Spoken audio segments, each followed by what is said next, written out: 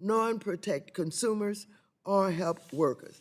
In fact, Republicans are advancing legislation that goes in the exact opposite direction. One bill would actually tell the Federal Reserve to ignore unemployment in this country and the real economic pain families are experiencing every single day. Are any of my Republican colleagues paying attention? Really? Well, I and Democrats on this committee are paying attention. We know that to address the affordability crisis, we must have the entire government using every tool to help. Mr. Chairman, 50 years ago, the reason Congress required the Fed to prioritize both full employment and price stability was because unemployment is a primary driver of poverty, racial injustice, and major social problems. Coretta Scott King knew that a job can be the difference for someone between economic stability and ruin, and that every government tool should be used to create the conditions for full employment. She knew that the powerful tools that the Fed wields could be used to prioritize job creation in this country, especially for underserved populations. And she was right. Now Republicans want to take us back to the 1970s. Do you know what also happened in the 1970s? Soaring gas prices, endless foreign wars, and rampant government corruption. Mr. Chairman, the American people are not asking Congress to protect powerful corporations using AI, to weaken oversight for AI, or to tell the Fed to ignore the plight of workers. They're asking us to lower costs, protect consumers, strengthen economic security, and make sure new technology actually works for working families instead of against them. That is exactly what committee Democrats are standing up for today, and so can you. I yield back the balance of my time. Gentlewoman yields back.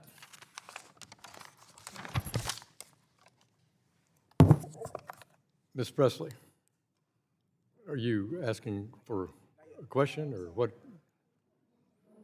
You're eager. The record shows the gentlewoman is eager and prepared for the day's markup. Grateful for that. Pursuant to notice, I'd like to call up HR 5396, the Price Stability Act of 2025, which I introduced. The clerk will report the bill, which has been distributed in advance. HR 5396, to amend the Federal Reserve Act to remove the mandate on the Board of Governors of the Federal Reserve System and the Federal Open Market Committee to focus on maximum employment. Without objection, the first reading is dispensed with. Without objection, the bill is considered read and open to amendment at any time. I have an amendment in the nature of a substitute, the copies of which were been distributed in advance. Clerk will report that amendment. An amendment in the nature of a substitute to HR 5396, offered by Mr. Hill of Arkansas, designated as Hill AR 090. Without objection, the amendment is considered read and will serve as the base text for the purposes of amendment. I'll recognize myself for 5 minutes to discuss this bill, H.R. 5396, the Price Stability Act of 2025. It's very straightforward. It simply replaces the Federal Reserve's current dual mandate with a single mandate centered on price stability. And I'd like to explain why. And I love my ranking member, but we don't want to go back to disco music and the economy of the 1970s, and I agree with her on that. But in the ensuing 50 years, many policymakers have sought to reorient the Fed's focus to a single inflation prevention focus mandate since it was first adopted back in those middle years of the 1970s. Why? Well, first, because success is more achievable with fewer mandates, and prices will never fall back after a policy mistake. And I think that focus is so important to the mission of the central bank and to all of our households across the country. Secondly, the Federal Reserve does not influence and has no control over the factors that contribute to the levels of employment or macroeconomic growth. They focus essentially. Their tool is targeting short-term interest rates only. Therefore, focusing solely on prevention of inflation is the long-term best medicine for the Fed and for all of our families and business.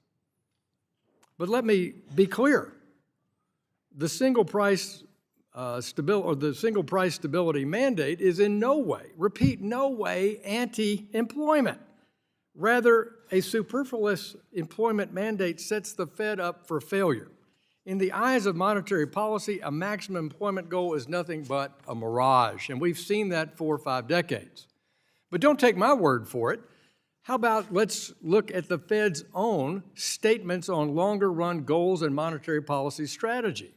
Their statement, the Federal Reserve Consensus Statement, confesses that maximum employment is, and I quote, not directly measurable and changes over time owing to largely, and I note this for emphasis, non-monetary factors, close quote. Unmeasurable, unstable, and therefore, in my judgment, unachievable. Therefore, let's recognize reality. It's Congress and the executive branch, through their regulatory, revenue policy, spending decisions that have a dramatic and significant influence over the growth of the economy and labor market conditions. But let's set economic theory aside and get down to just plain talk about it. Inflation is a tax on everyone, all of us. Yet it does not tax everyone equally. It disproportionately punishes and hurts the poor and minority communities more, which then begs the question, why don't more of my colleagues on the other side of the aisle consider supporting the Price Stability Act, the very legislation that marginalized communities would benefit financially from the most if we were successful in targeting inflation and not have it run rampant, as it does periodically, most recently in the late 2020 to 2022 timeframe. My colleagues should take a cue from the American public. Studies have found that Americans would rather cope with facing their own temporary unemployment challenge than higher inflation. And of course, if you think about that, that's common sense. If I'm hurt by a job layoff, I can take actions to find another position, advance my skills, work 2 jobs temporarily, team up with family members, draw on unemployment insurance compensation, safety net provided by the federal government.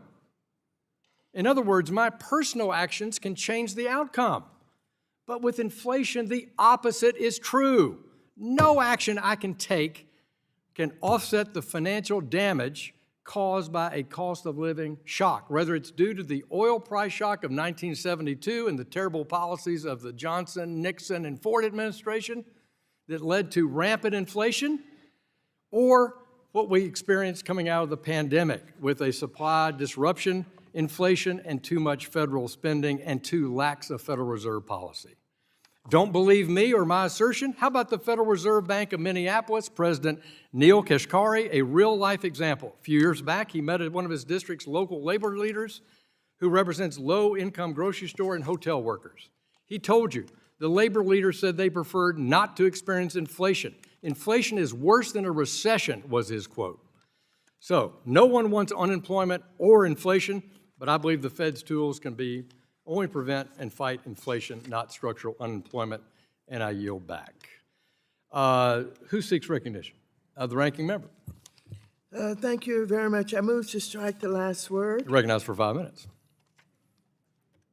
Mr. Chairman, I'm deeply disappointed that in response to an escalating affordability crisis and rising unemployment rates, Republicans respond by telling the Fed to stop caring about workers. This legislation removes the maximum employment mandate from the Board of Governors of the Federal Reserve System and the Federal Open Markets Committee.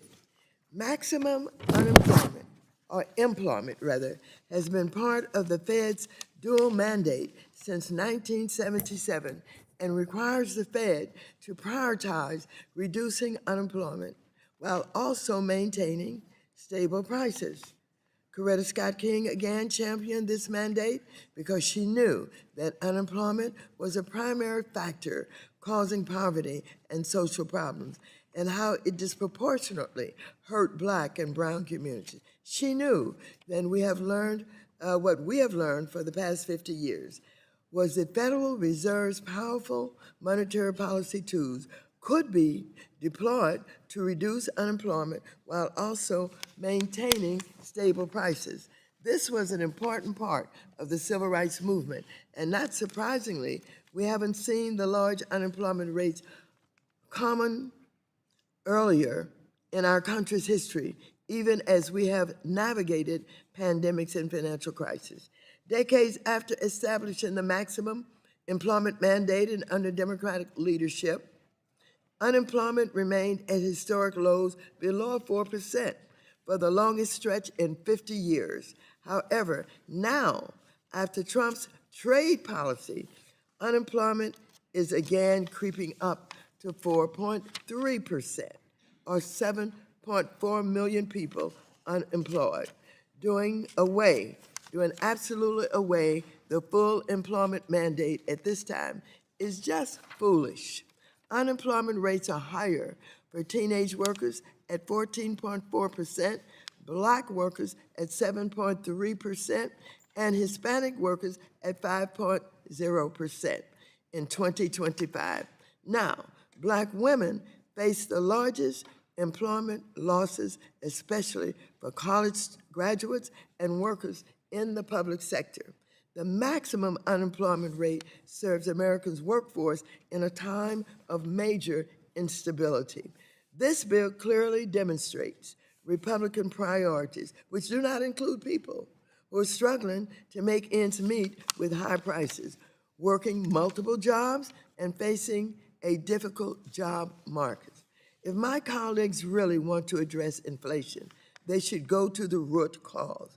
Trump's failed economic agenda, his tariffs, this war in Iran, and his government dysfunction and rising housing and grocery prices, driving up the cost at the pump and forcing small businesses and nonprofits to shut their doors. Reversing just one of those actions would help Americans. So I urge everyone to reject this harmful bill. And while I respect my friend, Mr. Hill, he did not make a good case for why that mandate should be stripped away from the feds. I yield back. Gentleman yields back who seeks recognition. The gentleman from Indiana, Mr. Stutzman. Thank you, Mr. Chairman. I'll try and see if I can make it. Gentleman moves to strike the last word. Move to strike the last word, yes. You're recognized for 5 minutes. All right, thank you. First of all, Mr. Chairman, thank you for the, I don't know who put the flowers in the motion. What is that? Thank you. Yeah, for Mr. Scott. But I just want to recognize his service, and he was such a gentleman, and he'll be sorely missed here in the committee, and appreciate the flowers that honor him. But anyway, I want to talk a little about the history of the mandate and appreciate the chairman carrying this particular bill. Many forget that the original Federal Reserve Act of 1913 did not have a dual mandate. No price stability goal, no maximum employment goal, just a goal to maintain elastic currency.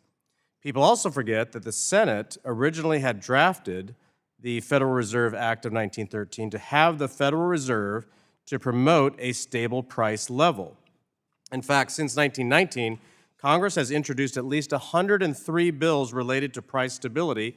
71 of those bills were led by Democrats. Price stability was on Congress's collective mind well before the introduction of the Fed's dual mandate. Not until the 70s did Congress provide the Fed with the mandate, with the dual mandate. Unfortunately, the dual mandate was not born from economic necessity. It was born from the politics of the Great Society era. So I urge those who are watching at home to take a deeper look at the political environment of the time this change was made. I think it's hard to ignore the persistent influence of LBJ's Great Society reforms and the idea that the federal government should have its hand in every aspect of the economy. For instance, Hubert Humphrey included a Great Society-style government jobs program in his draft of what would become the Humphrey-Hawkins Act. If the Fed didn't hit the unemployment targets set by Congress, Humphrey's idea was for the federal government to act as an employer of last resort and create jobs for all who wanted one. That sounds to me like a decision driven by bad politics, not just bad economics. Instead of having the Fed focus on inflation, as it should have since day one, The creation of the dual mandate injected big government politics into the Fed's decisions and forced it to balance two often competing goals.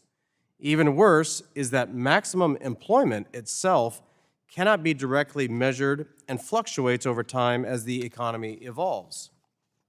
Unfortunately, those hurt the most are the American people, because when the Fed gets the balance between the two mandates wrong, the American people pay the price, whether it's in high prices or higher unemployment.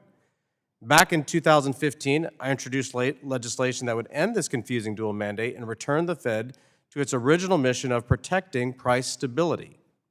I'm very happy to see that this legislation lived on and has been introduced by our chairman of the committee in the years since. It's long past time for the Fed to have a single mandate, and I believe that Chairman Hill's Price Stability Act will accomplish that goal and will help the American people and keep the government focused where it should focus. Thank you, and I'll yield back. Gentleman yields back, who seeks recognition. Mr. Lynch, you're recognized. I thank the gentleman. Let me support the ranking member's comments on this. First of all, the dual mandate that is contained in Humphrey Hawkins and which governs the Fed today was put in for reasons that are keenly relevant to what we're going through right now. Right now, we have a threat to millions and millions and millions of jobs all across the country because of AI.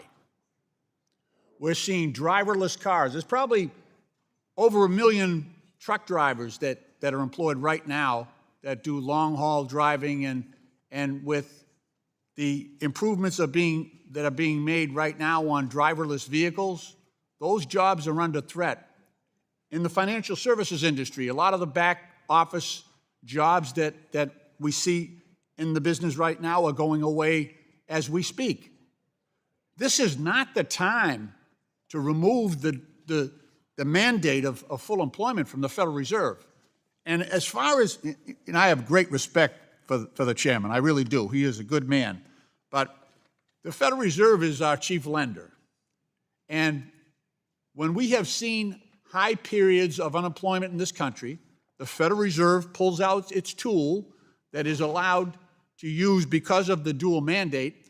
It lowers interest rates. It often drives economic growth, and it lowers the employment levels. It lowers the unemployment levels in this country. So it is perfectly appropriate for them to do that. Now,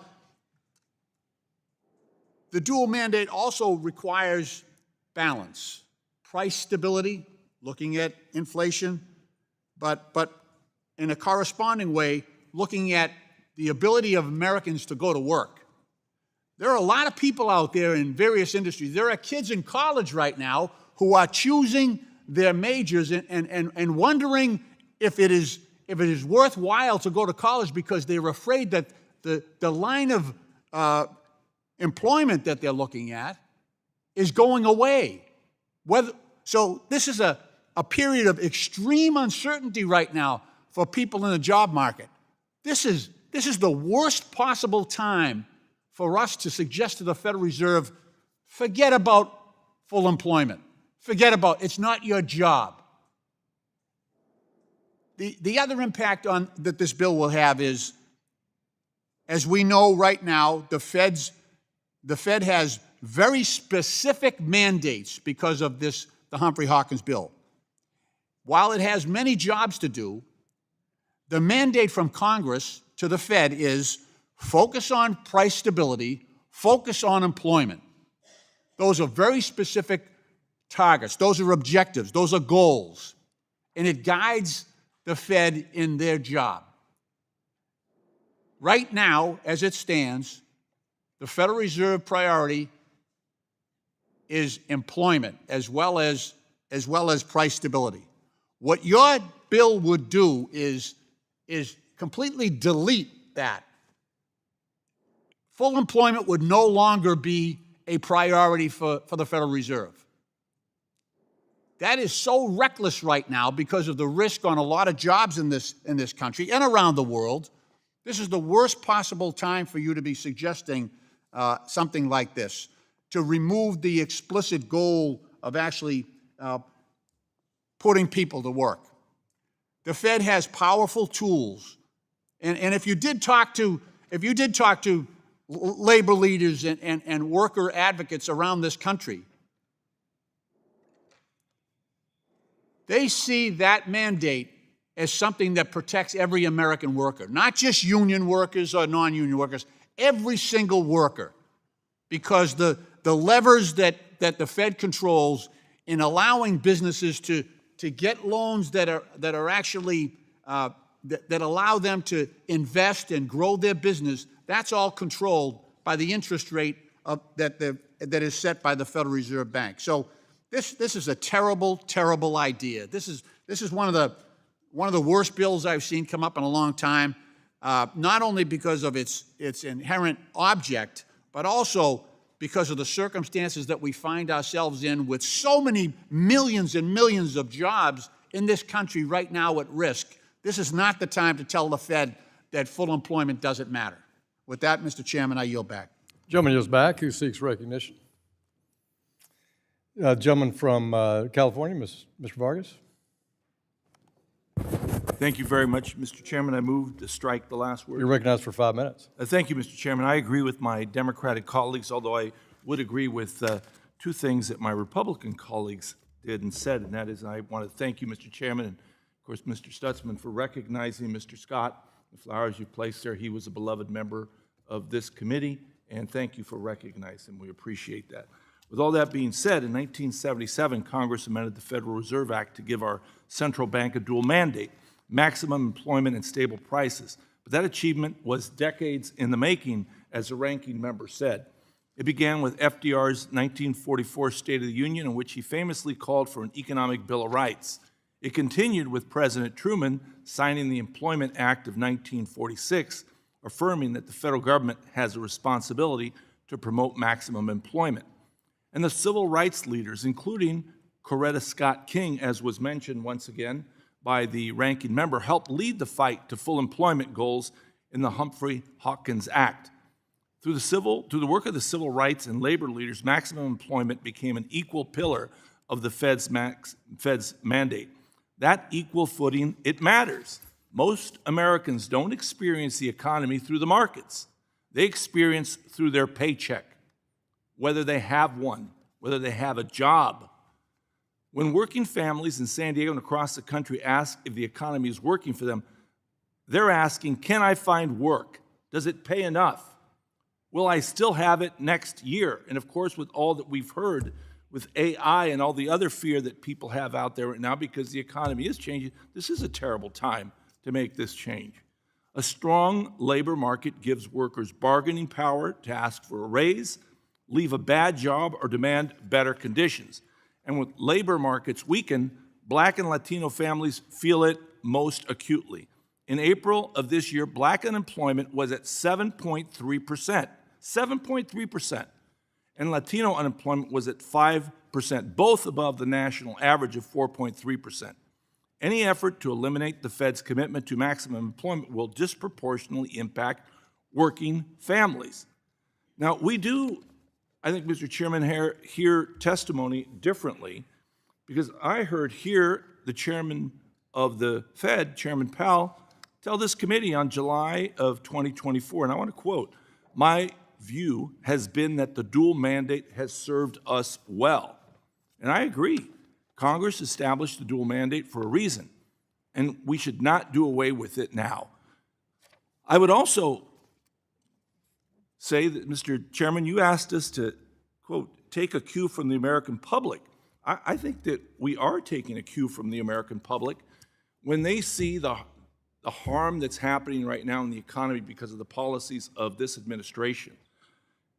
And sadly, and I say this very sadly, I also hear what the president says, and I think that my Republican colleagues are taking a cue from what he said, and he said this: I don't think about Americans' financial situation. That's what he said. I don't think about it. I don't care about Americans' financial situation. And I think that's what's in this bill. Americans' financial situation for most people depends on a job, having that opportunity to work, working families being able to pay for the food, for the gas that they need for their families. So, Mr. Chairman, I have great respect for you. I really do, but in this case, I think you're wrong. And I hope that we oppose this bill, and I hope it doesn't pass, and I urge my colleagues to vote against it. And with that, Mr. Chairman, I yield back the balance of my time. Gentleman yields back. Who seeks recognition? Mr. Caston. Thank you, Mr. Chair, and, You're moving to strike the last oh, word. sorry, yeah, I will move to strike the last word. You're recognized for 5 minutes. Thank you. I'm just really concerned by the irresponsibility of this conversation. I get it, like getting rid of the dual mandate was in Project 2025. It's been a wish list for a long time. And we could be economically theoretical about this, and I think it's appropriate to remember that theory, right? There is a tension between do corporate gains flow to labor or to capital? The idea of the dual mandate is to balance that. We could get into the economic theory, or we could all go back to our district where we're all hearing people saying, would you like to make it easier for us to build a data center so that we can automate your job and increase corporate profits that will not be inflationary, but will put you out of work? Make that speech at home and try to get elected. I think we all understand that tension between where do gains flow between capital and labor. And the whole reason that the Fed has a dual mandate is so that the Fed cannot take a side in that debate. I'm not saying this to be opposed to AI. I'm not saying this to be opposed to labor productivity. I am happy that I don't have to churn my own butter, right? but the Fed still has to make a decision around when the economy gets going too hot one way, what do we do when it gets going too hot the other way? And if we take that away, what are we left with? And the reason I say that this is so irresponsible is that there was this New Republic article this week that I would encourage you all to read that described the leadership of the Republican Party right now as the last gasps of a cult who are staying to the bitter end. You all can't talk about the fact that the president can't stay a week in a press conference. You all can't talk about the fact that he's starting needless wars that are driving up the price of gasoline and all energy sources. You all can't talk about the fact that he's a convicted felon. The most critical thing that I think you are allowed to say about him and still be a member of the cult in good standing is that he's a Latter-day Cyrus sent by Jesus to bring about the second coming. You got to work through all that. But in the meantime, there is a practical reality that whatever you do with interest rates right now, you are still stuck in a situation where inflation is being driven by high energy costs that are the result of dumb foreign policy, and is driven by high tariffs that are the result of dumb economic policy. In the words of that great philosopher, Ron White, you can't fix stupid, and you certainly can't fix it with interest rates. You have a practical reality in labor markets right now. Obama's second term, there were 10 million jobs created. Trump's first term, there were almost 3 million jobs destroyed. Biden, 16 million jobs created. Trump so far, kudos for him. He's created 120,000 jobs through February. If he stays on pace, maybe he'll break $400,000 by the end of his term, but the trend line isn't looking that way. You are sitting here watching employment in the United States collapse. Hiring is at historic lows. Inflation is at historic highs. You can't fix that with interest rates. You can fix that with oversight. You can fix that by getting out of the cult. You can fix that by taking your oath to the Constitution and this institution seriously. And someday, when you're out of the cult, you are going to want an independent Fed to make sure that that bias doesn't sit here.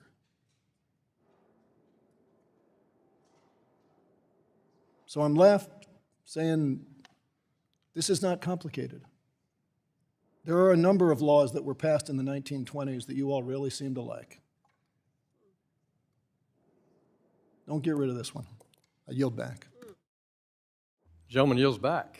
Seeks recognition. Gentlewoman from Massachusetts.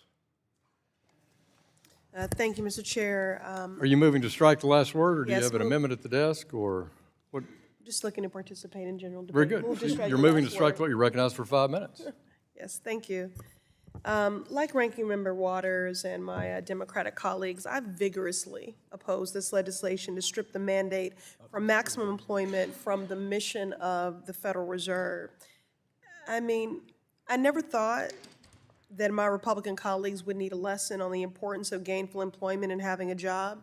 Even Ronald Reagan said that he believed the best social program is a job. And yet, here we are. The best way to support working families is to keep them working, plain and simple. Maximizing employment is good for our economy, it's good for our communities, it's good for our families. And to deny that truth is to deny reality. So I'm confident that the American people will see through these baseless talking points and agree with Democrats that everyone should be able to get a job, to work a job, and to earn a living.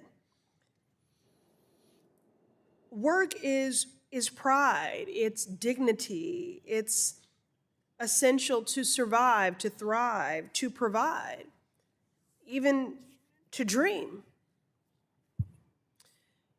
I've been working, I've been employed since I was 13, 14 years old. Many young people pursue jobs, whether it's being a bagger at a grocery store or working retail,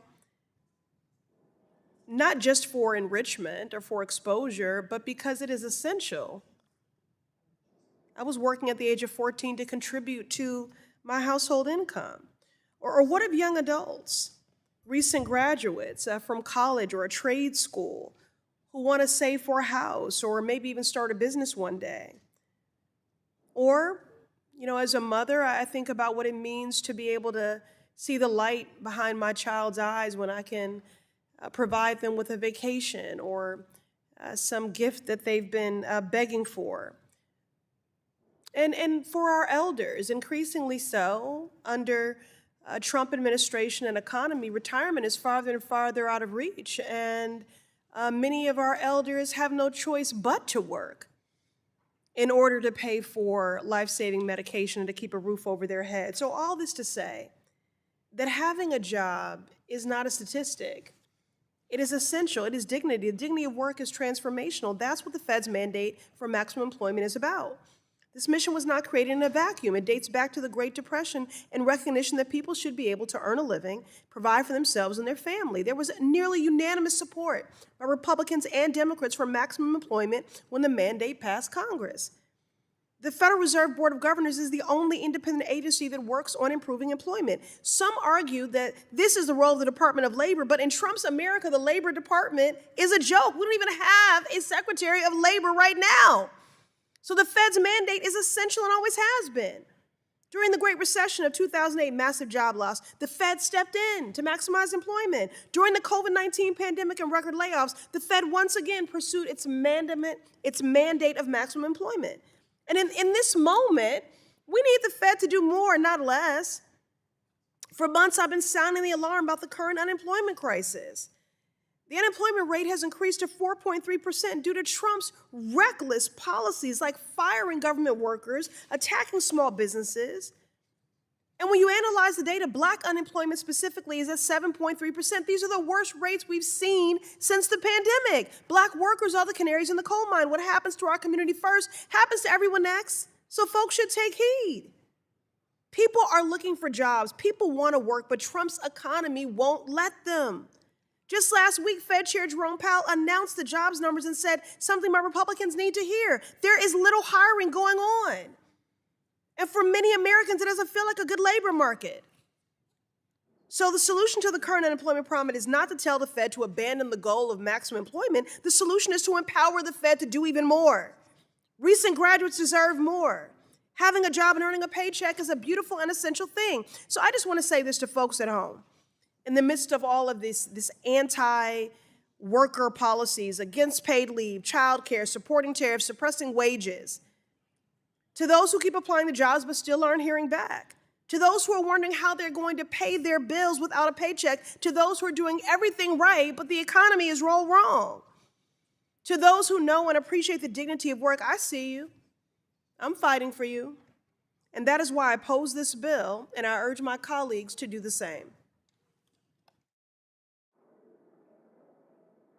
Gentleman yields back. Who seeks recognition? Gentleman from Iowa. Well, thank you, Mr. Chair. I move to strike the last word. Gentleman's recognized for 5 minutes.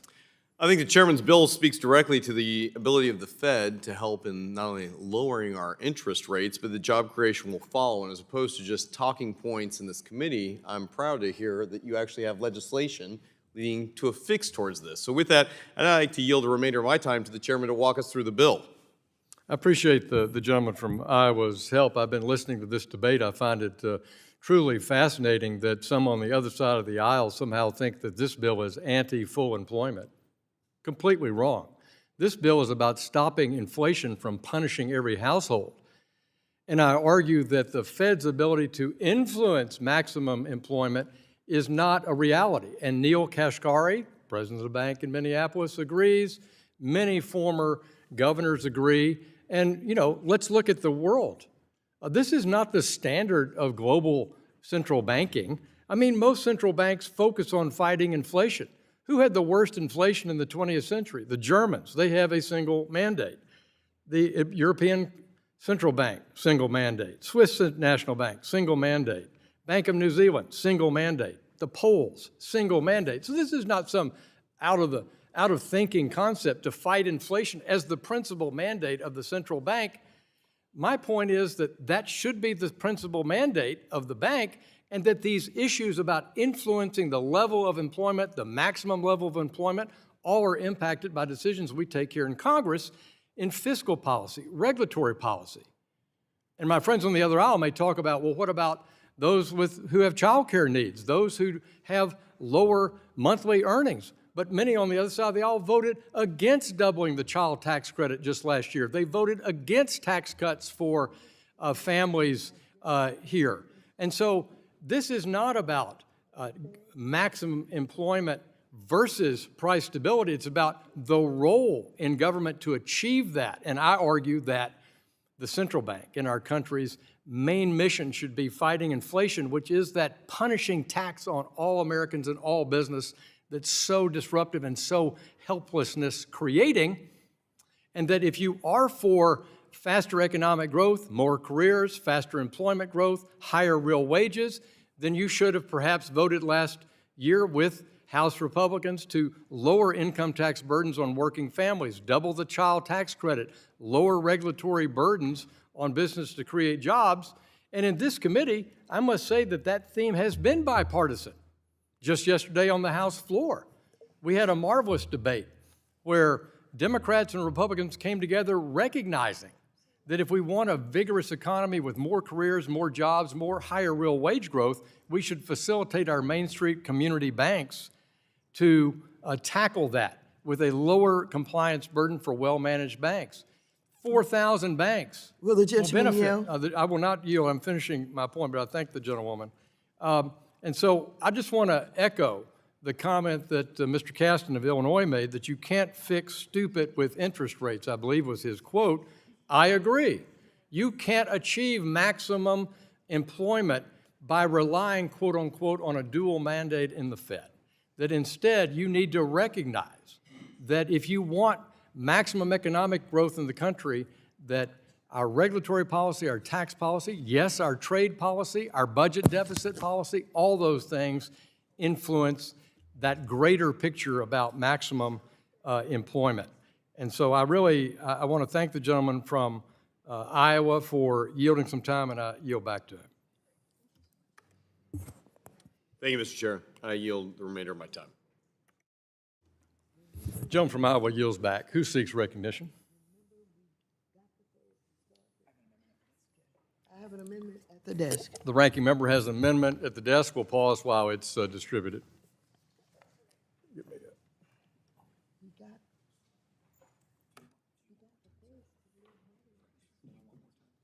Mr. Chairman, I'd like to reserve a point of order. A gentleman reserves a point of order.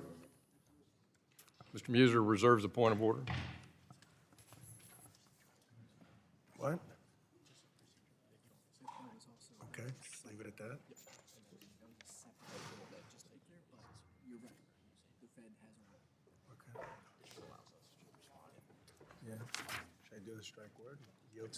Oh, it's his.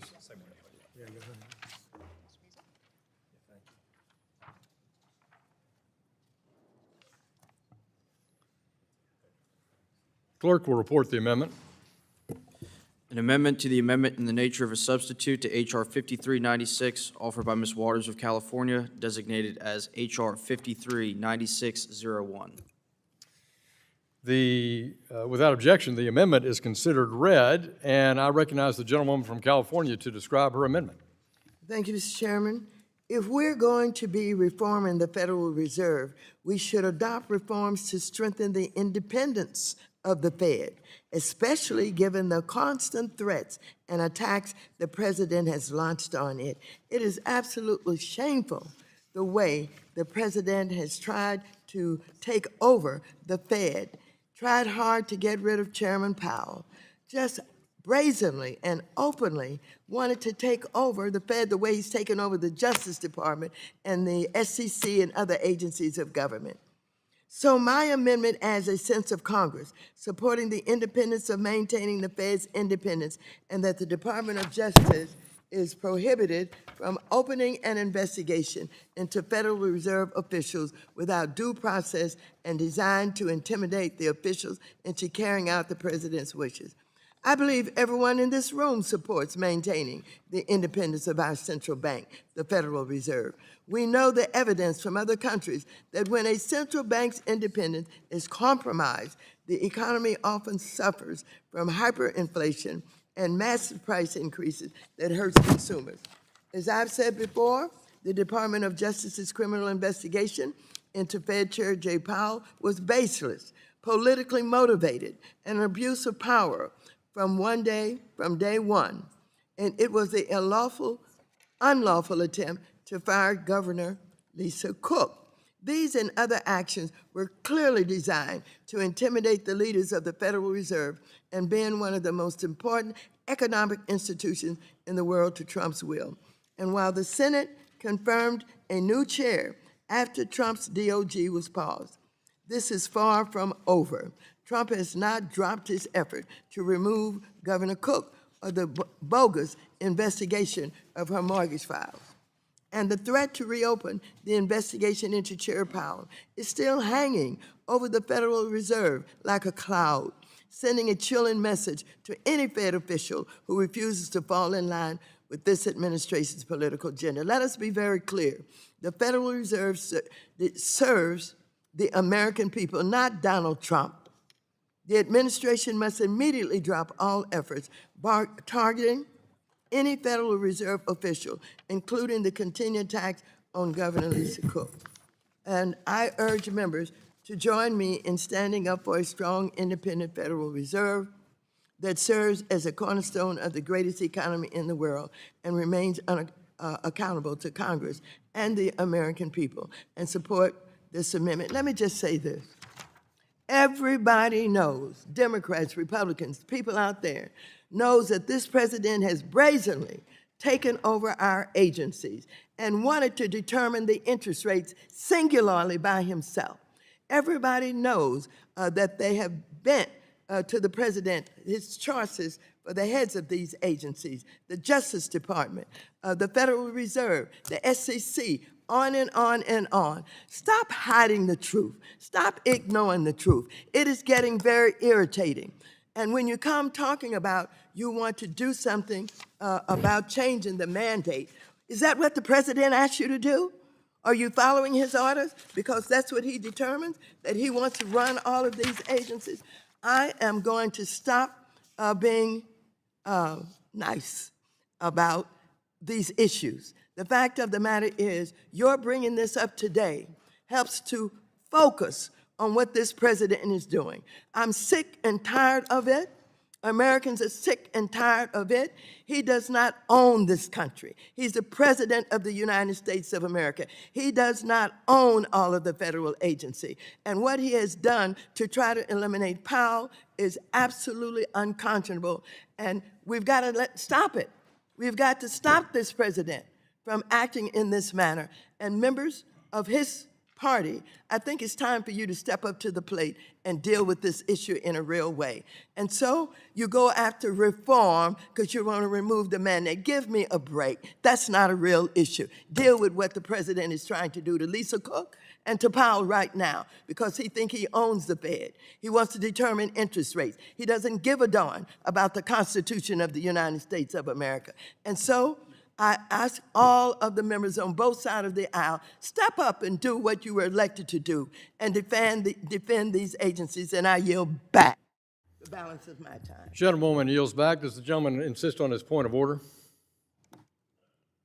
No, Chairman, I do not. Gentleman withdraws his point of order, seeks recognition. Mr. Vargas, Thank you, man. Mr. Chair, recognized I to strike move the to last strike word. the last word. you're recognized for 5 minutes. Thank you, Mr. Chairman. Mr. Chairman, I support this amendment. I think it was very well said by the ranking member that the president has attacked quite blatantly the independence of the Fed by going after the Fed chair. We saw that, everyone saw that. Certainly also Governor Cook, everybody saw that. In fact, the only thing that I would disagree with the ranking member is this. You said that the other side should step up to the plate. They do when they're leaving.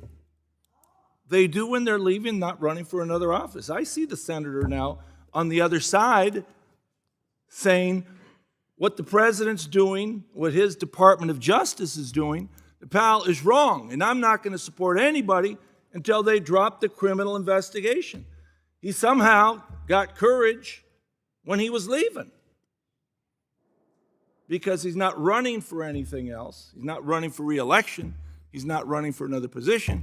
So all of a sudden, he stood up on his hind feet finally and said what everybody knew, that this was a terrible thing that the president was doing. He was really demanding that the Department of Justice go after him. He took over the Department of Justice. He really is normalizing these processes that we would think are crazy. That somehow the president can just say, prosecute that person because I don't like him. And finally, again, the only thing I would disagree with you, ranking member through the chair, is that, oh no, they step up to the plate when they're leaving. I'd also have to say, it's obvious to me, there's a couple, at least one member who is leaving on the other side of the aisle, who certainly is starting to speak up too, from one of the northern states. He's leaving now, and he's saying some of these things also. So again, I would hope that my colleagues on the other side of the aisle would stand, because some of the stuff the president's doing, you know that if a Democratic president was doing it, you would stand up and say, this is crazy. You can't do these things. And yet, you don't say a darn thing until, again, you're leaving and not running for another office. Then you do step up to the plate. And that's sad. Now, I do have to say that I heard some comments about why didn't we stand up and cut taxes in the big ugly bill for working families. Well, we want to cut taxes for working families, but we also know that most of that money, the tax went to billionaire families. It didn't go to working families. It went to billionaire families. And in fact, the $600, $700 tax cut that they got was replaced now with higher prices on the gas prices.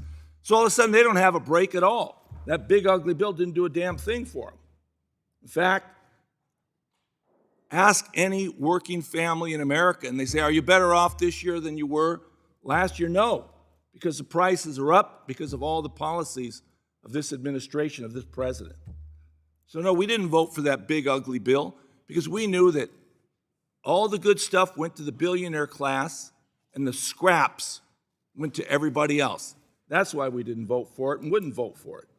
If it had been a true bill where you tried to help the working class and those that are poor, we would have all supported that.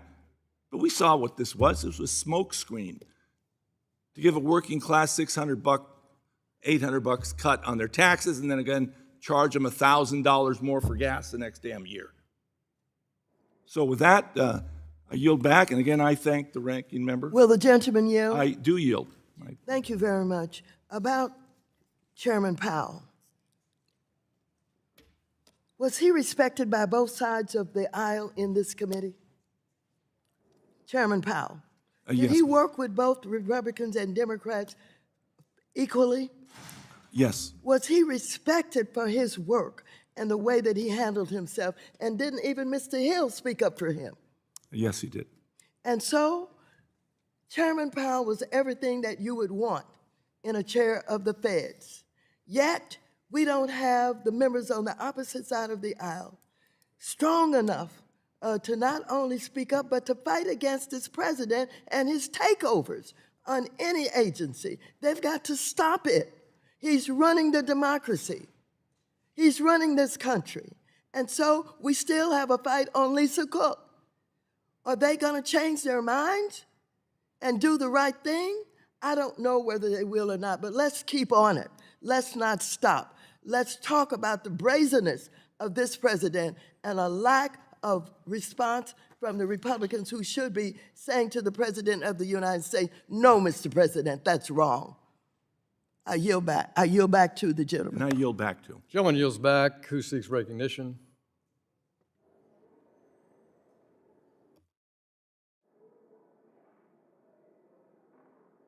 Let me recognize myself for 5 minutes. So I appreciate the gentlewoman's argument about Fed independence. Nobody's been an outspoken supporter of Fed independence more than I have for, I'd say, 4 decades.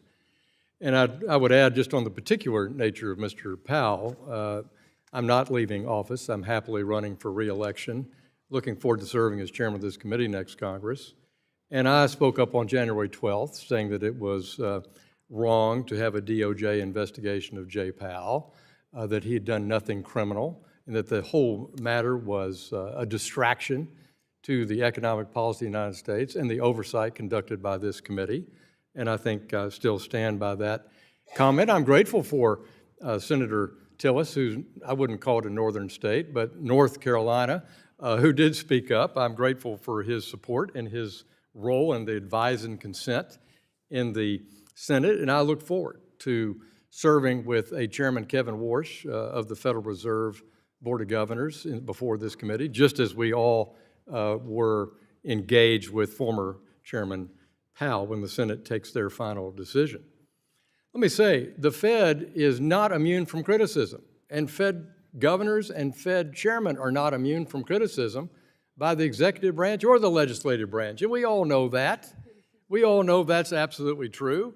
And let me say, when we think about intimidation, how would you like to have a Fed chairman called to your personal residence and then shoved up against the wall and told if you don't cut interest rates, I'm going to fill in the blank?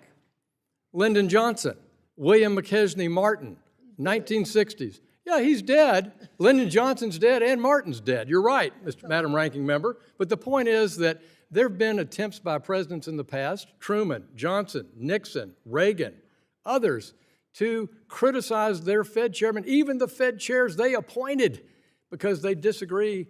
And that's, their right to do that. I don't think they should resort to intimidation. I don't think they should resort to the kinds of actions that we've seen over the years. Will the gentleman yield? I will not yield. And Did they call for an investigation? I would say yes, Madam Ranking Member, but I'm not engaging in this. I'm going to simply respond that there are attacks on the Fed, some quite crass, rude, investigatory, and threatening by former presidents. I don't support that either in American history, and I don't support it now. But the point is that it happens. And in this committee, we have the right to oversee the Fed, and we have the right to criticize the decisions taken by the Fed, which is why I created a monetary policy and treasury market structure task force to do exactly that. Let's thoughtfully look at— Will the gentleman yield? I will not, Madam Ranking Member. That is why we have a monetary policy task force to look at the oversight of both the Fed structure, the Fed monetary policy since the financial crisis, and I'm grateful to the ranking member of that committee, Mr. Vargas, for his outstanding participation in that subcommittee or that task force and its work. But I have to say that while the Fed can be criticized, in my view, this committee stands for Fed independence. That's why it is independent and why I don't believe we need to have a yes vote on this amendment. And I urge a no vote on the amendment, and I yield back the balance of my time. Mr. Chairman? May I strike the last word? Recognize the strike to last for 5 minutes. Thank you, Mr. Chairman. Very briefly, you were right on January 12th when you called out the administration for going after Jay Powell on the construction project that they found that he was mishandling. I think all of us know that the chair of the Federal Reserve does not, run his own construction operation. And coming out of that industry, I certainly thought it was totally over the top in terms of going after him. And it has been, it makes me cringe what I see going on right now with the President and the Department of Labor, the Department of Justice going after Chair Powell on that to try to force him out. I'm delighted that he's going to stay on as a member of the Fed, as a board member. But I believe you and I believe Mr. Tillis, and I welcome his comments. People can complain about the timing, but he did step up and he did try to defend the independence of the Fed. So I give him credit for that. I don't take off points because he's going to retire anytime soon. And it is really, really important. If we look around the world, there are leaders of countries. I point to Turkey, where Prime Minister Erdogan stepped in and started to direct his own economic policy. His monetary policy was a disaster. And I think if this president is allowed to do, or any president is allowed to do that, we could suffer the consequences, and that would be bad for all Americans. With that, I do want to yield the balance of my time to the ranking member to see what she might have on her mind. Thank you very much, Mr. Lynch. It's about time that we have this public discussion. To my friend, Mr. Hill, you talk about it is all right to criticize. Yeah, it's all right to criticize, but it's not all right to attack and try to destroy a very credible president of the Fed. It is not all right to think that you singularly can determine the interest rates when the chairman and the Fed officers have all of the information before them, coming in daily, hourly, every minute. They have everything to look at and to analyze to make these decisions. But no, this president doesn't care about this. This wasn't criticized. This was attacked. And Lisa Cook, the first black woman to be an officer, all of a sudden, he's looking into her whether or not she filled out her mortgage papers correctly, as being done in New York. If you take a look at every member of Congress and determine whether or not their mortgage papers were filled out correctly and whether or not they didn't indicate that they were going to use it as their private residence, how long? 10 years, 50 years, 30 years, what have you? This is bogus. This president is outrageous. He's suing the Justice Department, his own Justice Department, for $230 million. He's suing the IRS for, I think, over, $103 billion. Now, this is the President of the United States who can talk with his cabinet any day of the week, can talk with members of the Congress. No, he decides he's going to use his power not only to threaten, but to sue them, suing the Justice Department. Here's a man that pardoned all of those who attacked the United States government. We were hiding under our desk. The Vice President of the United States was threatened to be hanged when they attacked this Congress of the United States. So I'm kind of sick and tired of, this being not talked about, this being protected by members of the Republican Party. I thank you for what you did in your individual support of Chairman Powell. But let's look at all of this other stuff that he is doing. Let's look at what you call criticism that's really attacks. And now, also I tell you, he attacked Powell because Powell was trying to upgrade the facility, the building, in a very, very legal way. But no, the President of the United States, who's tearing down the White House to build a ballroom and lied about it, A president of the United States, yes, you can call me on that, but he lied about it. Gentleman's, Mr. Lynch's time has expired. Who seeks recognition? Gentleman from Indiana. Move to strike the last word. You're recognized for 5 minutes.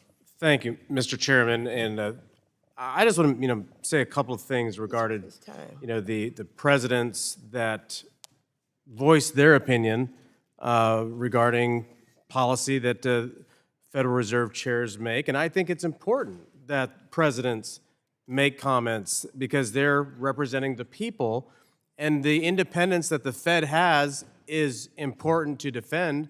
And I would believe that every chair of the Fed that's been appointed probably knows that the president may say something about their policies and that they're big people, they can handle it. So, it's a bipartisan practice. And as the chairman mentioned, other presidents that have made comments, and the former Fed chairs have even worked together to do a letter to defend the independence of the Fed. So this is about accountability. This is about balance. The process is working. The system is working. But the president has every right to criticize Fed policy because he's representing the people of the United States. And as far as the Inspector General at the Fed, he's taken over the federal building investigation from the DOJ. I met with him a couple of weeks ago, and I have full confidence in him that he is going to be sure that there was accountability, that there weren't misuse of funds. Anytime you look at the price of a building and realize that something seems out of whack, there should be questions asked. And so the process is working. I appreciate the president being willing to call out the Fed on Will the gentleman on interest yell? rates. No, not right I now. know you wouldn't yell because you don't want to hear the truth. Well, you know what? This is a good conversation, and I think that it's important that both sides share their opinion.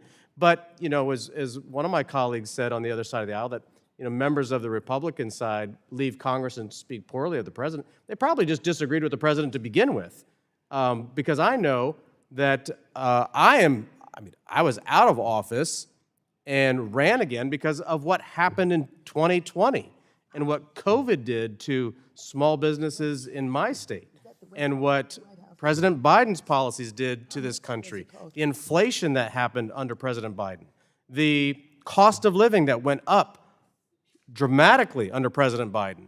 So this is a cleanup on aisle 5 that we're having to go through to clean up the mess that has been left to us, whether it's President Obama with Iran, whether it's President Biden in the economy. This is an important piece of policy to focus on one particular item rather than two that really competes with each other. And so I think it's important to have the accountability and the balance between the branches of government. The Federal Reserve's independence is important, but the president is the one who was elected by the people and should always have the freedom to voice his opinion, and so should we, as members of the Congress. So, I want to thank the gentleman from Indiana for yielding and thanking for standing up for Fed independence. I think that's important, and you referenced that. And also standing up for, the president has First Amendment rights and the economic policies elected by all the people to speak his mind. And as I've said, from Truman, who threatened, he brought the whole FOMC, the Federal Open Market Committee, to the White House to tell them he disagreed with them in a public meeting, to Mr. Johnson's treatment of Martin, to Mr. Nixon's intimidation and investigations, using that word, on Arthur Burns, to President Reagan's tough conversation at the beginning of the 1984 campaign with Mr. Greenspan. This is the world we live in. But you also referenced that the DOJ has closed their criminal investigation into the Federal Reserve building investigation. I applauded that when it happened, long overdue, and turned it over to the Fed IG, and I'm glad you, as an individual member of Congress, conducting your own oversight responsibility, met with the Fed IG on that. They're rightfully looking into it, and this is a place where the committee, the House Financial Services Committee, the Senate Banking Committee, can review what we learned from that Inspector General investigation, looking through all the ways and means and causes and effects of this enormous renovation program down on Constitutional Avenue on the part of, so we'll see what the Inspector General report is. That's certainly in the oversight capacity of this committee and that of the Senate Banking Committee. I yield back to my friend. I would just say that the criticism, if President Trump built the Federal Reserve building, the criticism would be outrageous if it was him that was there building it instead of the Fed chair oversight. So I yield back. Gentleman yields back. Who seeks recognition? Ms. Presley, you're recognized. Yes, thank you, Mr. Chair, and I thank our ranking member for this thoughtful amendment, and want to yield at this time to my colleague, Mr. Vargas. Well, thank you very much. I thank the gentlelady for yielding. I also want to thank the chair. Mr. Chair, we all looked to you, frankly, when the attack happened on Mr. Powell and the integrity of the independence of the Fed. And you didn't let us down. And we appreciate that. You stood tall and you said the right thing. And I, again, want to thank you for that. I think you have a lot of integrity. I disagree with you, obviously, on this point. I think the dual mandate is important, and that's why we fight about this. However, it seems clear to me that the things that the president is doing are not normal. They're not. It's not disagreeing. It's not a First Amendment right that we're arguing about here. He sicks the Department of Justice on people he disagrees with. That's not normal. In fact, it should be illegal. It should be illegal. There should be independence there from the Department of Justice. And to tar the Fed chair, who, by the way, is a Republican, I mean, it's kind of interesting. I mean, we respect him because we think he's an integral person that deserves respect, not because he's a Democrat or anything like that. He certainly isn't. A lot of his policies I don't agree with. I don't agree with at all. But he's, again, I think, a very honest person, and that's why I think we all defend him. I actually would like to see the interest rates come down. I disagree with him on that. I'm actually more in line with what the president thinks, that, yeah, let's lower the interest rates. I think it's better for the economy. But I agree that there has to be independence there. That's why, and I criticize the Fed over it, but I don't say, get the Justice Department now to go after him to see if that will put pressure on him. And by the way, it's interesting, too, if you actually go and see the construction, everybody talks about the building. There's actually two buildings. And that's, I think, part of the problem, that the Fed had one building, and they were asked to renovate the second building, and that's been a lot of the overrun. Now, I think it's appropriate, though, to take a look at that and have the general inspector. In fact, we should do that with the reflection pool down at the Lincoln Memorial. We should do that right there. I mean, it was supposed to be a $1.3 million repair, and now it's, 10 times more almost? Non-compete contract, and I think we can criticize that and take a look at that, but it's a smaller thing. But I mean, some of the things that the president's doing, again, with the Department of Justice is outrageous. It is outrageous. So anyway, I thank the gentlelady for yielding. I do want to make one correction, though, Mr. Chair, and that is, I believe that Nebraska, not North Carolina, but Nebraska, when I said a member of the House is making comments now that I don't think he would have made if he's not leaving, or maybe he would have. He's actually quite a brave gentleman. I know him well. He said that some of the things the president doing are foolish and morally not very clear. I think that Nebraska is north of the Mason-Dixon line. I beg the gentleman's pardon. I thought you were referring to Mr. Tillis in the Senate in North Carolina, and I apologize. Yield back to you. Yep, no, thank you. No, North Carolina I know well. Oddly enough, I do have two nephews that live there in that fabulous state, so I'm very familiar with North Carolina. Although perspective is everything, Mr. Chair. I live in San Diego. Everything's north for me. And with that, I thank the gentlelady for yielding. Thank you. The gentleman yield yields back back to the to Ms. Presley. Ms. Presley, are you yielding back or are you continuing? Yeah, the gentleman from Massachusetts yields back. Who seeks recognition? The gentleman from Florida. Thank you, Mr. Chairman. I move to strike the last word. You're recognized for 5 minutes. Thank you, Mr. Chairman.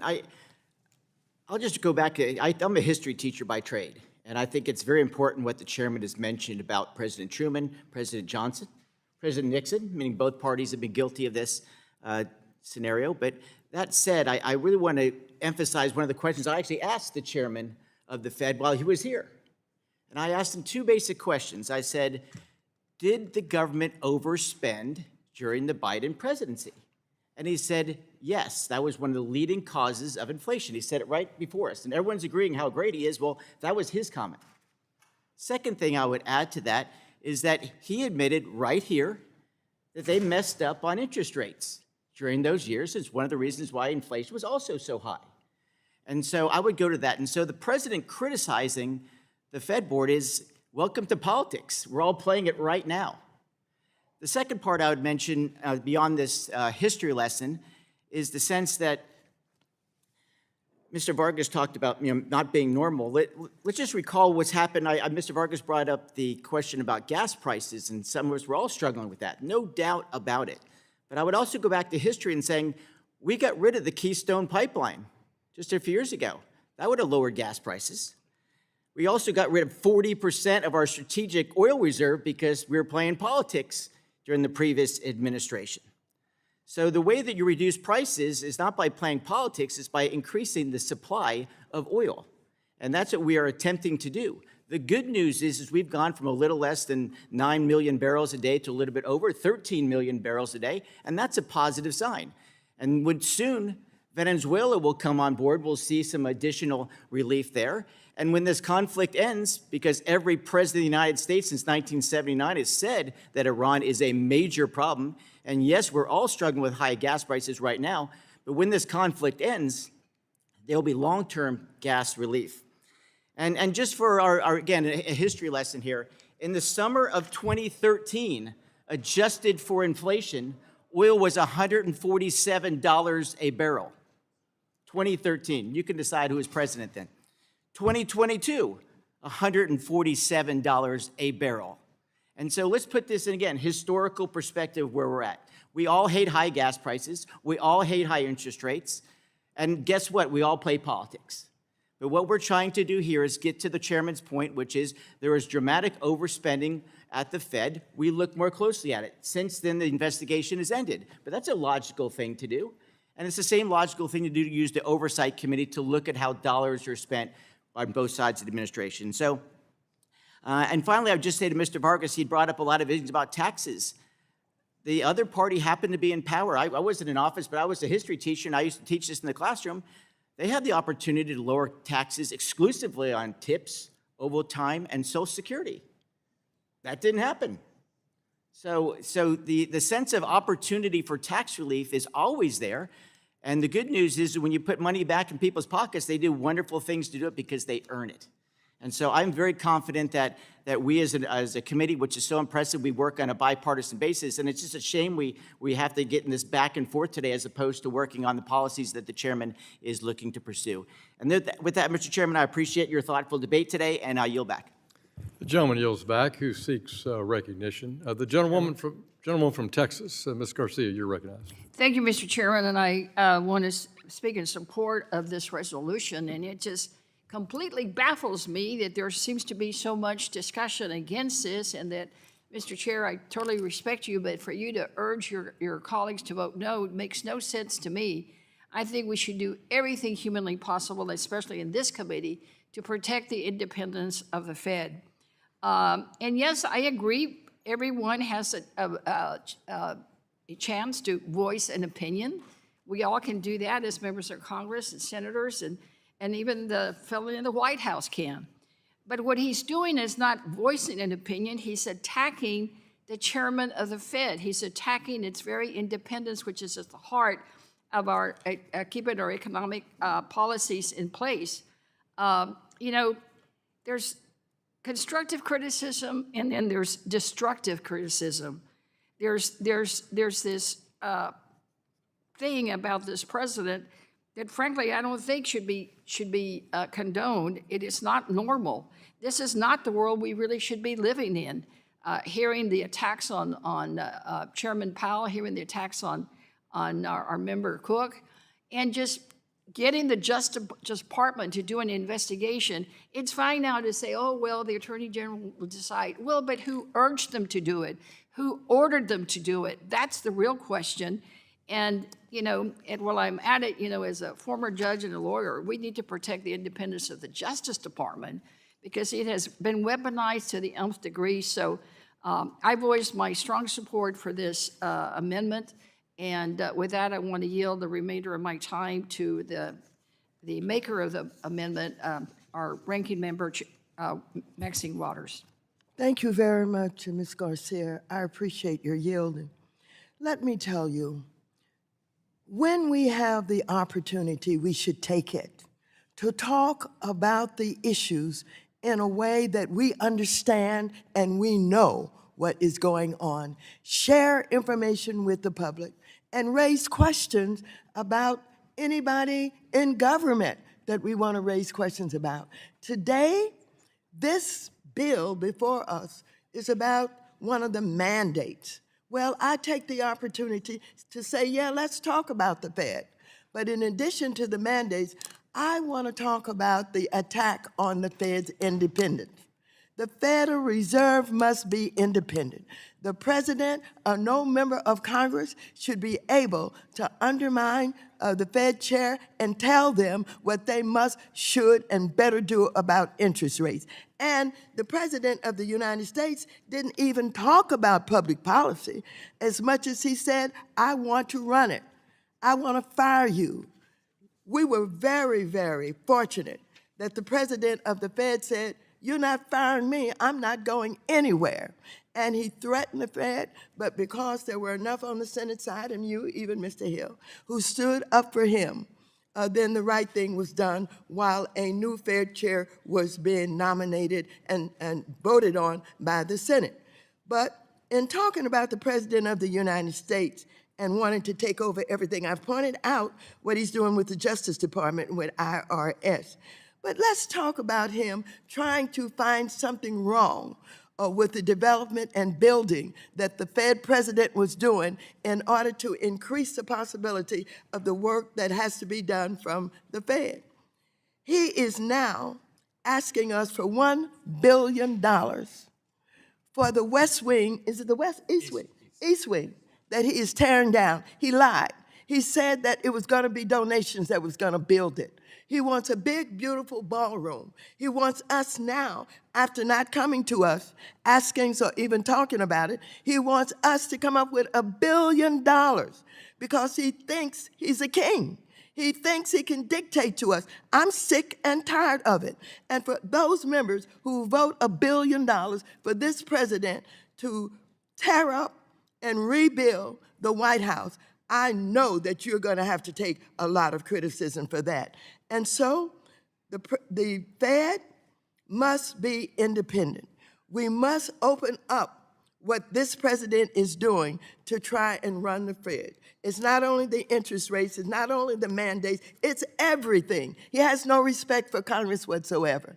And so I bring up the $1 billion because you can't refuse what I'm saying, as you can't say that it's wrong, that I don't know what I'm talking about. I know what I'm talking about. You know what he's talking about. And so with that, I've utilized all of my time, and I yield back my time. The And you can do whatever gentlewoman yields you want back to to do the with it. gentlewoman from Texas, and the gentlewoman from Texas yields back. Thank you. Thank you very much. The gentleman who seeks recognition, gentleman from Pennsylvania, you're recognized to strike the last word. You're recognized for 5 minutes, Mr. Muser. Mr. Chairman, I feel compelled just to say a couple of things regarding this amendment. First of all, yes, the Fed is independent. They're not independent from criticism, as you pointed out many times. They're certainly not independent from remarks made by the President of the United States. And you know what they're not independent from?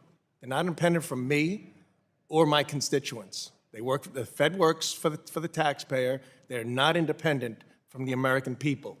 And when things occur, when we have a Fed chairman, who I have respect for, I'll always state I have respect for, our current chairman, who will no longer be chairman as of tomorrow, states will not admit that excessive spending and an assault on domestic energy has anything to do, and he'd never have that conversation with the then president, President Biden, while inflation is running rampant at 9%, and meanwhile, extending QE to $9 trillion for the purpose of maintaining consumer demand and and keep our economy going, okay, that was clearly based upon the conditions emanating from the policies of the former president's administration. Now, and not would he even admit during hearings that had anything to do with the inflation that was taking place. Would not consider a holistic view, never had a conversation. And I asked, wouldn't it be better if we weren't spending at this level? And I recall pretty well, he said, sure, I'd like some help, but on the same note, would not admit to it, stating how inflation was transitory. Come on, and then interest rates changing very well, being lowered right before the presidential election. Look, whether it was done intentionally or not, it was clearly, you put it on paper, there was a bias there, and that is not independence, okay? That is bias, and bias and independence are defined completely different. So, and on the Fed building itself, let's face it, please, if that was a project that President Trump had initiated, you all would be criticizing it to absolutely no end. And we're talking about a big overrun. You know, I ran a business, okay? My focus was not necessarily building out our facilities, although that was just a necessary part of it. But if I had an overrun of $1.5 billion, I think somebody might say, do you know what you're doing? You know, all your actions would be suspect. And that's where that came in. $1.5 billion in excess on a renovation? So, and have no accountability and dismiss a DOJ inquiry, and by the way, that's all it was. So this is nonsense. The Fed is independent, and by the way, if there's a Fed chairman that caves to criticism, well, we picked the wrong guy or the wrong woman. So, and regarding the security systems, those security systems will be installed after this current president is even in office. They're being made for the safety of the President of the United States, perhaps this one for a short time, and many to follow. We've had 3 assassination attempts on the president as well. So I think there's a rational outlook on this, and then an irrational or deliberately irrational bias outlook on this subject matter, and particularly on this amendment. I yield back, Mr. Chairman. Gentleman yields back. Is there any further debate? Hearing none, the question now occurs on Ms. Waters' amendment. All those in favor of the amendment shall signify by saying aye. Aye. All those opposed signify by saying no. No in the pen chair, the noes have it. The noes have it. The amendment is not adopted. I request a recorded. The gentlewoman requests a recorded vote. All those in favor of recorded vote, raise your hands. A sufficient number having raised their hand, a recorded vote is ordered. Pursuant to subsection C5 of Rule 3 of the committee rules, further proceeding on the amendment are postponed. Are there further amendments to the amendment in the nature of a substitute?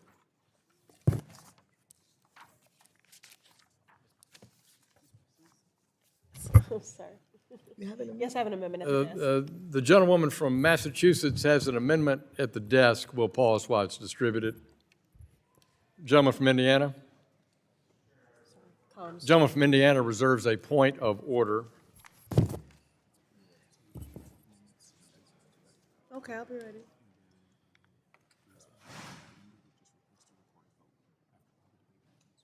At the end. Not after each one. Yeah, that's what I'm saying. They're not rolled. So, okay.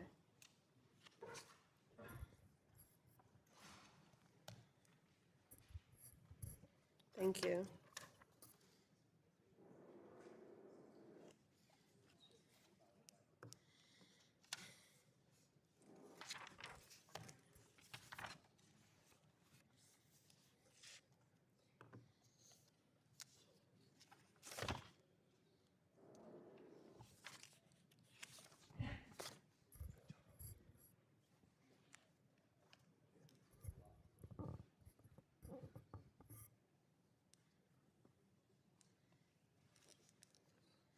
Thank you.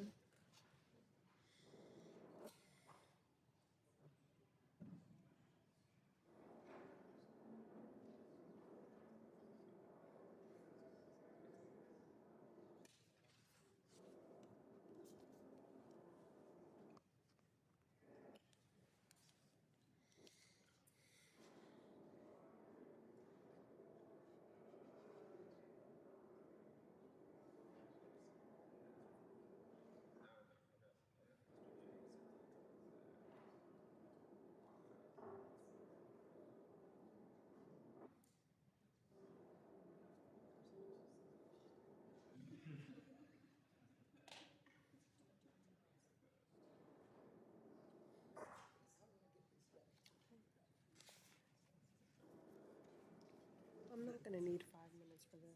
Should I reserve my time? It's not going to take 5 minutes. That's my point. Yeah, that's fine. I don't need it. I don't want to use it.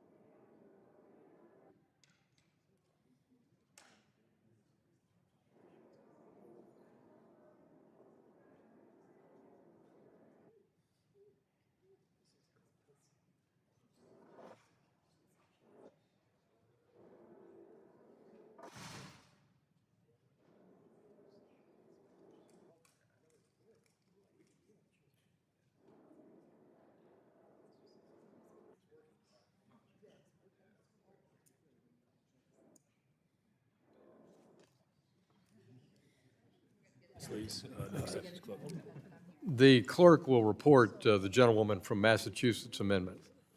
An amendment to the amendment in the nature of a substitute to H.R. 5396, offered by Ms. Presley of Massachusetts, designated as Presley 076. The gentlewoman from Massachusetts is now recognized to describe her amendment. Thank you, Mr. Chair. My amendment is straightforward. It's just one sentence long. It says something that, it's not controversial. I think we should all be able to agree upon.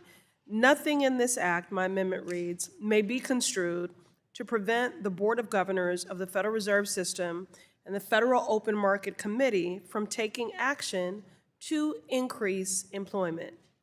Now, again, this should be an uncontroversial amendment. It is necessary to improve the strength of our economy and the financial well-being of our constituents.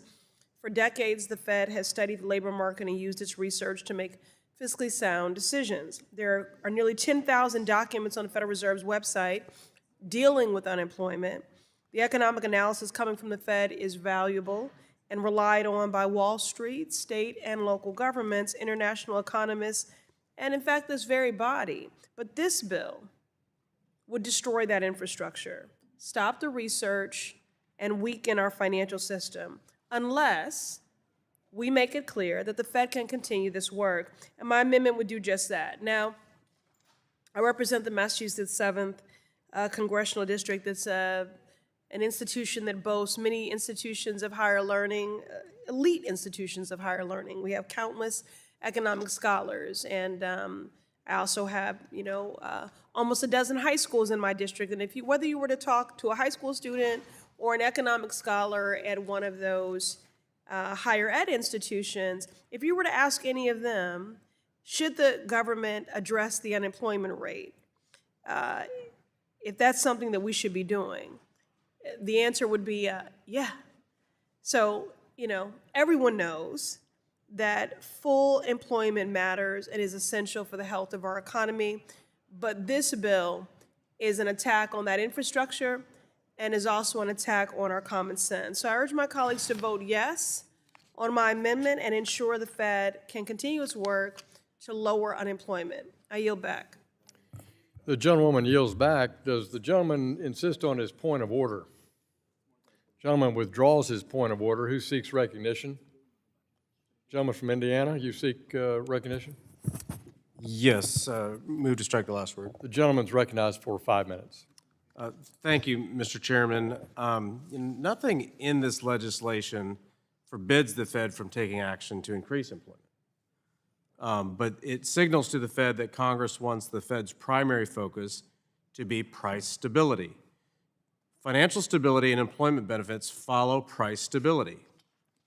This is because monetary policy is unable to influence maximum employment over the long run, has been confirmed by Fed chairs nominated from presidents of both parties. So I would encourage my colleagues to oppose this amendment, and I'd like to just mention, too, that the new unemployment numbers have come out, and it's pretty strong.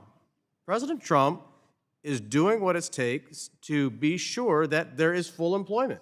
It's the policies of this Congress, the big, beautiful bill, Republicans, President Trump, even the Fed lowering interest rates has helped, maybe a little slow in doing so to help the economy, but it's the policies of this body are going to affect employment more than anything else. Would the gentleman yield? I'd be happy to yield. Does the gentleman personally support maximum employment? Yes. Does the gentleman think that regulatory policy and tax policy and policies at our states affect that level of maximum employment? Absolutely. Do you think every president supports maximum employment? Most of them. There's no one here that's against maximum employment. The gentleman from Indiana, I think, has been a private sector CEO and leader. He's been a member of this committee now twice. He knows that on both sides of the aisle, we are for maximum employment. The question here is the principal role of the central bank in that debate versus our states, our regulatory agencies, our Congress, our fiscal policy, and other public policies of the executive and the legislative branch. So I thank the gentleman for making that point. And the Fed has a lot of tools in the case of a financial crisis, as we've witnessed. Many of us here on both sides of the aisle in the global pandemic, and then many on both sides of the aisle who were here even during the global financial crisis. So we're not affecting the Fed's extraordinary powers to help in the case of that kind of crisis. I think you make a good point, the gentleman. I echo the views, and I yield back to you. Yeah, well, thank you. I guess the reason I say most presidents, because the last president, President Biden's open border policies was a huge detriment to employment in this country. And so, and then you have inflation on top of that. Talk about businesses being uncertain and knowing what to do. And then, of course, trying to figure out who to hire and making sure that we're not hiring illegals in this country because of the open border policy. It has made it extremely difficult. Now, I do think that because the economy is strong and that unemployment rates are at low levels because of the policies of Republicans and President Trump, that this is the right time to do this because we don't have an emergency. And Congress often acts when there's an emergency and then overreacts. And so I appreciate the chairman's timeliness on this bill because employment is low. We need to focus on price stability, currency, and that's how we're going to help the American people dig out of the hole. I mean, you know, we talk about credit card debt around here a little bit. Too many Americans had to live on the credit card because the cost of everything went through the roof, thanks to the COVID response during the Biden administration. So again, thank you for being thoughtful and doing this at the right time, and I'll yield back. Gentleman from Indiana yields back. Who seeks recognition on Ms. Presley's amendment? Ms. Beatty from Ohio. Thank you. Move to strike the last. You're recognized for 5 minutes. Move to strike the last words. Wow. This is really amazing, but let me first go on the record in saying I certainly support the amendment from Congresswoman Presley. Words matter. I say that every day to people in business. We have words that one of my colleagues said that, you know, we probably picked the wrong Federal Reserve Chair. Well, we probably definitely picked the wrong president. We just talked about former presidents. My colleague just mentioned in relationship to this amendment, President Biden and his open borders and what that did to employment. Well, let me just say with this president, let's start with tariffs, okay? And how that affects business and employment. Let's talk about the number one thing that the American people are talking about is affordability, the lack of affordability to purchase a home. Let's talk about gas prices. So if we want to name one thing that we're going to try to blame President Biden for, and then we go back to COVID, in Financial Services Committee, we stood united thanks to Chairwoman Maxine Waters for making sure that people didn't lose their homes, making sure that college students were able to go to college. This same author of this amendment took a lead role in making sure that we could work with students. We could talk about the war on Iran and what happens with this president and prices. And did I mention food, the price of eggs? And I'm just telling you what the American people said. So when we talk about the independence of the Federal Reserve, it was your colleague that said, yes, they're independent, but they report to the people. Well, the people are telling you they're sick and tired of the prices going up and what it's doing. So when we talk about what this amendment says, it simply says that we don't want it to be construed to prevent the Board of Governors of the Federal Reserve System or the Federal Open Market Committee from taking actions to increase employment. If we go back and we look at the responsibility to promote full employment, it means that the feds must make it a priority to ensure that unemployment is low. Okay, now do we all agree on that? Certainly we agree on that because that's the rules of engagement for what full employment means, which you just said that you and others agree, including the chairman. But let me just tell you this, since we want to talk about Democrats and Republicans, under Democrat leadership, unemployment remained at a historic low, below 4%. Now, do my colleagues want to tell me what it is now with this president, with President Trump? It's the highest it's ever been at over 4.7%. There are 7.4 million people who are unemployed.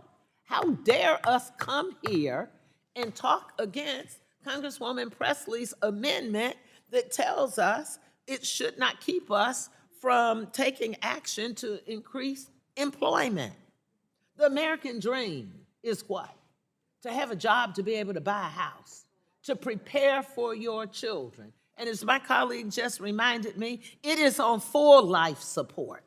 So, Mr. Chairman, I understand what you're doing in asking him the questions about what he believes in and believes most presidents believe in. Words matter. If you believe in it, then you would be supporting this amendment. And I yield back unless the sponsor of the bill would need some more time. Okay, I yield back. Gentlewoman from Ohio yields back. Who seeks recognition on Ms. Presley's amendment? If there's no further... Green from Texas. Mr. Green from Texas, you're recognized. Thank you, Mr. Chairman. I would ask that I be allowed to strike the last word. You're recognized for 5 minutes. Thank you. My apologies for being a bit late today and arriving. I have another committee assignment in Homeland Security, and it was quite pressing today. Mr. Chairman and friends, I think the dual mandate as it exists is not only necessary, but would create great havoc in the country if we tamper with it and change it such that we remove either of the two aspects, because they complement each other. Stable price support is important. When inflation is stable, businesses can plan ahead and invest, leading to stability with job growth. Maximum employment is important. You have a balanced labor market. It prevents wage inflation that can occur from extreme labor shortages. And I think that what Ms. Presley's doing is protecting the relationship between price stability and maximum employment. I support what she's doing, but I also want to thank the ranking member for making it possible for us to have these opportunities to express our concerns, because this is something that exceeds what I thought we would have to deal with, to be very honest, at this committee level. I just can't imagine eliminating or tampering with the notion of stable, employment, maximum employment. I know that there are members who would eliminate the minimum wage if given an opportunity. I would hope that this would not become the genesis of something far-reaching. And I support Ms. Presley and the ranking member, and I yield back. Gentleman yields back. Who seeks recognition on Ms. Presley's amendment? Ranking member, Thank you very much. I move to strike the last you're word. recognized for 5 minutes, ma'am. I want to thank Ms. Presley for offering this amendment to ensure that this dangerous bill does not stop the Fed or FOMAC from promoting full employment. Despite what you might hear the president claim, our job market is worsening. The latest jobs numbers show that 7.4 million people are unemployed, and unemployment rates are even higher for Black workers at 7.3% and Hispanic workers at 5%. In 2025, Black women face the largest employment losses, especially for college graduates and workers in the public sector. Additionally, 5.2% of workers bear the brunt of multiple jobs just to make ends meet. All of this is what makes HR 5396 so reckless. Thankfully, Ms. Presley's amendment would ensure the Fed and FOMAC continue to support the workers. So I urge members to support this amendment, and I yield back. Gentlewoman yields back. Who seeks recognition on the Presley amendment? If there's no further debate, the question now occurs on the Presley amendment. All those in favor of the amendment shall signify by saying aye. Aye. All those opposed signify by saying no. No. The pen chair, the noes have it. The noes have it, and the amendment is not adopted. A recorded vote has been requested. All those in favor of a recorded vote, raise your hand. Sufficient number having raised their hand, a recorded vote is so ordered pursuant to subsection C5 of Rule 3 of the committee rules. Further proceeding on this amendment are postponed. Are there further amendments to the nature of amendment and the nature of a substitute? Gentlewoman from Massachusetts. The gentlewoman has an amendment at the desk. We'll pause for it to be distributed.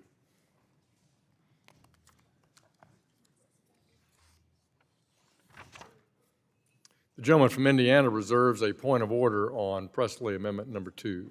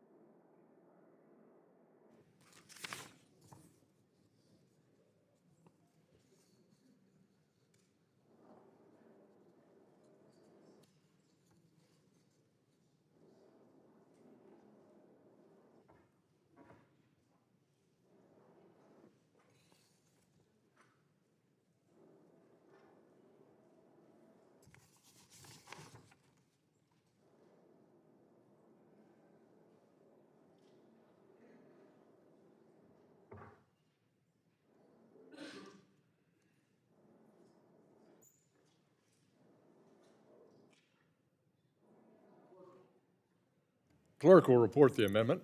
An amendment to the amendment in the nature of a substitute to H.R. 5396, offered by Ms. Presley of Massachusetts, designated as Presley 077. Without objection, the amendment is considered read. The gentlewoman from Massachusetts, you're recognized for 5 minutes to describe your amendment. Thank you, Mr. Chair. My amendment would codify the practice of releasing unemployment data by the Department of Labor, and I do think it's essential that this is a practice that is codified because under the Trump administration, release of this data has been inconsistent. If he's just simply unhappy with the numbers. This should be easy for bipartisan approval since data collection and publication is really critical to our understanding our national economy. Some of my colleagues have argued that the Department of Labor and not the Federal Reserve Board of Governors, again, we don't even have a labor secretary right now, so I could go on about the chaos in this administration. This is just one such example. But some of my colleagues have argued that the Department of Labor and not the Federal Reserve Board of Governors should focus on employment. It's really critical just to note the difference in these agencies. The Labor Department is run by a partisan political appointee in the executive branch. The Federal Reserve is an independent agency that should not be engaging in partisan decision-making. That's what so much of the debate has been about today, maintaining the independence of the Fed. So they may sound similar, but they are not the same. That is why it is important that the Fed continue its mandate. But for my Republican colleagues who disagree, this amendment is for you. This is the opportunity to have your votes match your rhetoric. My amendment would ensure that the Bureau of Labor Statistics in the Labor Department publicly shares unemployment data disaggregated by race, ethnicity, gender, and geography. And let me just reiterate, because I do think it warrants bearing repeating, that there is a crisis for the Black worker. Unless you think that this is a harm that can be contained, it will come for everyone. Because Black workers and Black women have always bared the brunt and been the canaries in the coal mine. 70% of Black women are the primary breadwinners in their households. And under this administration, they took a complete sledgehammer to the infrastructure of our federal government, which is a disservice to the people and the communities that our dedicated public servants serve, but also disrupted the livelihoods. 12% of the federal workforce were Black women, dominating those really essential spaces from HUD to the Department of Education to Health and Human Services to Consumer Financial Protection Bureau, which you all work actively to dismantle and undermine. Consumer protection. Anyway, I digress. The point is, this amendment would ensure that the Bureau of Labor Statistics in the Labor Department publicly shares unemployment data disaggregated by race and ethnicity and gender and geography. It requires the information to be provided every first Friday of each month. Government officials, business economists, and the public alike all analyze this data to understand the labor market and economic situation in this nation. Again, there's a crisis for Black women, Black families, and Black futures that is coming for everyone. Now, if Congress is serious about addressing unemployment, we need unemployment data because that which gets measured gets done. Now, I first introduced this bill because last October, Donald Trump did not publish the data. That's why it needs to be codified. That was the first time in the history of BLS that an administration, Republican or Democrat, skipped a month. Keep making history for all the wrong reasons. Previously, monthly data was published during federal government shutdowns, economic recessions, and a global pandemic. With Trump firing government officials when he doesn't like the data they publish, there is an urgent need for legislation to codify transparency of unemployment data. I believe in transparency, and this bill will ensure no president can hide the true state of the economy from the people. Moreover, this amendment codifies the practice of disaggregating the data. It's not enough to simply know how many people are unemployed. We need to know their background, their gender, their geography, and their industry in order to fully understand the picture here. So let's look at the current unemployment crisis. While we have a 4.3% unemployment rate, it is not evenly distributed for all communities. It is disproportionately hurting Black families, Black workers. The rate is 7.3%. While for the white worker, it is 3.7%. This is a stark contrast, which is why I've been calling for a plan of action. It is a 5-alarm fire that cannot be ignored. My amendment would codify my BLS Act to ensure transparency of unemployment data, and I urge my colleagues to vote Yes. Gentlewoman's time has expired. Does the gentleman insist on his point of order? Mr. Chairman, after reading the amendment, and as much as I'd like to engage in a conversation about it, I just insist on the point of order pursuant to Clause 7 of Rule 16 of the House Rules that this amendment is not germane to the underlying bill. Chair finds the amendment is not germane as it relates to a subject matter different from the subject of our underlying text. Therefore, the point of order is sustained. Is there further debate on the amendment in the nature of a substitute or amendment on the nature of a substitute? Ms. Presley? The gentlewoman from Massachusetts has an additional amendment at the desk. We'll pause while that's distributed.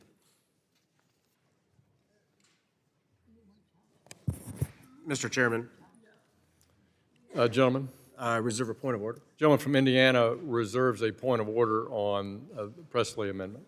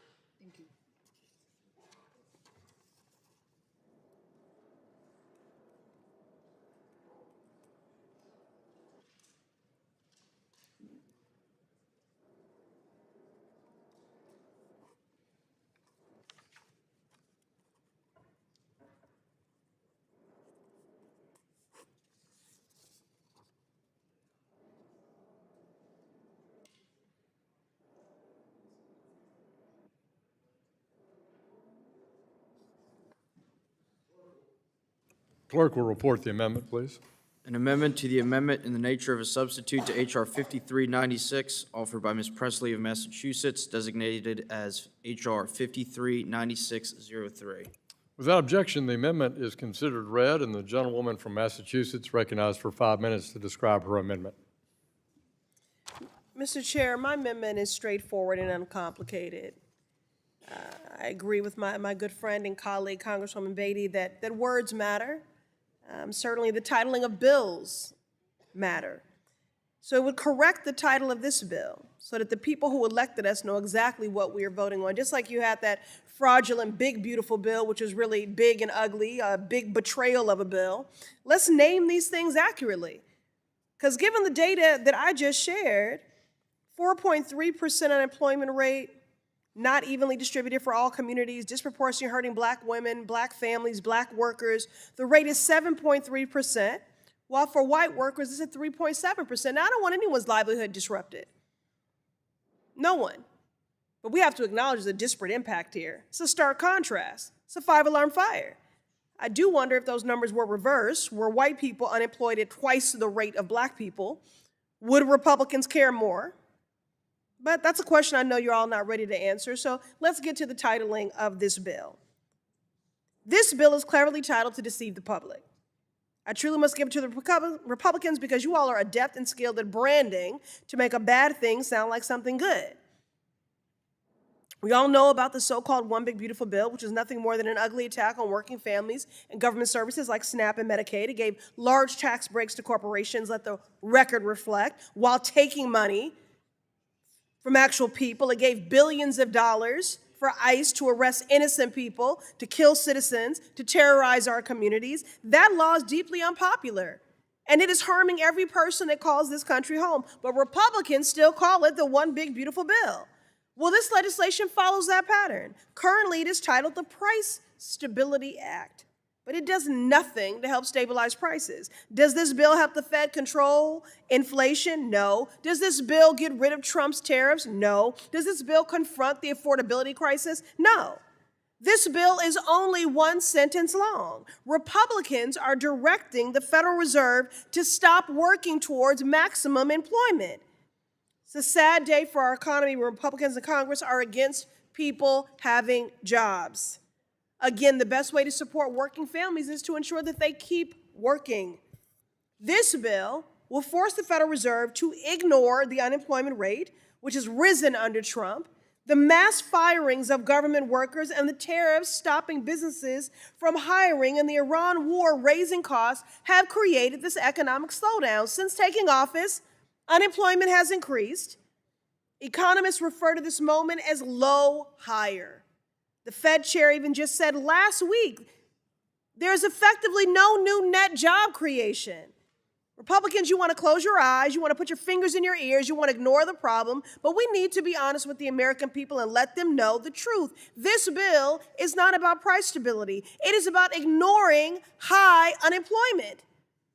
Therefore, my amendment would make a simple but necessary change to the title so everyone knows exactly what we're voting on. My amendment would correct the title to, quote, the Ignore High Unemployment Act, unquote. Let's be transparent and honest with the people who sent us here. I urge my colleagues to support this amendment. Gentlewoman yields back. We're going to pause, suspend for a moment so we can make sure that the gentlewoman's text, accurate text, is passed out. Ms. Presley, they passed out a different amendment than you spoke on. So we're correcting that by making sure everybody has your text, and thank you for your comments.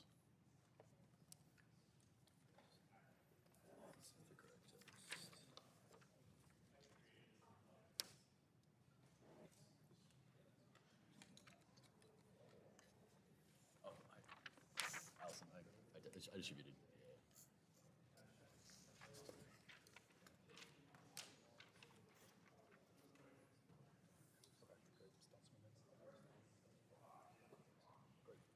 Okay.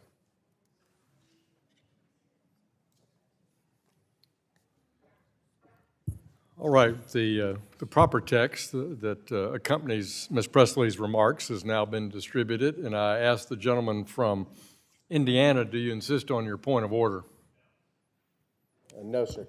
The gentleman withdraws his point of order. Who seeks recognition on Ms. Presley's amendment? We'll call on the ranking member from California. You're recognized to strike the last word. Thank you very much, Mr. Chairman. I move to strike the last word. Recognized for 5 minutes. I want to thank Ms. Presley for offering this amendment. This amendment renames the title of this legislation to the Ignore High Unemployment Act. By renaming this legislation, we can be transparent and clear about the intent and goal of this bill, which is to ignore the unemployment rate. This legislation does not provide solutions to address rising unemployment in this country. It does not propose workforce training or establish recruiting efforts for the most vulnerable families today. It does not offer to members here today a meaningful plan to help people struggling with the affordability crisis the president has created.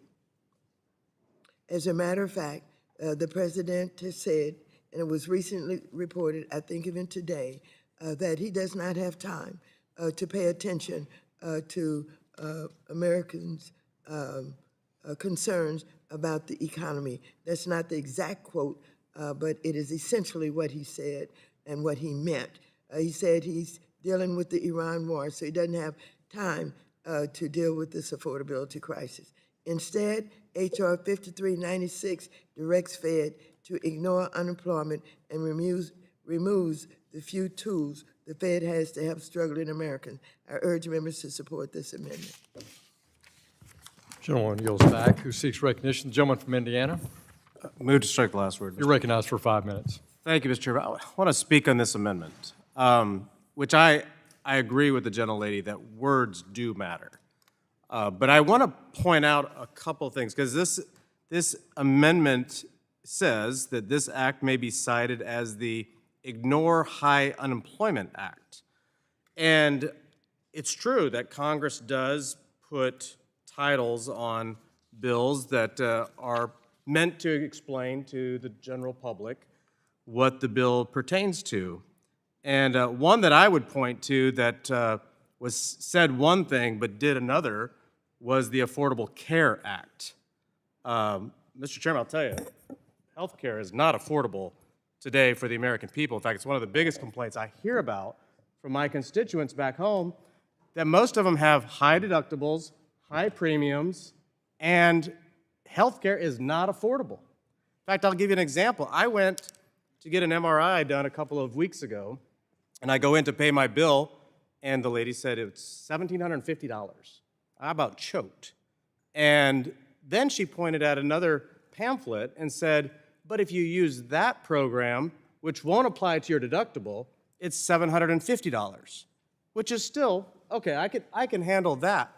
But the Affordable Care Act, that's what was sold to the American people, and it's not the Affordable Care Act. It's in reality. So I find it interesting and ironic that we're going to try to rename this bill the Ignore High Unemployment Act. But if you look at unemployment rates, and I know the gentlelady mentioned 4.3%. Somebody had said earlier that it was 4.7, but it is 4.3. But you look at the numbers behind it, the economy is outperforming the expectations. In this last month's report for April 2026, there were 115,000 non-farm payroll jobs added, exceeding the expectation of 65,000, almost double what was expected. And a lot of those were in healthcare, transportation, retail. The one that's not growing, thankfully, is government jobs. And so when government shrinks, private sector grows. So I just find it ironic that we're trying to rename this bill something it just doesn't do. Congress failed once under the Affordable Care Act, and I'm sure there's probably others that were named, in one particular way to try to sell the American people on something that just wasn't accurate. So I With the oppose- gentleman yield? To the chair. Yes, I yield. Well, I appreciate the gentleman's points that he's made about naming bills, and both sides certainly have some successes and failures on that front. But one thing that I heard in the ranking member's comments on Ms. Presley's amendment, she says, we're not here today talking about things that would be like education benefits or other things that really help lower unemployment. And that's actually the whole point of this debate, that it's not the job of the Federal Reserve to do that.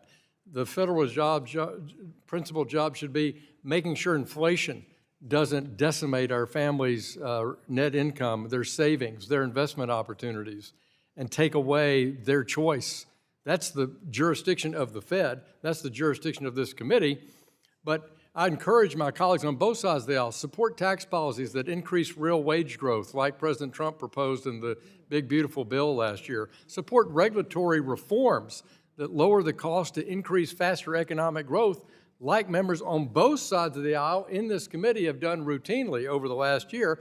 Join me tomorrow at my press conference with Alma Adams as we talk about introducing the IGNITE Act, which will benefit our HBCUs across the country. There are places to go, and we have committees for it, but it's not the job of the Fed, and therefore I thank the gentleman for the time. I would urge a no vote on this amendment and yield back to the gentleman from Indiana. Will the gentleman yield? Yes, I'd yield to Mr. Stile. I appreciate the gentleman's comment on the richness of this bill, on the trying to retitle.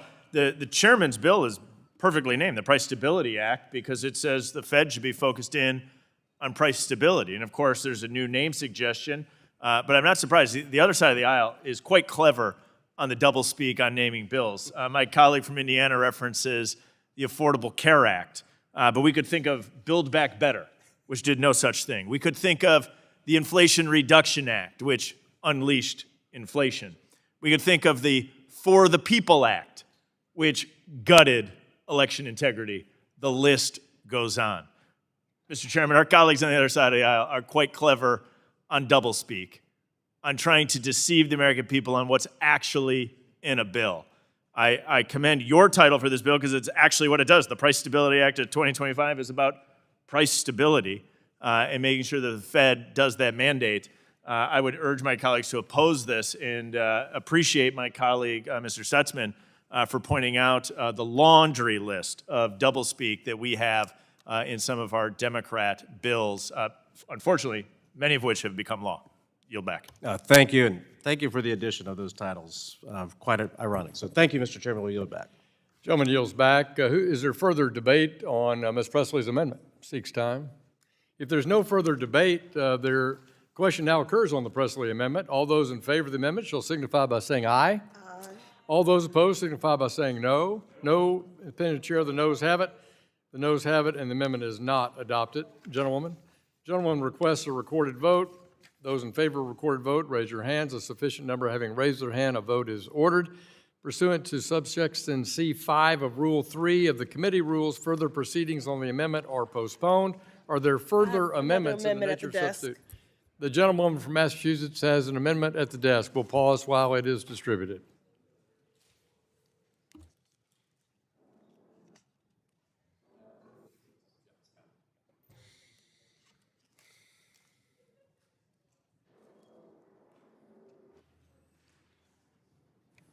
Mr. Chairman.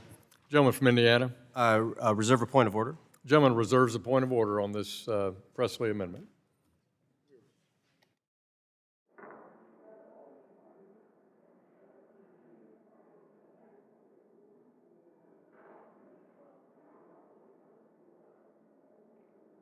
Clerk will report the amendment, please.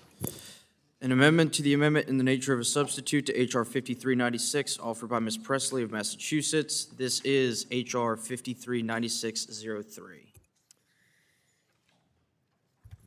Without objection, the amendment is considered read. And Ms. Presley, you're recognized for 5 minutes to describe your amendment.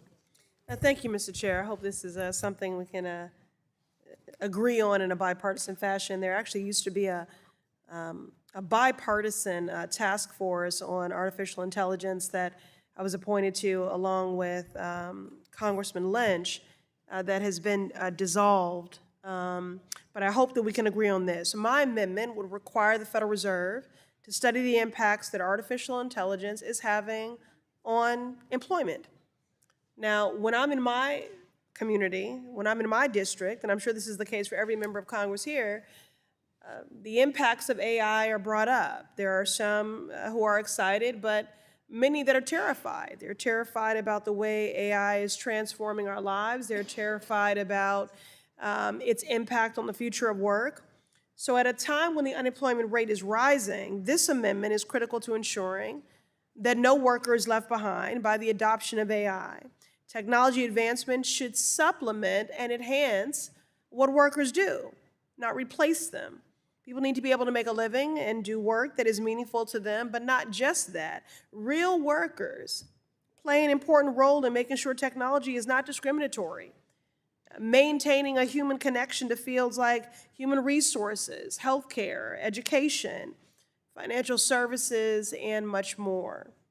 We need to be sure that as companies move forward with adoption of AI, there are no unintended consequences of pushing talented workers out of the workforce and having rippling effects on our economy. We can't talk about advancing AI in a vacuum. We know that there is a digital divide. This is true for rural communities. It's true for urban communities. There are people across the country still lacking broadband access to complete their homework. Remember during the pandemic, how many families were going to fast food parking lots in order to access Wi-Fi for their children to be able to complete their homework. We owe the public quality data on the impacts AI has on the workforce and the economy. The public needs quality data. This common sense amendment makes sure that if this committee wants to move forward with AI advancement, the Federal Reserve must be cognizant of any impacts on employment and report these findings to Congress so that we can support, again, the people who sent us here, their families, communities, and economy. I hope my colleagues on the other side of the aisle will support this amendment to support our valuable workforce. We need the data. We need quality data on what the implications and impact could be here. I yield back. Gentlewoman from straightforward. Massachusetts yields back, who seeks recognition. The gentleman from Indiana. Thank you, Mr. Chair. Now move to strike the last word. Gentleman's recognized for 5 minutes. Yeah, I find this amendment really fascinating because AI is an incredible tool. And, I understand we're all getting used to how AI is affecting our economy, what are the tools that it's useful for. But I just don't see any need to require the Fed to do a study on employment impacts of AI. In fact, I'm surprised. One of the gentlemen said earlier on the other side of the aisle that, truck driving jobs are being replaced. We've got driverless cars. I rode in one, and you know what? I was quite surprised at the technology and the ability that is implemented into those cars. And that's going to actually increase safety. It's going to maybe move jobs from one sector to another. But AI is going to be an incredible tool for us. And the Fed has already been studying AI.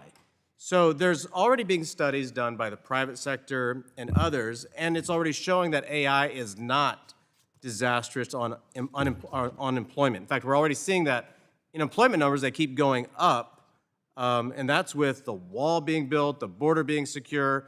Unemployment rates are lower because of President Trump's policies and Republicans' policies. The research from the International Center for Law and Economics found that there is so far little evidence on economy-wide job loss or wage decline as a direct result of AI. So for a party that generally sees themselves as progressive, they're actually wanting to say no to new technology that is going to increase productivity and help our economy progress going forward. One other thing I found interesting, in fact, they found any labor adjustment was due to a reallocation of tasks, and AI produced productivity within firms. Now, I would say this, I would almost support this amendment if it would include AI analysis of government fraud, waste and abuse, inefficiencies. I think that's what we should be using AI for. So if that would be included in the amendment, I could probably almost support it. But at this time, I would oppose this amendment. I'll yield back. Gentleman yields back who seeks recognition. The ranking member, you seek recognition on the Presley Amendment. I move to strike the last You're one. recognized for 5 minutes.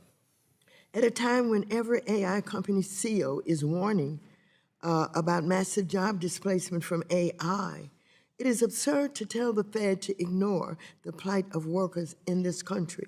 So I thank Ms. Presley for offering this amendment, which strikes the bill and directs the Fed to study the impact that AI will have on employment in the United States. Recently, many have become alarmed at how the latest AI models would allow bad actors to hack our financial institutions and cause all kinds of unknown harm to consumers. Some companies said that AI has allowed them to lay off thousands of workers. Rather than sticking our heads in the sand, we should be directing our agencies to study the impact AI is going to have on the economy and ensure that monetary policy is being set accordingly. So I thank Ms. Presley for this thoughtful amendment and urge members to support the amendment. Thank you. You're back. Gentlewoman yields back who seeks recognition on the Presley Amendment. Gentleman from Wisconsin, are you seeking recognition? No, he's not, all right. Anybody seek recognition on the Presley Amendment? If there's no further debate on the amendment, the question now occurs on the Presley Amendment. All those in favor of the amendment shall signify by saying aye. Aye. All those opposed say no. No. Parent chair, the noes have it. Noes have it. Amendment is not adopted. Gentlewoman. Gentlewoman requests recorded vote. All those in favor of recorded vote, raise your hand. Sufficient number having raised their hand, recorded vote is ordered. Pursuant to subsection C5 of Rule 3, the committee rules for the proceedings of the amendment are postponed. Are there further amendments to the amendment in the nature of a substitute? Seeing no further amendments, without objection, the previous question on the substitute is ordered and recorded votes on the pending amendments have been postponed. Once these votes are taken, the committee will immediately vote on the adoption of the amendment in the nature of a substitute, and then we will consider the question to report the measure. We'll now move to the next bill. Pursuant to notice, I call up HR 2978, Guarding Unprotected Aging Retirees from Deception Act, the GUARD Act. which was introduced by Representative Nunn. Clerk will report the bill, which was distributed in advance. H.R. 2978 to permit state, local, and tribal law enforcement agencies that receive eligible federal grant funds to use such funds for investigating elder financial fraud, pig butchering, and general financial fraud, and to clarify that federal law enforcement agencies may assist state, Without local, objection, and the first tribal- reading is dispensed with. Without objection, the bill is considered read and open to amendment at any point. Representative Nunn has an amendment in the nature of a substitute, copies of which were distributed, distributed in advance. The clerk will report that amendment. An amendment in the nature of a substitute to H.R. 2978, offered by Mr. Nunn of Iowa, designated as Nunn 145. Without objection, the amendment is considered read and will serve as the base text for purposes of amendment. The gentleman from Iowa, Mr. Nunn, you're now recognized for 5 minutes to describe your amendment. Well, I want to thank the chairman for this markup on my bill to fight fraud, as well as my friend across the aisle, Representative Gottheimer, for his partnership in working on this. Stopping scams and fraud is not a Democrat or a Republican issue. This is an American issue, and one that no party can sit on the sidelines for. As many of you know, there is probably someone, in fact, you've spoken to, whether it be a neighbor, a parent, a friend, someone at church who has said they've gotten a call from a company claiming that they owe a bill, or a text from a toll station saying that they owe money, or a scare or romance scheme that's impacted a loved one. And it pains me that fraud and scams dominate many of my listening sessions just across Iowa, because the problem, candidly, is only getting worse. When I first introduced this bill a year ago, Mr. Chairman, the average Iowa senior was losing $9,000 per case reported. Jump forward to today, that number is now $44,000. That is a 5 times increase in just the last 12 months due to scam and fraud-related theft. Now, in my home state of Iowa, we lost nearly $100 million in 2025. But nationally, that's added up to over $200 billion. And this flows directly to criminal organizations, foreign governments, and agents hostile to the United States. Roughly $200 billion in loss is equivalent to more than $50 billion that the entire U.S. Army's budget is. That is the amount of loss faced by these types of scams. And behind every dollar, there's a real person. It's an Iowan. It's a single mom. It's a farmer. It's a 68-year-old veteran who lost over $100,000 to a pig butchering scam. But when he called his local police office to ask for help, they were powerless in not having the tools to be able to execute and helping him solve it. This is not a failure of common sense, Mr. Chair. It is a sophisticated international criminal and foreign intelligence operation, and we do not have the laws to keep up and prevent it. Just this last October, the Department of Justice seized a $15 billion Bitcoin operation from the Chinese Communist Party-tied Cambodia-based criminal syndicate. It was the largest forfeiture action in DOJ's history. The tools do exist. We can stop this. So let's take those best practices currently held by our federal law enforcement and intelligence agencies and help disseminate them down to our state and local officers so that local departments, police stations, sheriff's deputies have the ability to take that first call and take real action. That's why I'm leading the GUARD Act. It puts advanced technology and training in the hands of our state and local law enforcement. The GUARD Act came directly from good ideas shared with me by local Iowa law enforcement officers at a roundtable I hosted in Des Moines. And it stated that the tools available to both Treasury and our financial institutions on the private sector can also be used by our local officers. They told us what they needed, and we, working with Treasury, told us that it was possible, and so we built this bill from there. The GUARD Act authorizes existing federal grants, this is not new spending, but to invest in investigators, train officers, acquire blockchain tracing tools, and it lets federal agents share those tools and expertise with our local law enforcement to standardize definitions for these specialized offenses so cases can be attached with the full weight of our federal resources as well as married to our local expertise. The coalition of folks who have come on board to help us fight scams is broad and deep. With the support of everyone from the Iowa State Police Association, the Financial Technology Association, the Digital Chamber, the National Police Association, the Crypto Council for Innovation, the American Securities Association, NAAC, NAIF, the U.S. Chamber of Commerce, Iowa Bankers Association, Google, I could go on with this all day, Mr. Chair, which is a good news story. But the reality is here, I'd like to submit for the record our letters of support, particularly from groups like the Consumer Banking Association, AARP, and our National Sheriff's Association, as well as Capital One, that have all been leaders in this fight. I also want to thank our champions in the Senate, because it's not enough to just do it in the House alone. We have a companion capability here with Senator Katie Britt of Alabama, as well as Gillibrand and Scott on Senate banking. We can no longer wait to act. This is clearly a national security crisis, and it's one that is hitting homes across our country most directly. With this legislation, we have the opportunity to fight back. I am proud this is not only a bipartisan effort, but this is a real effort to support financial security for Americans and stop national security threats abroad. With that, I would urge a yes on the GUARD Act and thank both the chair and our partners on this. I yield my time. Yields back. Is there further debate on the ANS? Ms. Waters, who's the ranking member of the full committee, is recognized for 5 minutes. Thank you very much. I move to strike the last word. The GUARD Act would clarify that state, local, and tribal law enforcement agencies may use certain federal grants to investigate senior financial fraud, romance, scams, and general financial fraud. While I'm supportive of this bill, if my Republicans are serious about addressing fraud and scams, they would start by reversing the Trump administration's numerous actions to weaken the rule of law. Under the Trump administration, bank examiners, financial crime investigators, and DOJ prosecutors have all been fired or laid off. Inspector generals who investigate corruption inside the government have also been fired, allowing illegal and unethical behavior to go unchecked. Additionally, the primary agency that was protecting seniors, service members, and the public against general financial fraud was the Consumer Financial Protection Bureau, the CFPB. Yet the Trump administration entirely gutted the agency. Just last month, committee Republicans voted for a bill that would repeal reporting requirements under the Corporate Transparency Act, allowing bad actors to better hide their schemes.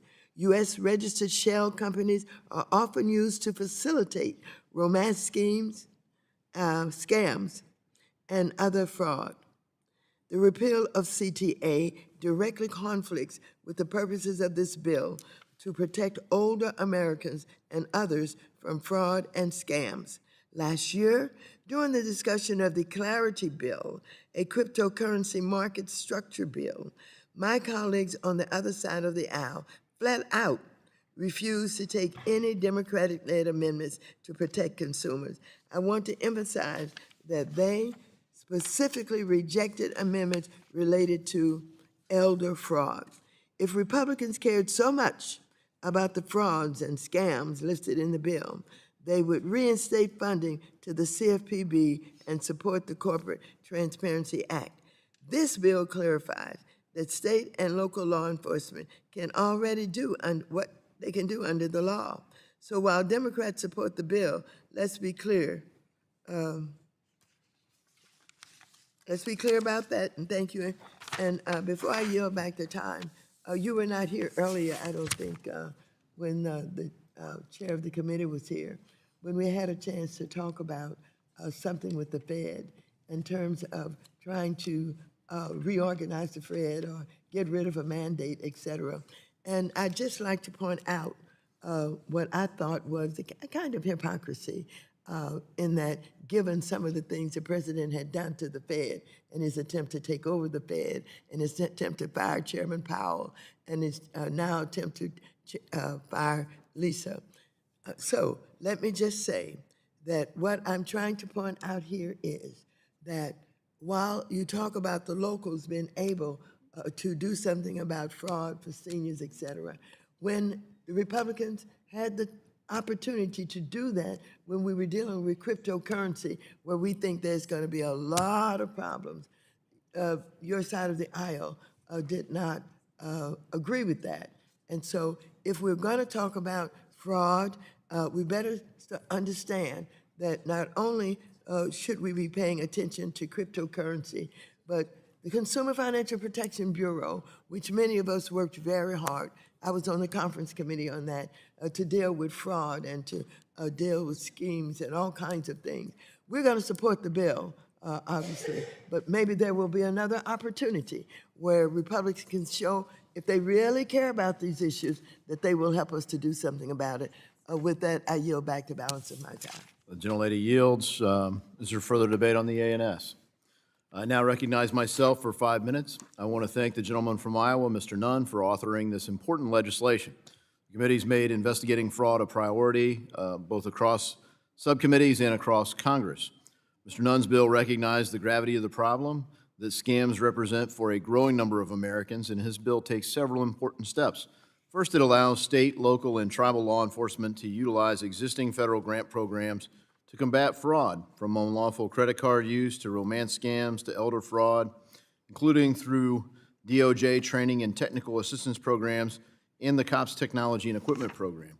The GUARD Act also helps understand how effective or how deficient our federal agencies are in stemming the tide. We see that fraud and scams are growing, and a lot of times state and local government are left with few interfaces with our federal government until the scope of it is identified as very large. But collectively, on the back end, there might be one small case in Iowa and another small case in Ohio and another small case in California, and that structures up to a really big transnational criminal organization, as Mr. Nunn referenced. This bill will help identify that. The bill requires Treasury Secretary to work across Departments of Justice and Homeland Security, as well as our banking regulators, to pinpoint what the government is doing and evaluate the impact its efforts are having to protect Americans from scammers. The GUARD Act will also require the Treasury to rigorously assess Bank Secrecy Act reports to better understand the state of fraud in America. FinCEN must leverage these reports to gain insight into the mechanisms fraudsters are using to obtain and launder funds for their crimes. It provides flexibility. The gentlelady from California talked about the importance of countering crypto.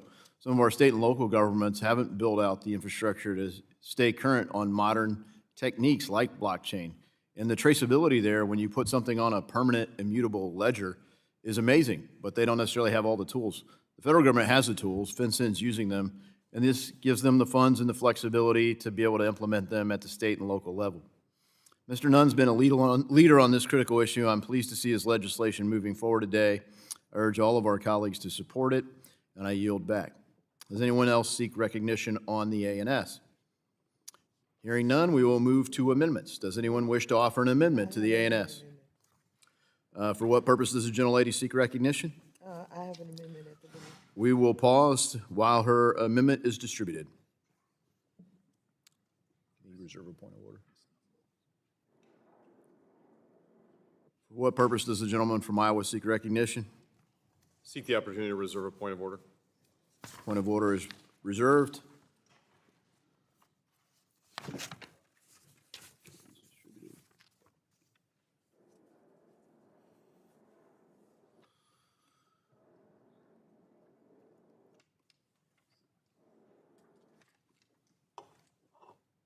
Clerk will report the amendment. An amendment to the amendment in the nature of a substitute to H.R. 2978, offered by Ms. Waters of California, designated as GUARD Amend 2. Without objection, the amendment is considered read. The gentlelady from California is recognized on her amendment. Thank you very much. I alluded to cryptocurrency and some other things. Let me be more specific in this amendment. My amendment would add meme coin-related scams to the list of scams and frauds that the GUARD Act specifies.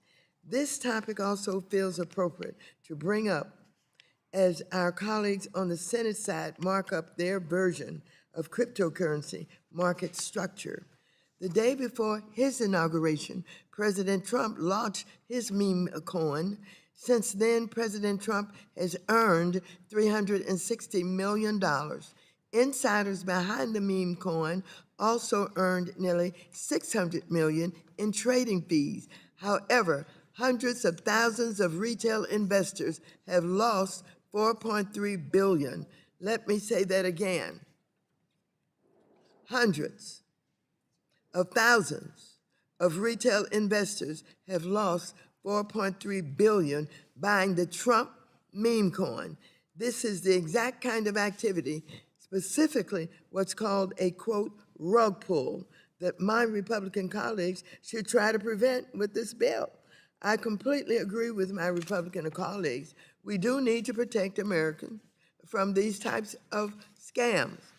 What's also concerning meme coins is that Trump's federal regulators have abdicated their responsibility to protect investors. The Securities and Exchange Commission under Trump said that meme coins are not securities, meaning that they now fall into a gray zone without a federal regulator. That is why it is even more important for state, local, and tribal law enforcement to monitor and hold meme coins fraudsters accountable. And so, I think this is very important. The bill, as it is constructed, is important, but this, what I'm advocating in this amendment would make it even more important, given that I've laid out the loss that those who have been purchasing meme coins from the president. So I yield back the balance of my time. Gentlelady yields back. Does the gentleman from Iowa insist on his point of order? I do. I move to strike the last word, Mr. Chair. I move to Gentleman withdraw the withdraw point. his point of order. The gentleman does withdraw his point of order. Is there further debate on the amendment? What purpose does the gentleman seek recognition? Thank you, Mr. Chair. I move to strike the last word. Gentleman is recognized. I want to thank the ranking member for her engagement and the, bipartisan conversation that we're having on the threat of scams and fraud. But I would oppose the gentlewoman's amendment, and here's why. This amendment already seeks to single out scams related to all types of threats, not meme coins specifically. And if we're going to narrow the scope of what these funds could be used for, I think we put ourselves at a disservice here.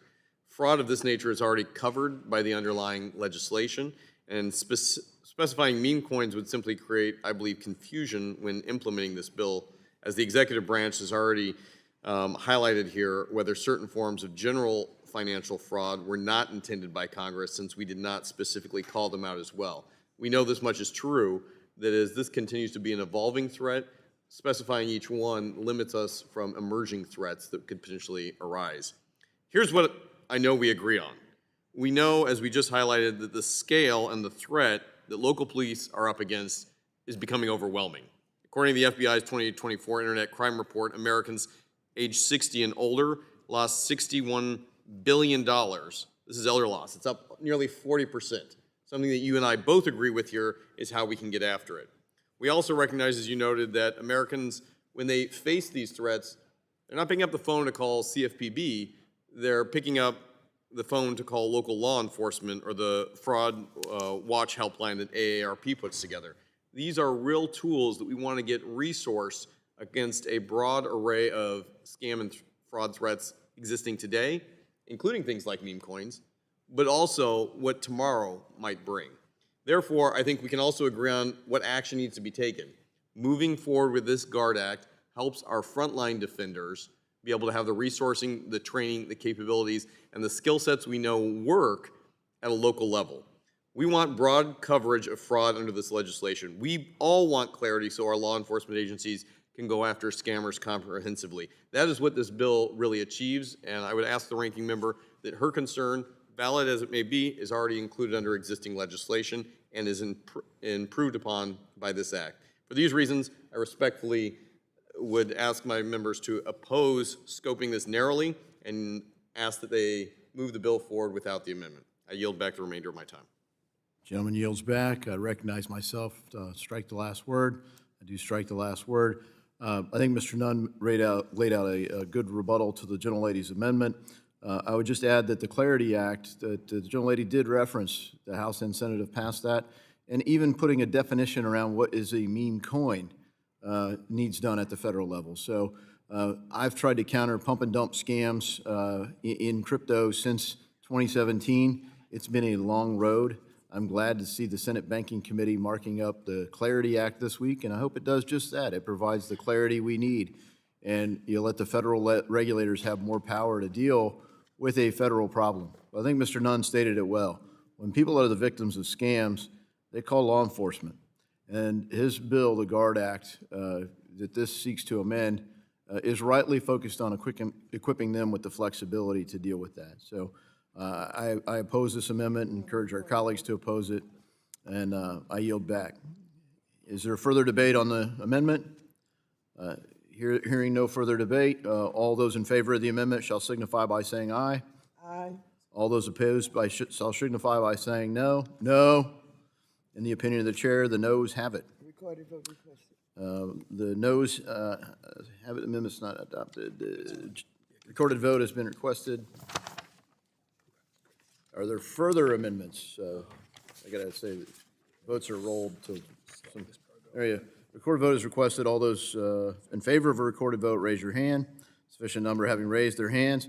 A recorded vote is ordered pursuant to subsection C5 of Rule 3, the committee rules. Further proceedings on the amendment are postponed. Are there further amendments to the amendment in the nature of a substitute? Nothing on Lynch. All right. Seeing no further amendments, without objection, the previous question on the substitute is ordered and the recorded votes on the preceding amendments have been postponed. Once those votes are taken, the committee will immediately vote on the adoption of the amendment in the nature of a substitute, and then will consider the question to report the measure. We will now move on to the next bill.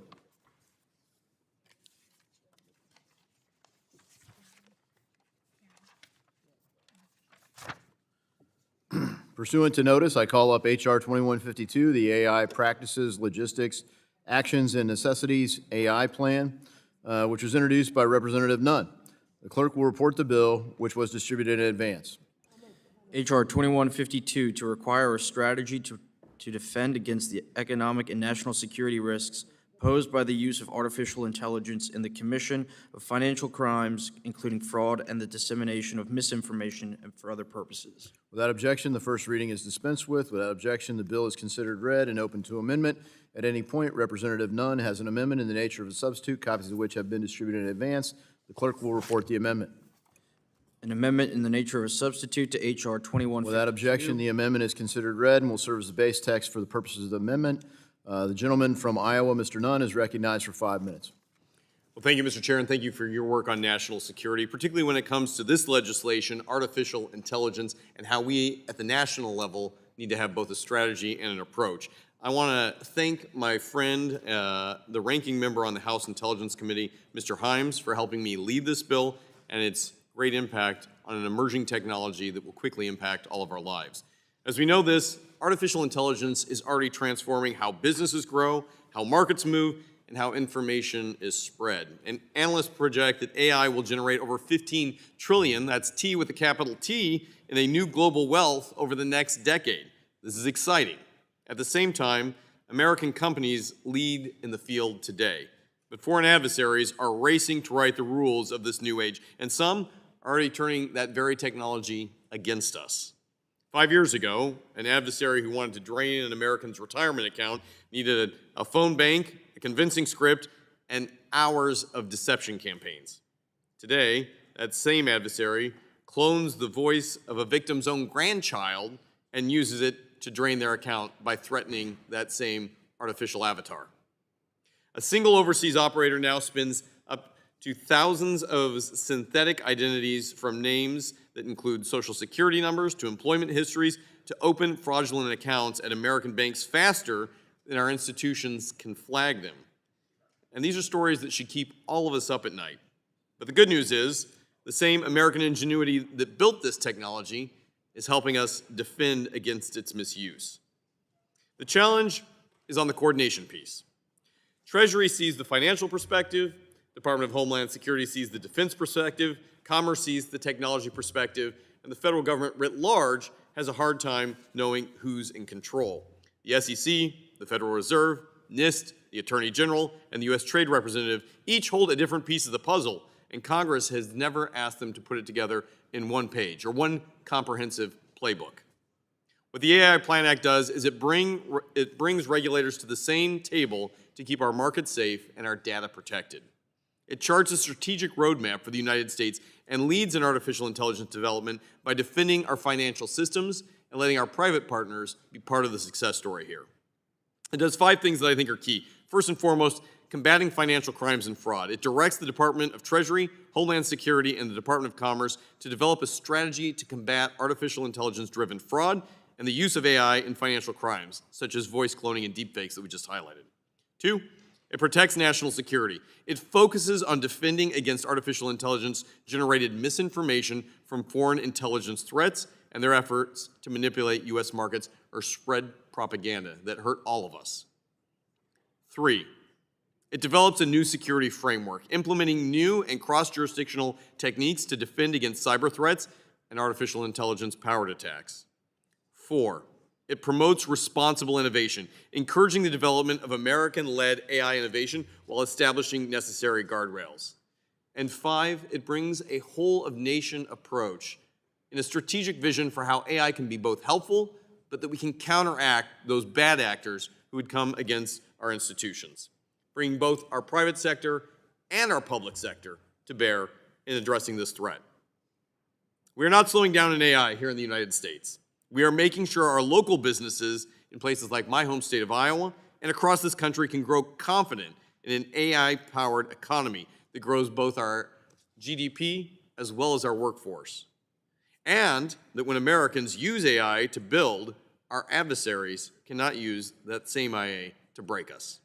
I would urge a yes vote on the AI Plan Act, and I thank the bipartisan leaders who have helped move this forward. With that, Mr. Chair, I yield my time. Gentleman yields back. Is there further debate? I move to strike the last The word. gentlelady from California moves to strike the last word. Recognized. Thank you very much. This bill represents a critical first step in addressing the risks posed by AI. These efforts are especially important as we respond to newer and advanced cyber security models like Mythos, which in the hands of bad actors and foreign adversaries pose a major threat to the national security of our country and the stability of our financial system. This legislation requires agencies to gather information and submit recommendations on how to defend against risks like misinformation, fraud, and financial crime. The agencies must consider challenges arising from deep fakes, voice cloning, foreign election interference, potential market disruptions, and more.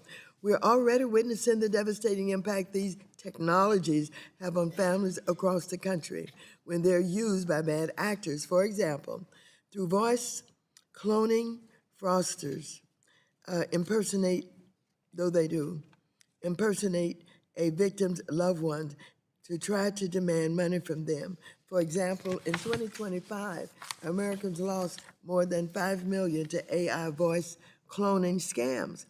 While this legislation is necessary to better allow agencies to build our defenses ahead of the weaponization of advanced AI models, this measured and cautious approach is at odds with the goals of another Republican bill proposed today, the Unleashing AI Act. The Unleashing AI Act lifts a wide range of regulatory requirements without consideration for many of the risks to Americans that are considered in this bill, the AI Plan Act. And so, I would encourage members to take these diverging approaches into account and support the best course of action for protecting children and families across the country. Thank you, and I yield back. Thank the gentlelady. Is there further debate on the ANS? Mr. Himes.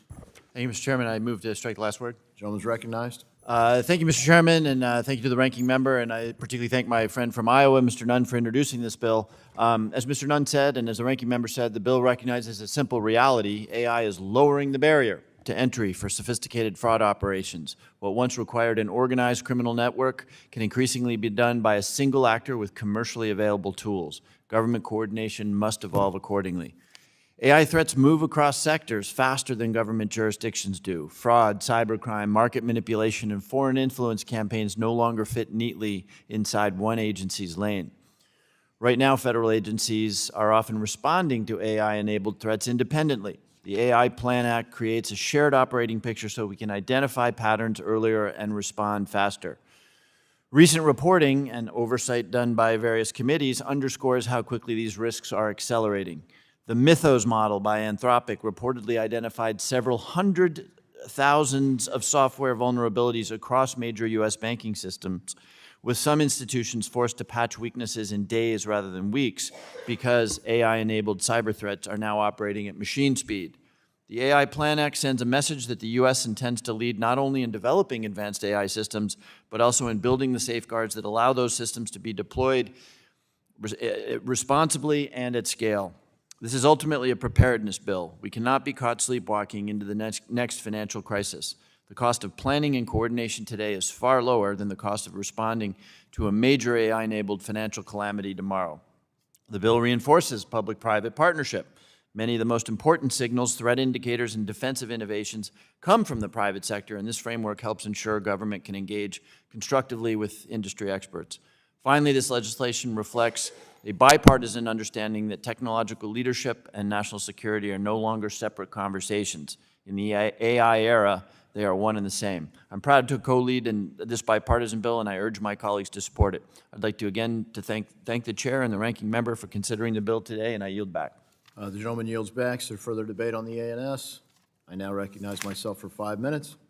As I've said before, AI technology has enormous potential to make Americans' lives easier and our financial system safer, stronger, and more efficient.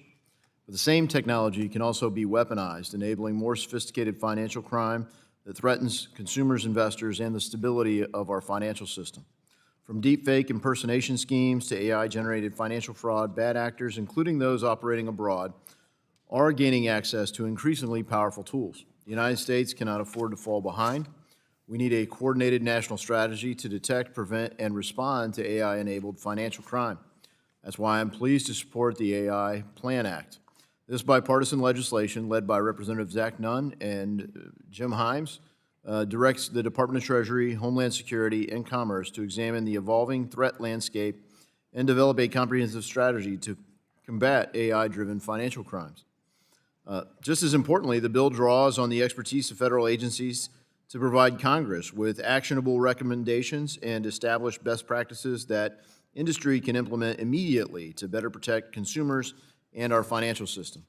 This is a common sense, straightforward-looking approach to ensuring that we harness the benefits of AI while defending against risks. I urge all of our colleagues to support it, and I yield back. Does anyone else seek recognition on the ANS?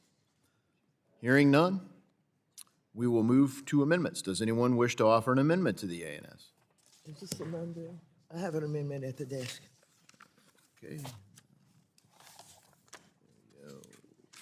Ooh, General Lady has an amendment at the desk. We will pause while the amendment is distributed.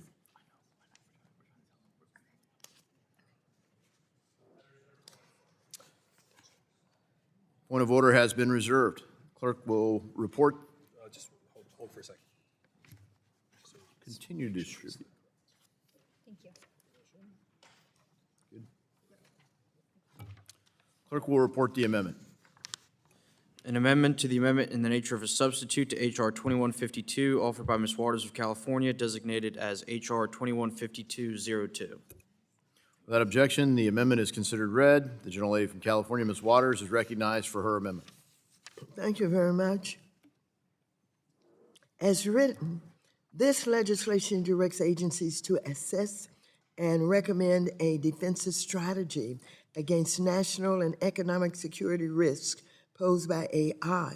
My amendment would simply expand this defensive strategy to also consider consumer protection risks and include the Consumer Financial Protection Bureau in the agencies evaluating these changes. As we all know, the CFPB is the only federal agency solely dedicated to protecting consumers from scams, financial fraud, and unfair, deceptive, and abusive products and practices in financial services marketplace. Some of the major challenges this bill tries to tackle are deep fakes, voice cloning, number spoofing, and other kinds of digital fraud and scams. Addressing these challenges is at the center of the CFPB's mission. Without a dedicated consumer financial agency to contribute to the goals of this bill, this legislation may miss out on necessary solutions for the greatest problems facing America today. So I urge members to support this amendment, and I yield back. Does the gentleman insist on his point of order? Point of order is withdrawn. Is there further debate on the amendment? For what purposes? Mr. Nunn? Thank you, Mr. Chair.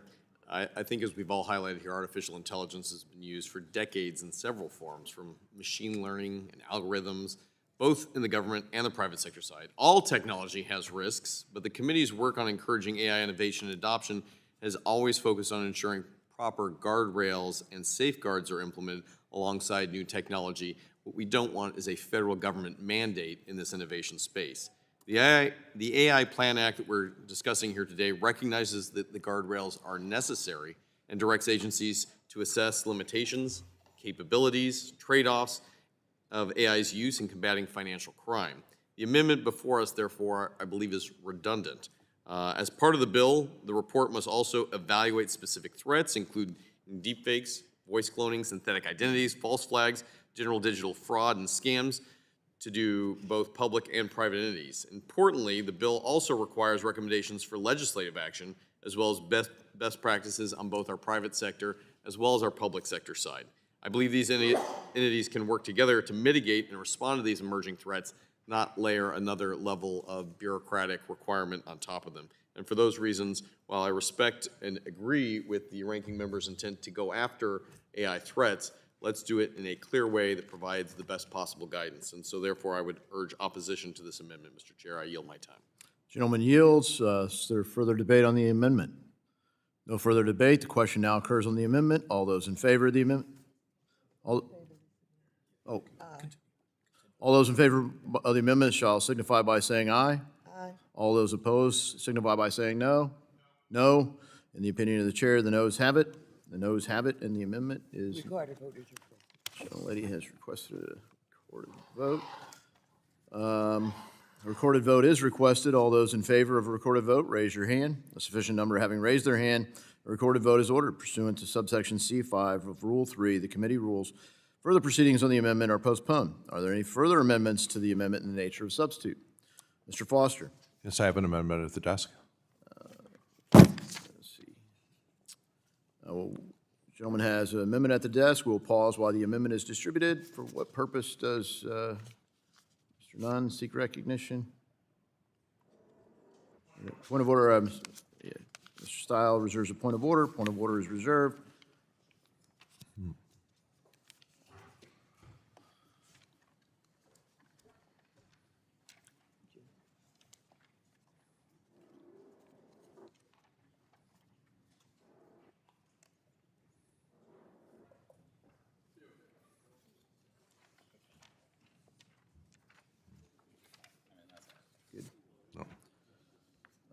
The clerk will report the amendment.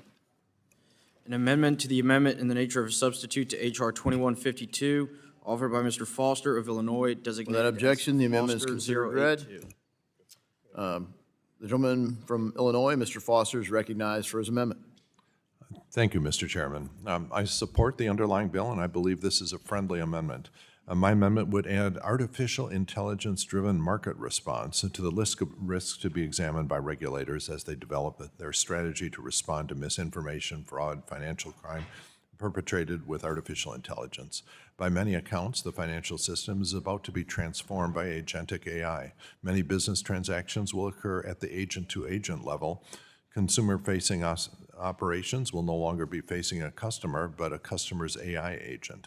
This change will be generally positive. Personal AI agents will be able to evaluate more options, investigate products more deeply, and bargain more effectively than their human principals that they work for could. This should result in a more efficient financial services marketplace.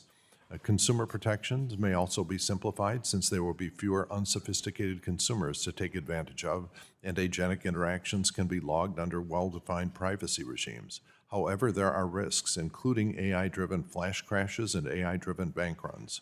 During the 2023 regional banking crisis, Silicon Valley Bank saw outflows of more than $40 billion in less than 48 hours, driven mainly by the speed of internet gossip among a closely knit number of depositors.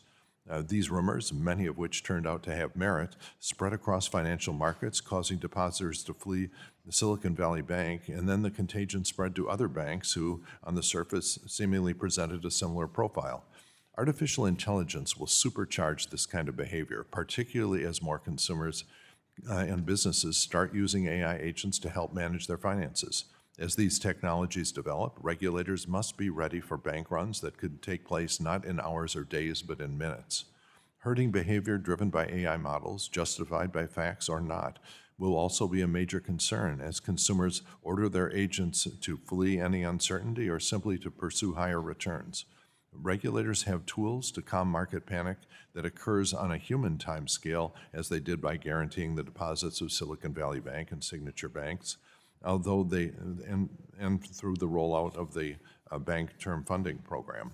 However, it remains to be seen whether AI models and agents will respond similarly to similar regulatory signals, or whether they will just simply seek a first-mover advantage and rapidly pull out of banks and financial products in times of stress.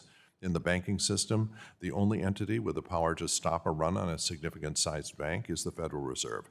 Banks must be ready to provide the collateral and access the discount window at a moment's notice, and regulators will have to have the information they need and the access they need to determine whether a bank should be saved and can be saved. Now, financial markets, particularly in light of the push for 24-hour trading, will also be susceptible. AI-driven traders, misinformation from bots, which are effectively AI agents already, potential herding activity by AI models will increase market movement and risk destabilizing markets. So as I said, agentic AI tools present many opportunities to improve the financial service system, but these risks are real, and the regulators should be thinking about these risks and necessary safeguards now. I believe that this is a common sense and friendly amendment that will be appropriately expanding the scope of the financial regulators' response to the financial risks of artificial intelligence and to better prepare our economy for the turbulent decade to come. I encourage my colleagues to support this amendment. Thank you, Mr. Chairman. Yield back. Thank you, Mr. Foster. Yields back. Does the gentleman insist on his point of order? I do not. The point of order is withdrawn. I move to strike the last Mr. word. Stiles is recognized. Thank you very much. I appreciate my colleague, Mr. Foster's amendment. Indeed, it is a friendly amendment, and I encourage my colleagues to support it. The current list in the bill addresses deceptive AI-enabled activities, but does not explicitly address risks from coordinated or automated AI reactions to market information, as the gentleman noted. AI systems can operate at a speed and scale that may amplify market volatility or liquidity stress before human intervention is possible. In particular, adversarial actors could even exploit AI-driven systems or signals in ways that contribute to broader market disruption. The addition is intended to ensure the report considers emerging risks associated with AI-enabled market dynamics and automated decision-making. The provision complements existing categories related to false signals and digital fraud without duplicating them. And so for this reason, I thank the colleague for his work on this, his friendly amendment. I encourage my colleagues to support the gentleman's amendment. I yield back. I thank the gentleman. Is there further debate on the amendment? Ranking Member Waters seeks I move recognition. to strike the last Is word. now recognized. Mr. Foster's amendment would fill a critical gap in the bill and one of the greatest unknowns that confront us today, which is the threat of autonomous and agentic AI systems. It was just a few weeks ago that Anthropic, an AI developer, refused to release their latest AI model because it was too dangerous to release to the public. I urge members to support this amendment, and I yield back. Gentlelady yields back. Is there further debate? Question is no. Oh, Mr. Nunn is recognized. Well, thank you, Mr. Chair. I move to strike the last word. The gentleman is recognized. I want to thank my colleague from Illinois, Mr. Foster. Not only do you have the best Frank Lloyd Wright tie collection in Congress, you're also a future thinker of where innovation is going in this space, and you've highlighted correctly that this amendment would promote efficiency not only in our financial marketplace, but in how we look forward for where our financial markets are going. It supports privacy, for data protection, and it helps us all act at the speed of where AI is going, while also providing a whole-of-nation approach to getting after these really hard problems. I thank you for your amendment and for the bipartisan effort that we've really been able to move forward as part of the overall AI Plan Act. I would encourage its adoption. Thank you, Mr. Chair. I yield my time. Gentleman yields back. Is there further debate? If there's no further debate, the question now occurs on the Foster Amendment. All those in favor of the amendment shall signify by saying aye. Aye. All those opposed shall say no. Madam Chair, the noes have it.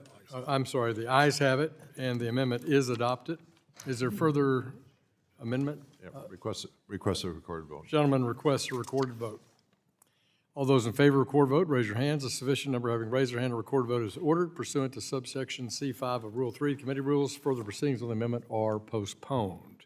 Any further amendments to this nature of amendment in the nature of a substitute? Seeing no further amendments, without objection, the previous question on the substitute is ordered, and recorded votes on the pending amendments have been postponed. Once those amendments are taken, the committee will immediately vote on the adoption of the amendment in the nature of a substitute, and then consider the question to report the measure. We'll now move to the next bill. Pursuant to notice, I call up H.R. 4101, the Unleashing AI Innovation in Financial Services Act, which I introduced. Clerk will report the bill, which was distributed in advance. HR 4801, to establish AI innovation labs that permit certain persons to experiment with artificial intelligence without Objection, the first reading is dispensed with. Without objection, the bill is considered read and open to amendment at any point. I have an amendment in the nature of the substitute, copies of which were distributed in advance. I'd like to ask the clerk to report that amendment. An amendment in the nature of a substitute to HR 4801, offered by Mr. Hill of Arkansas, designated as Hill AR 086. Without objection, that amendment is considered read and will serve as base text for the purposes of amendment. I recognize myself for 5 minutes to describe this amendment. As we've talked about today, artificial intelligence is no longer theoretical. It's reshaping critical sectors across our economy, including in financial services.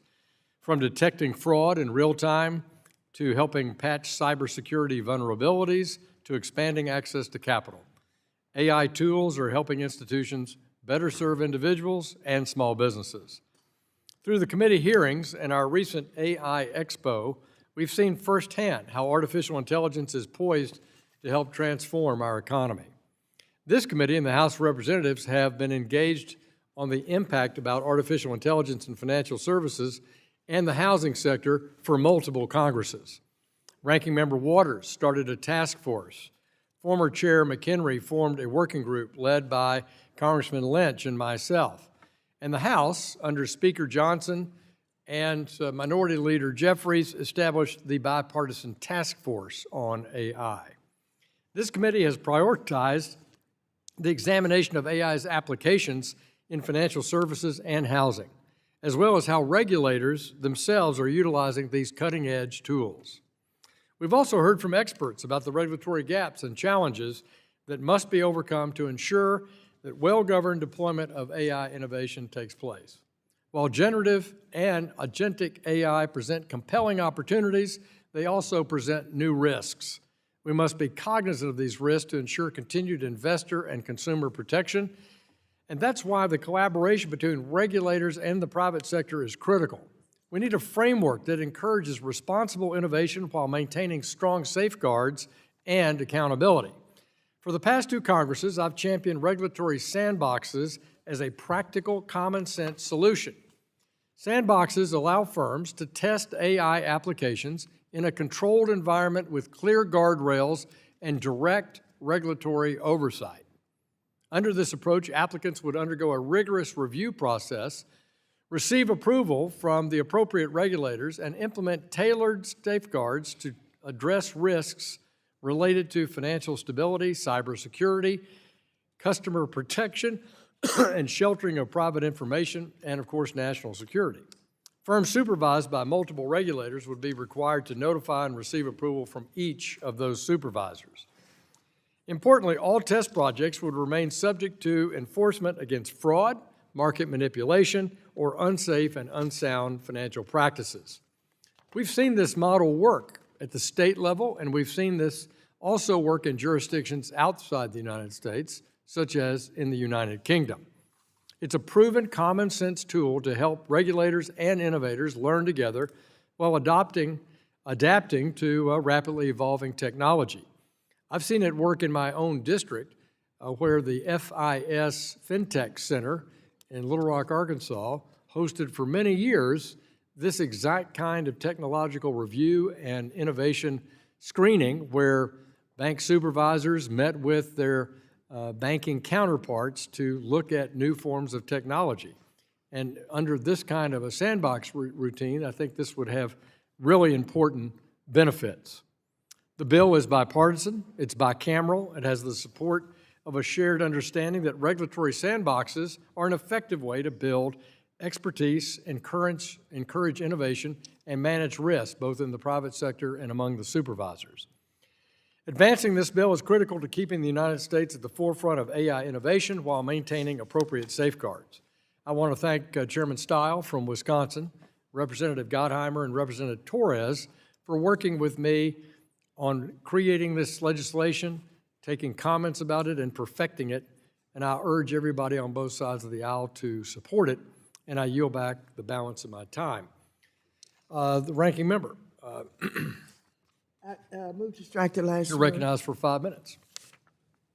HR 4801 would unleash the potentiality, catastrophic risk of newer AI models on the public without oversight or accountability.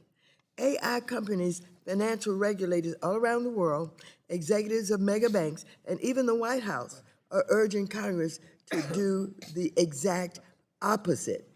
As written, this legislation would allow companies to experiment with AI without the need to comply with certain regulations to be subject to enforcement. An entity applying under this sandbox would simply propose an alternative method to comply and their preferred terms for the project, which can be both broad and economically significant, as long as the project, quote, makes substantial use of AI, end quote. Entities are allowed to waive or modify regulations on a wide range of activities. Entities participating in this sandbox would get to set the timeline, size, scope, and growth of their project at a time of unprecedented risk posed by AI. These AI test projects offer no protections for consumers, institutions, small businesses, or financial markets from harm. To make matters worse, especially in light of recent events, this bill fails to grapple with the threats from autonomous or self-directed AI. On April 7, one of those AI companies, Anthropic, announced a new AI model that found, quote, thousands of high-severity vulnerabilities, including some in every major operating system and web browser. The fallout for economies, public safety, and national security should be severe, end of quote. These warnings were followed by urgent meetings with Treasury Secretary Bessent, Fed Chair Jerome Powell, and the CEOs of major banks. World leaders, regulators, and central banks have continued to express strong concerns about the scale and speed of Mythos capabilities. And now, even the Trump administration is considering acquiring AI companies, get approval before releasing new models. Americans agree that we need strong oversight of AI. Polling shows that 97% of Americans think that think just that.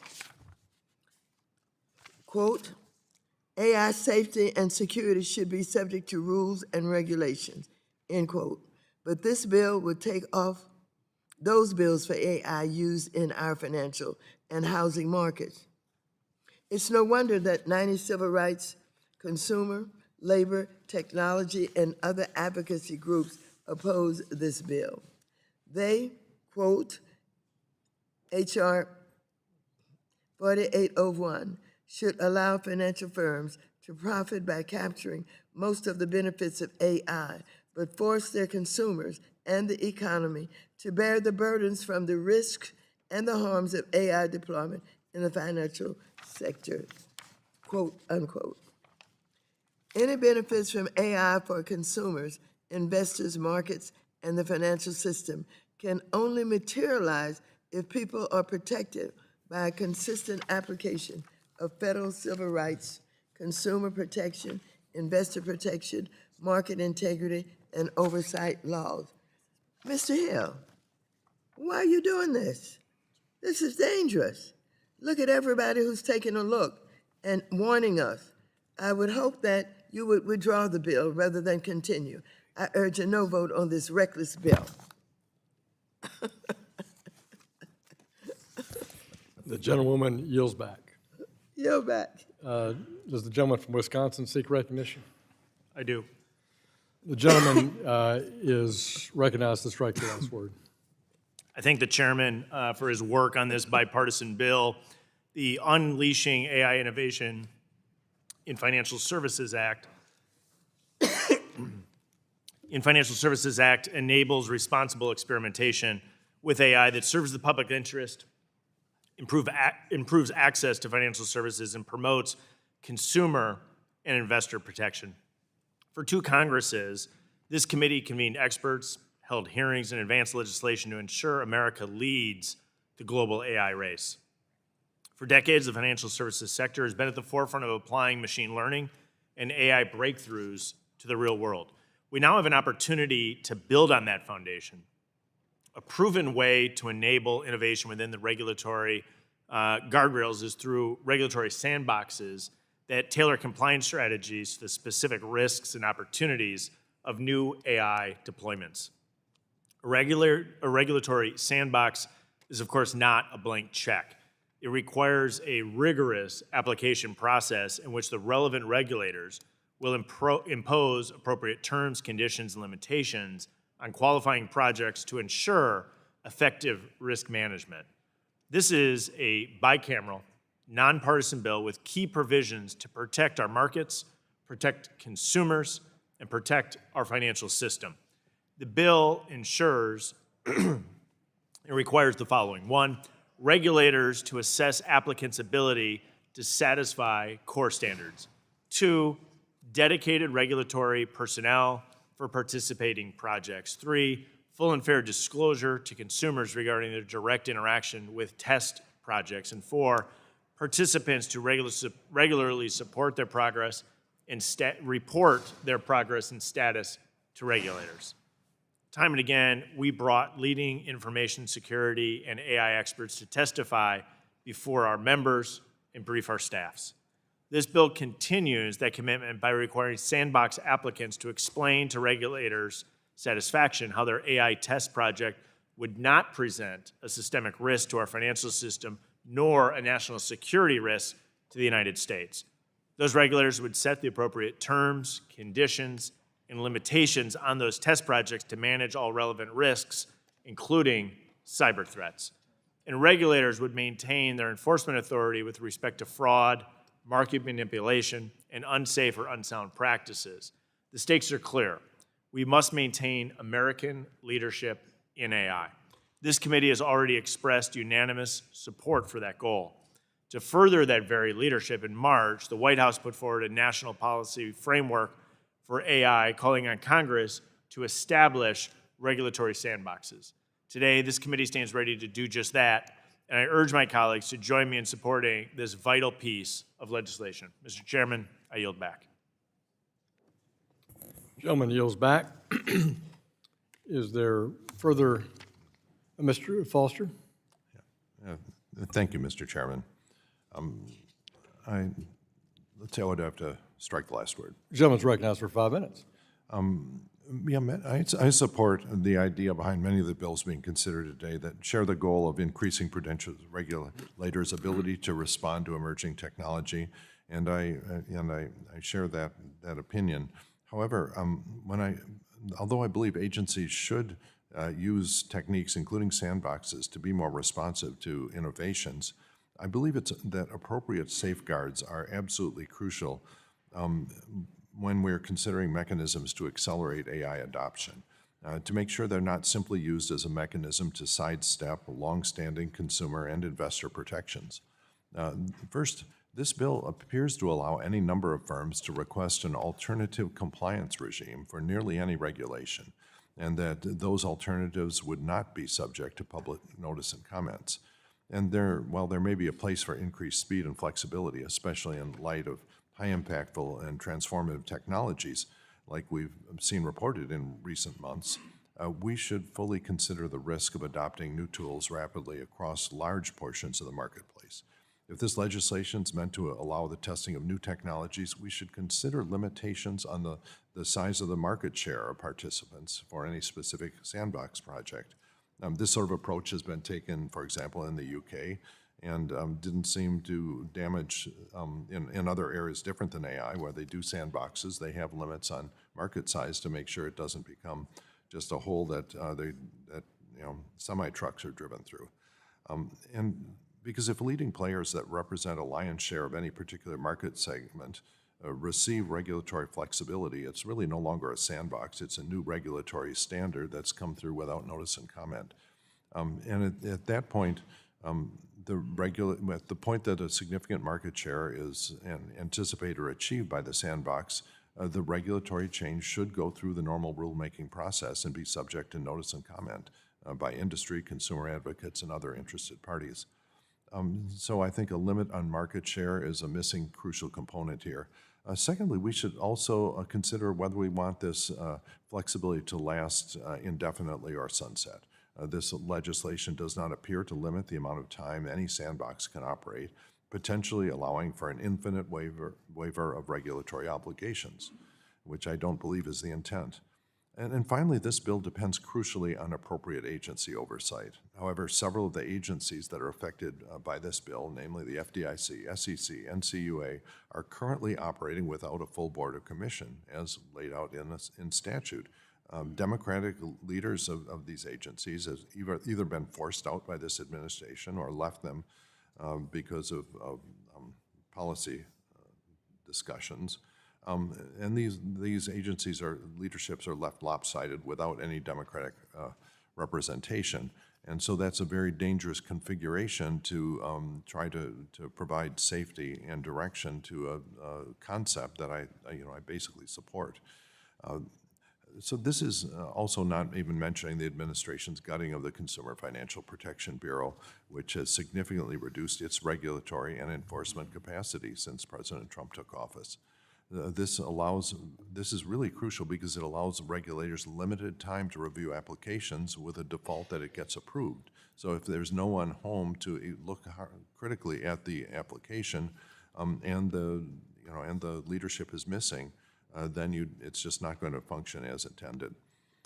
These bodies must have adequate leadership, even to do their normal jobs, and adequate staffing if we are expecting them to carry out a robust analysis of the risks that these regulatory waivers will pose to the American public.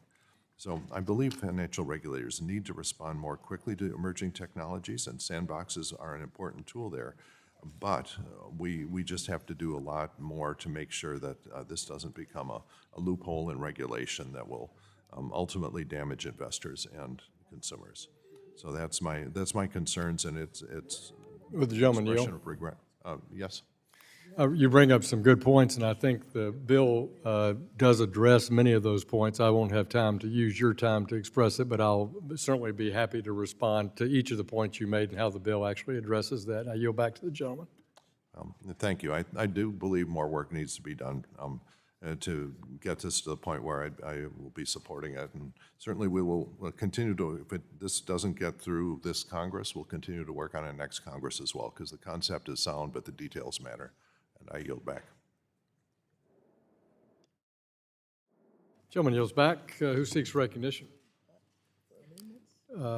Seeing no additional comments on the underlying bill, we'll turn to amendments.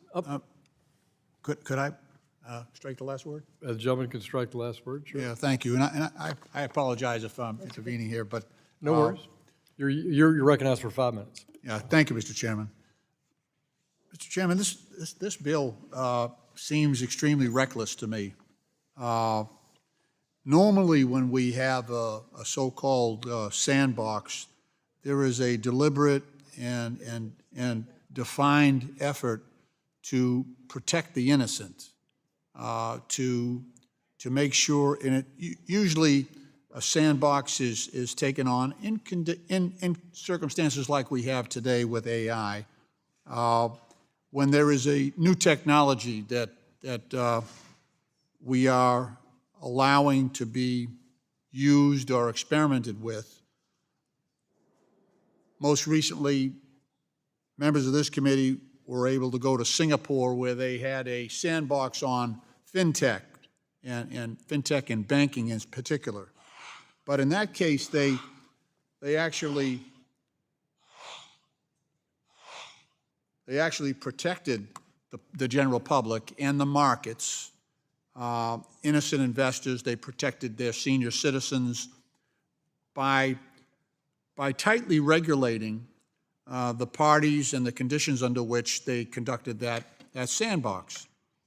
And they limited its duration, and they had plenty of warnings to people who were going to engage with companies within that sandbox. They basically said, this is a new technology, we're going to try to we'll exercise discretion here, but we're going to take extreme measures to make sure that the public, senior citizens especially, but also the financial markets, were protected from any damage, any unforeseen damage. We don't do any of that in this bill.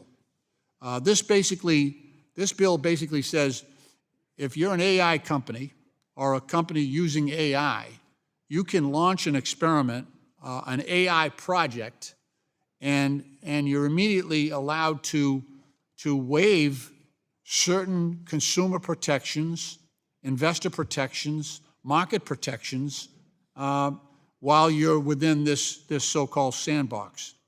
But it affords none of the protections that normally would come along with an experiment of this type.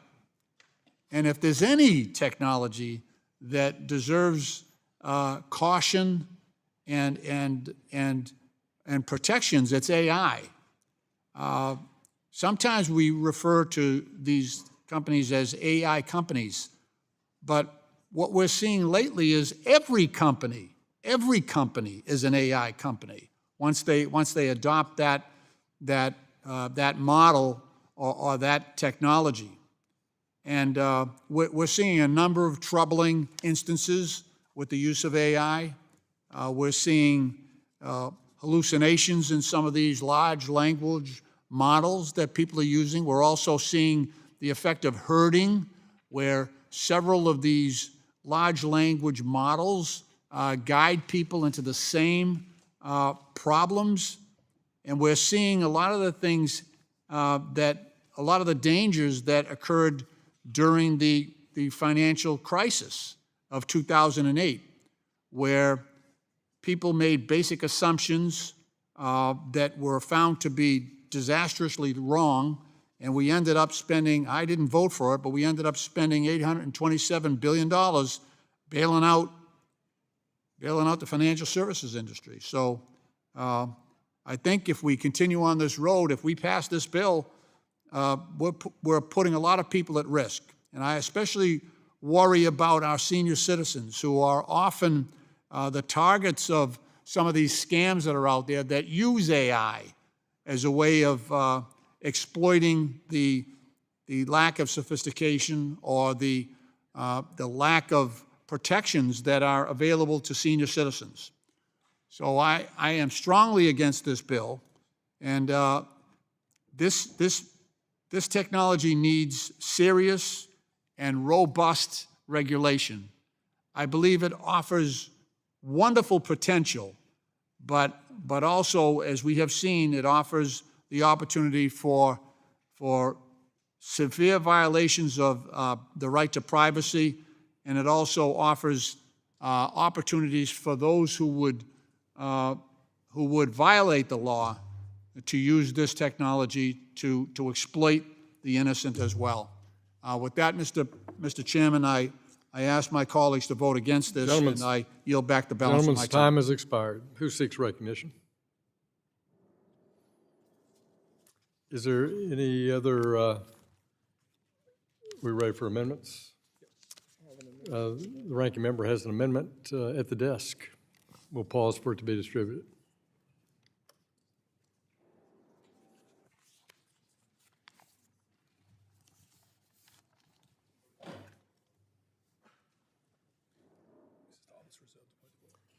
Mr. Stahl has reserved a point of order on the Waters Amendment.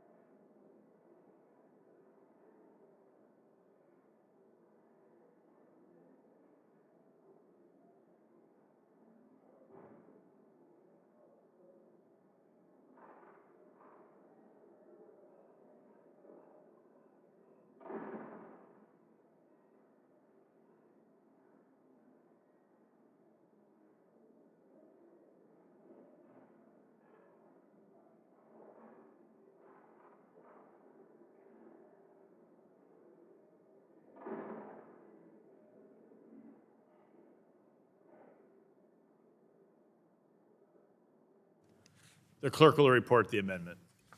An amendment to the amendment in the Without nature of a objection, the amendment is substitute. considered read. The gentlewoman is recognized on her amendment. Thank you very much. My amendment would stop this bill from taking effect until there is a study by Treasury in consultation with all regulators in the bill that confirms that the light touch oversight of projects using AI models like Mythos will not harm our economy. Reporting indicates that on April 7, 2026, Treasury Secretary Scott Bessent and Federal Reserve Chair Jerome Powell summoned the CEOs of big banks, including Morgan Stanley, Goldman Sachs, Citi, Bank of America, and Wells Fargo to an urgent meeting where they warned the banks about Mythos capabilities to detect and exploit potential cybersecurity weaknesses. Anthropic, an AI company that created Mythos, established Project Glasswing to allow major banks, tech companies, and other firms to use the model to identify and fix vulnerabilities in their systems.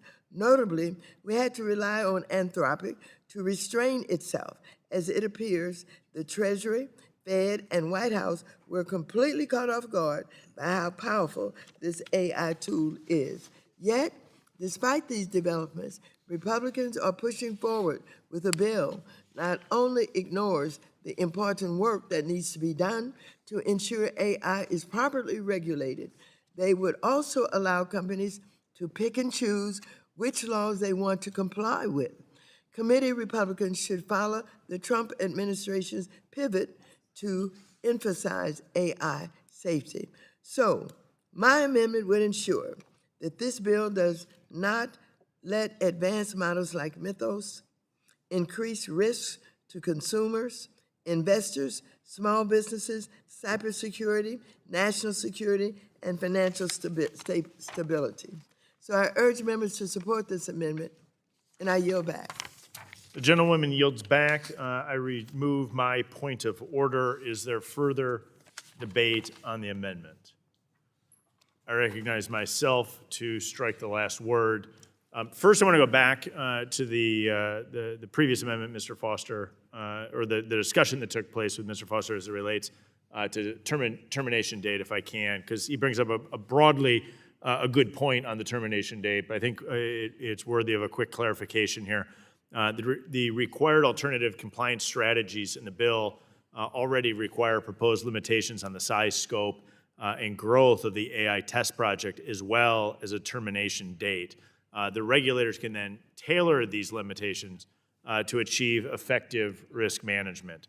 So to achieve risk-based compliance strategies, these timings and scoped questions should be tailored to the specific benefit profile of the relevant project. So the tailoring will enable responsible experimentation within appropriate guardrails and enable our regulators to learn best practices from a diversity of market participants and ideas. So I just want to let it go that there is no termination date. It's not a set termination date, but it's a termination date as decided in each given instance. Yeah. Would the gentleman yield for a moment? Yeah, I'll yield. Yeah, that answers the first 2 points. There is a mechanism to terminate the thing, but leaving it up to the discretion of regulators when the regulators have been driven out by this administration is a sticking point right now. If we had, a good faith effort to keep the relevant commissions and so on fully staffed with a bipartisan thing, then it would be much easier for us to support this legislation at this point in time. Appreciate the gentleman's comments. We'll agree to disagree on the point, but broadly speaking, there is termination dates. It's just where that termination date would come from. Let me jump back to the amendment in question here from Ms. Waters. I'd note the amendment is unnecessary. The bill we're marking up today already requires alternative compliance strategies to effectively manage risks associated with AI test projects. And the regulators decide what the alternative compliance will look like and how firms will meet their obligations under the strategy. More importantly, this framework is risk-based, so successful applicants are required to effectively manage the specific risks of their own projects, not every risk enumerated, even where that's non-relevant to their own work. This ANS already delays implementation by 1 year to give those regulators ample opportunity to develop the implementing regulations. Delaying implementation until an additional study is done risks being counterproductive in delaying the regulations and assessments and regulatory oversight. So ultimately, we want to incentivize responsible innovation within fit-for-purpose sandboxes, and part of that is making sure regulators implement those rules. So I encourage my colleagues to vote no, and I yield back. Is there further debate or questions on the amendment?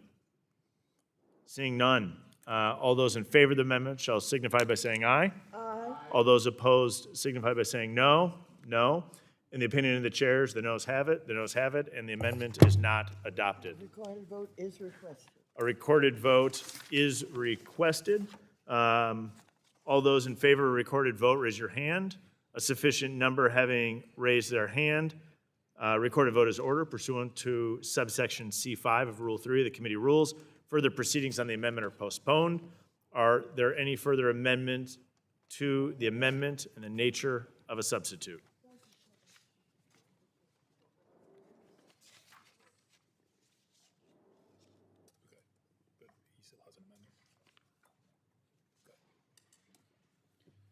Is there?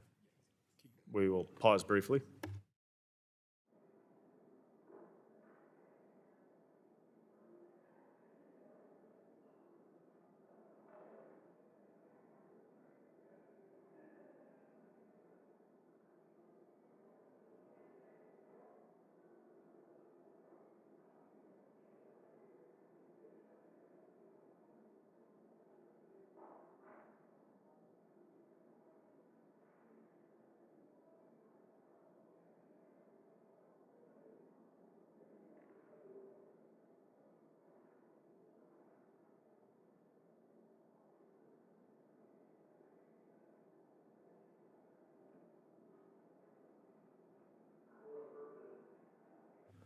For what purpose does the gentleman seek recognition? I believe I have an amendment at the desk. Indeed you do. We will pause while the amendment is distributed.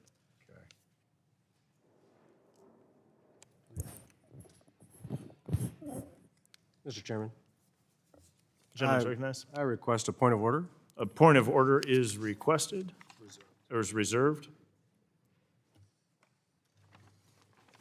I'm just trying to track down the text of my. Let me know when you're ready. I had a text of an argument. So do I have remarks? Oh, okay, there you go. Okay. No worries. Okay. Thank you. Good, good to go. The clerk will report the amendment. An amendment to the amendment That in the nature of a objection, the amendment is substitute. considered read. The gentleman is recognized on his amendment. Thank you very much, Mr. Chairman.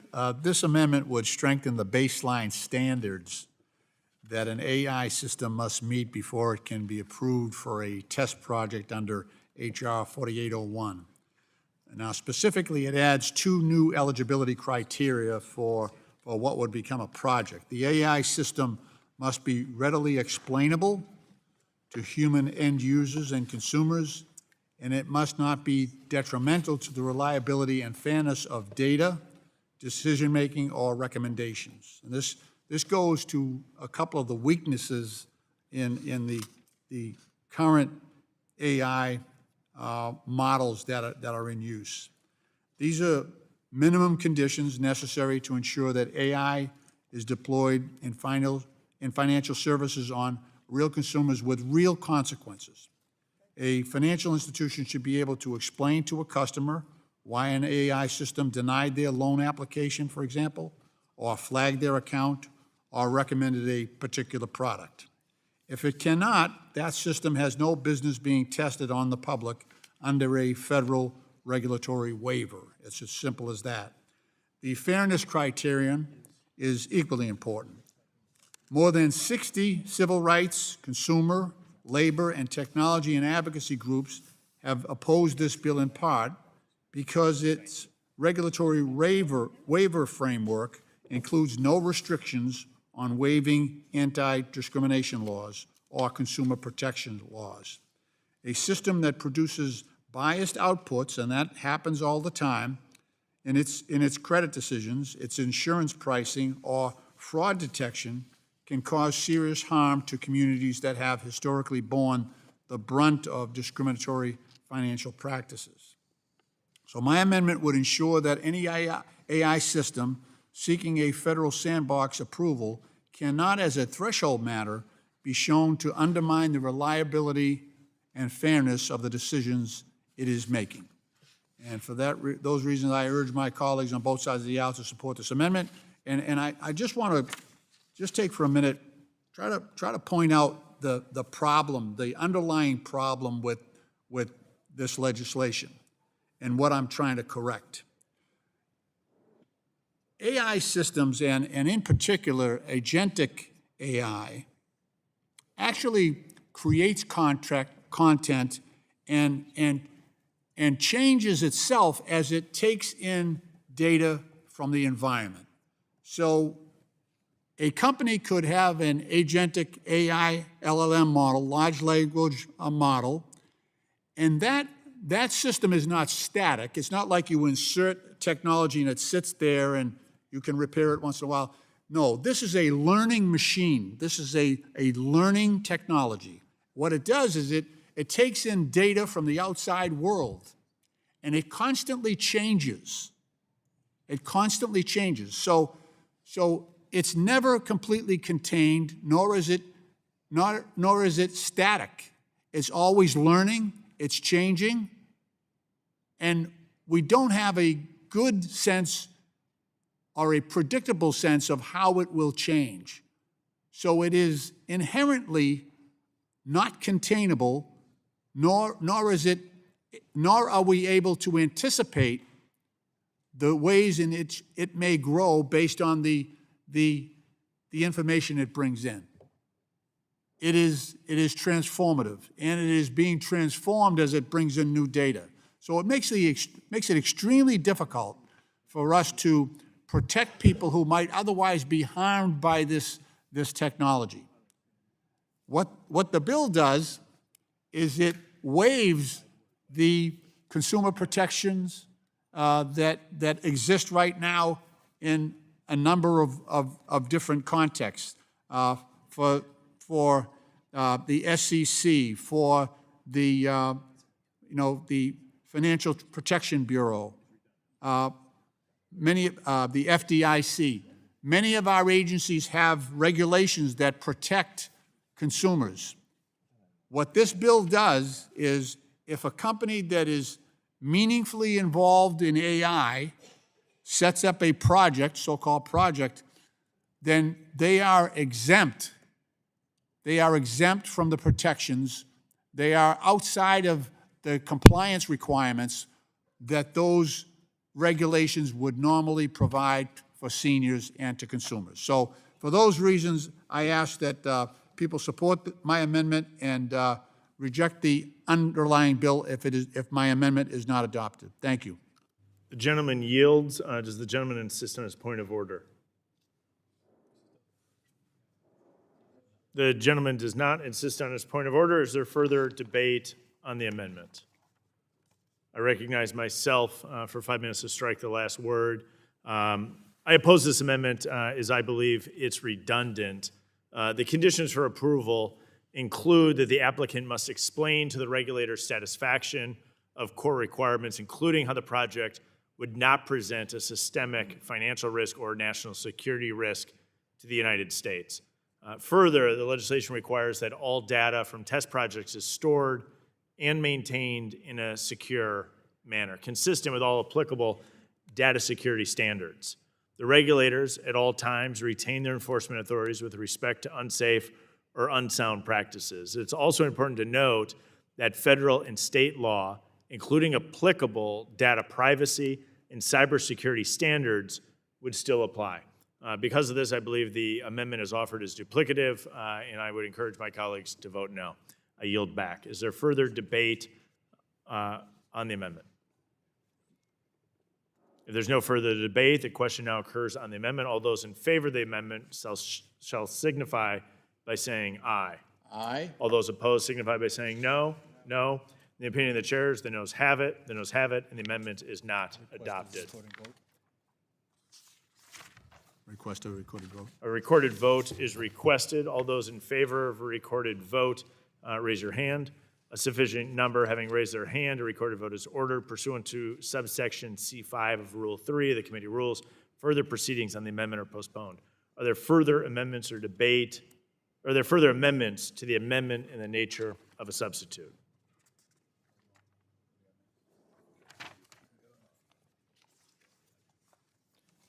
Mr. Chairman, I believe I have another amendment at the desk. We'll pause while the amendment is distributed.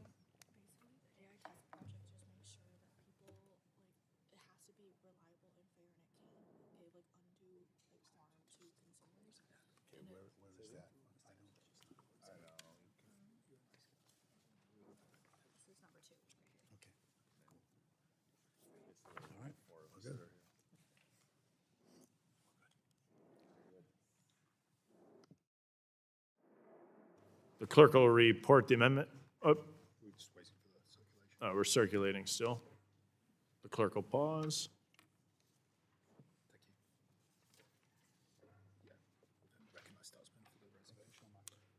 Mr. Chairman.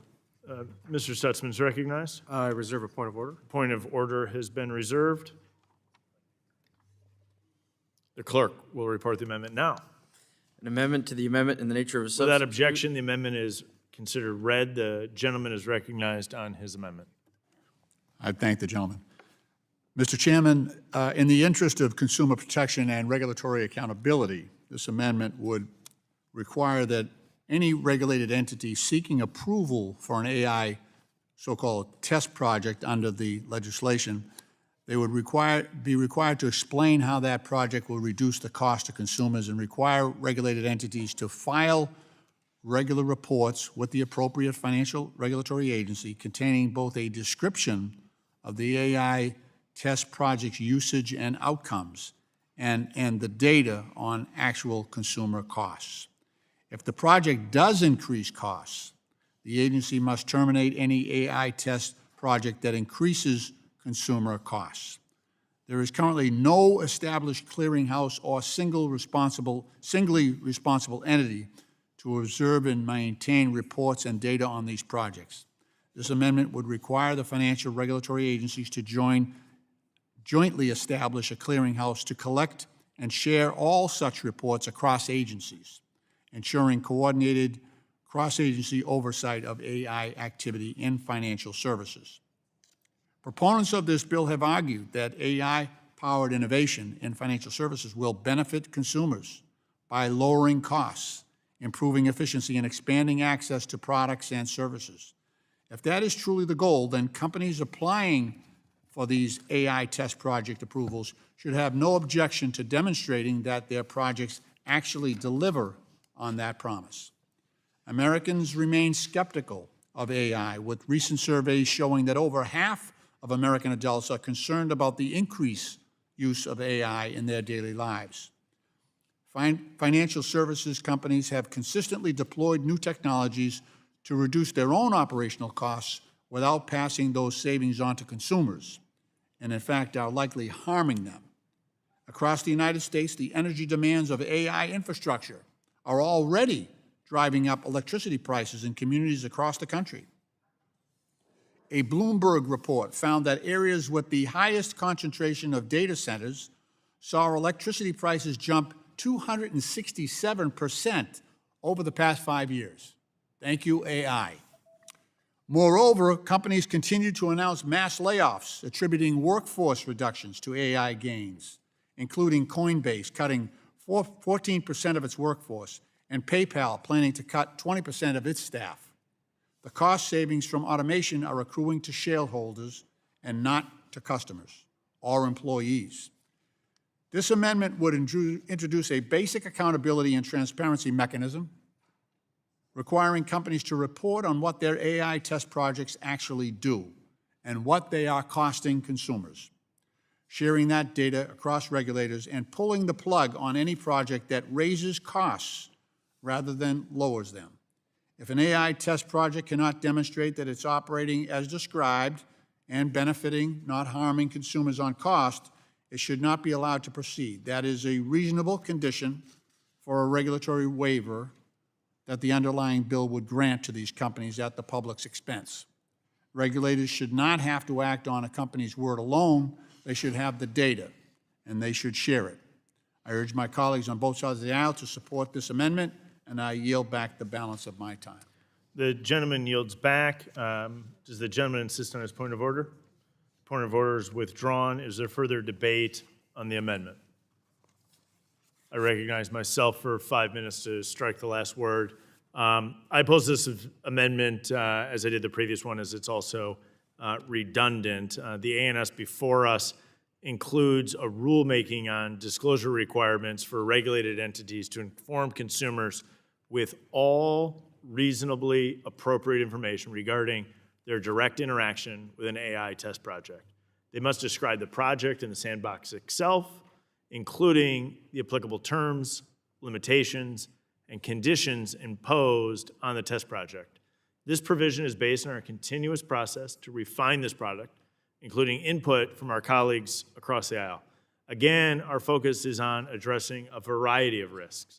This amendment goes further and essentially puts the regulator in charge of deciding what goes to market on the basis of costs. It's not a recipe for good, safe innovation and competition, and because I believe the underlying the amendment is offered is duplicative, I encourage my colleagues to vote no. I yield back. Is there further debate on the amendment? If there's no further debate, the question now occurs on the amendment. All those in favor of the amendment shall signify by saying aye. Aye. All those opposed signify by saying no. No. In the opinion of the chairs, the noes have it. The noes have it, and the amendment is not adopted. Are there any further amendments in the nature of a substitute? Mr. Chairman, I believe I have another amendment at the desk. The Can I get a recorded vote on that previous? Sure, we'll go back in time. Thank you. There's a recorded vote is requested. All those in favor of a recorded vote, raise your hand. A sufficient number having raised their hand, a recorded vote is ordered pursuant to subsection C5 of Rule 3 and the committee rules. Further proceedings on the amendment are postponed. Thank you for your courtesy. You're welcome. Appreciate that. Are there any further amendments to the amendment in the nature of a substitute? Yes, Mr. Chairman, I believe I have an amendment at the desk. The gentleman has an amendment at the desk. We'll pause while the amendment's distributed.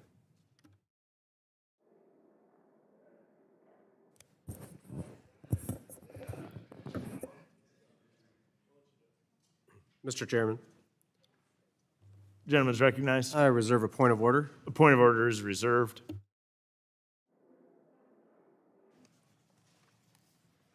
Thank you. The clerk will report the amendment. An amendment to the amendment in the nature of a substitute. Objection, the amendment is considered read. The gentleman is recognized on his amendment. Thank you, Mr. Chairman. Mr. Chairman, this amendment addresses one of the most serious gaps, I believe, that exist in 4801 as currently written. It restores full government enforcement and penalty authority, including under any regulation that was waived or modified as part of an AI test project, whenever a person is actually harmed financially or otherwise as a result of that project. The bill as introduced provides a regulatory enforcement shield to participating companies. If a regulation is waived as part of an approved AI test project, the government cannot bring an enforcement action on behalf of a victim against any action or impose penalties for violating that regulation. That shield is overly broad.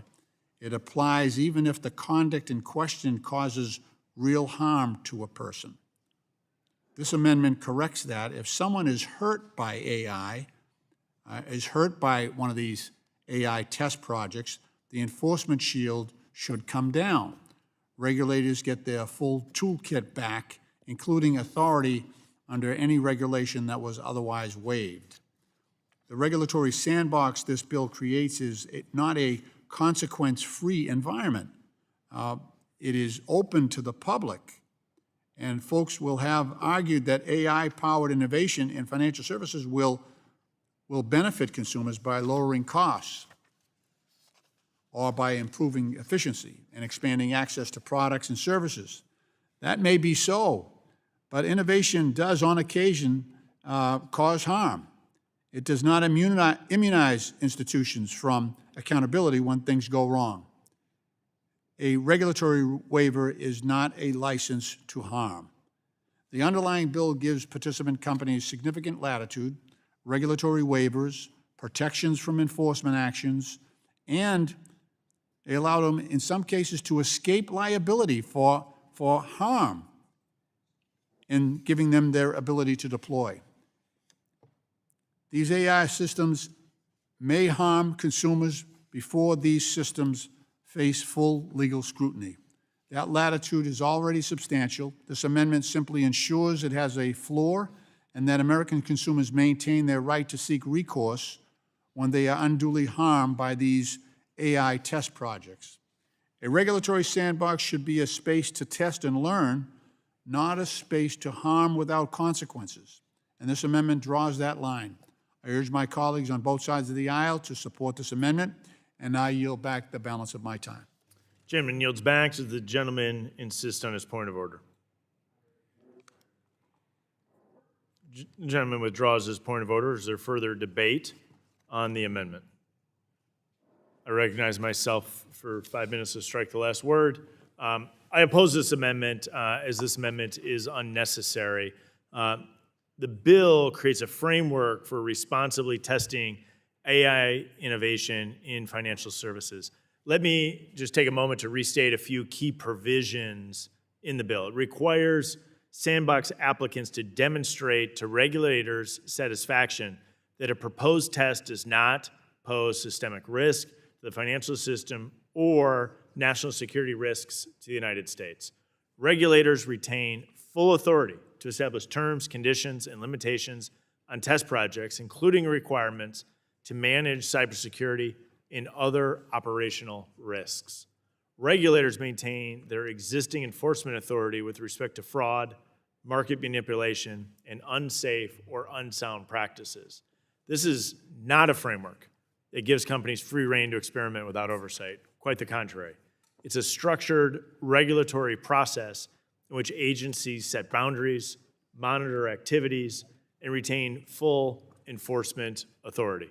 Our financial firms are some of the most highly regulated and supervised entities in the world. They're subject to requirements that affect every aspect of their business and operations. The bill is clear. Fraud and manipulation and unsafe and unsound practices are absolutely never acceptable. The bill provides responsible innovation with firms working under the strict guardrails approved by regulators. Because the amendment as offered is unnecessary, I encourage my colleagues to oppose this amendment. I yield back. Is there further debate on the amendment? If there's no further debate, the question now occurs on the amendment. All those in favor of the amendment, they'll signify by saying aye. Aye. All those opposed, they'll signify by saying no. No. In the opinion of the chair, the noes have it. The noes have it, and the amendment is not adopted. A recorded vote is requested. All those in favor of a recorded vote, raise your hand. A sufficient number having raised their hand, a recorded vote is ordered. Pursuant to subsection C5 of Rule 3 of the committee rules, further proceedings on the amendment are postponed. Are there any further amendments to the amendment in the nature of a substitute?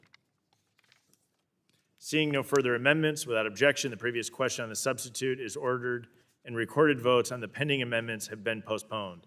Once those votes are taken, the committee will immediately vote on the adoption of the amendment in the nature of a substitute, and then will consider the question to report the measure. We will now move on to the next bill.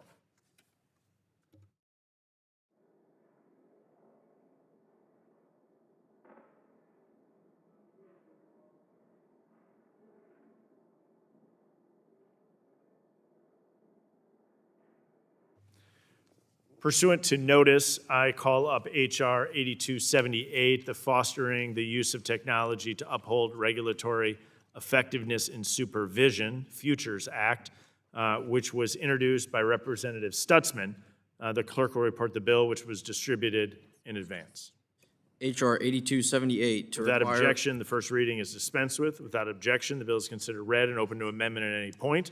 Representative Stutzman has an amendment in the nature of a substitute, copies of which have been distributed in advance. The clerk will report the amendment. An amendment in the nature of Without a substitute. objection, the amendment is considered read and will serve as base text for purposes of amendment. The gentleman from Indiana, Mr. Stutzman, is recognized for 5 minutes. Thank you, Mr. Chairman. I appreciate the chairman of the committee giving this bill a hearing. The Futures Act, which is Fostering the Use of Technology to Uphold Regulatory Effectiveness in Supervision Act.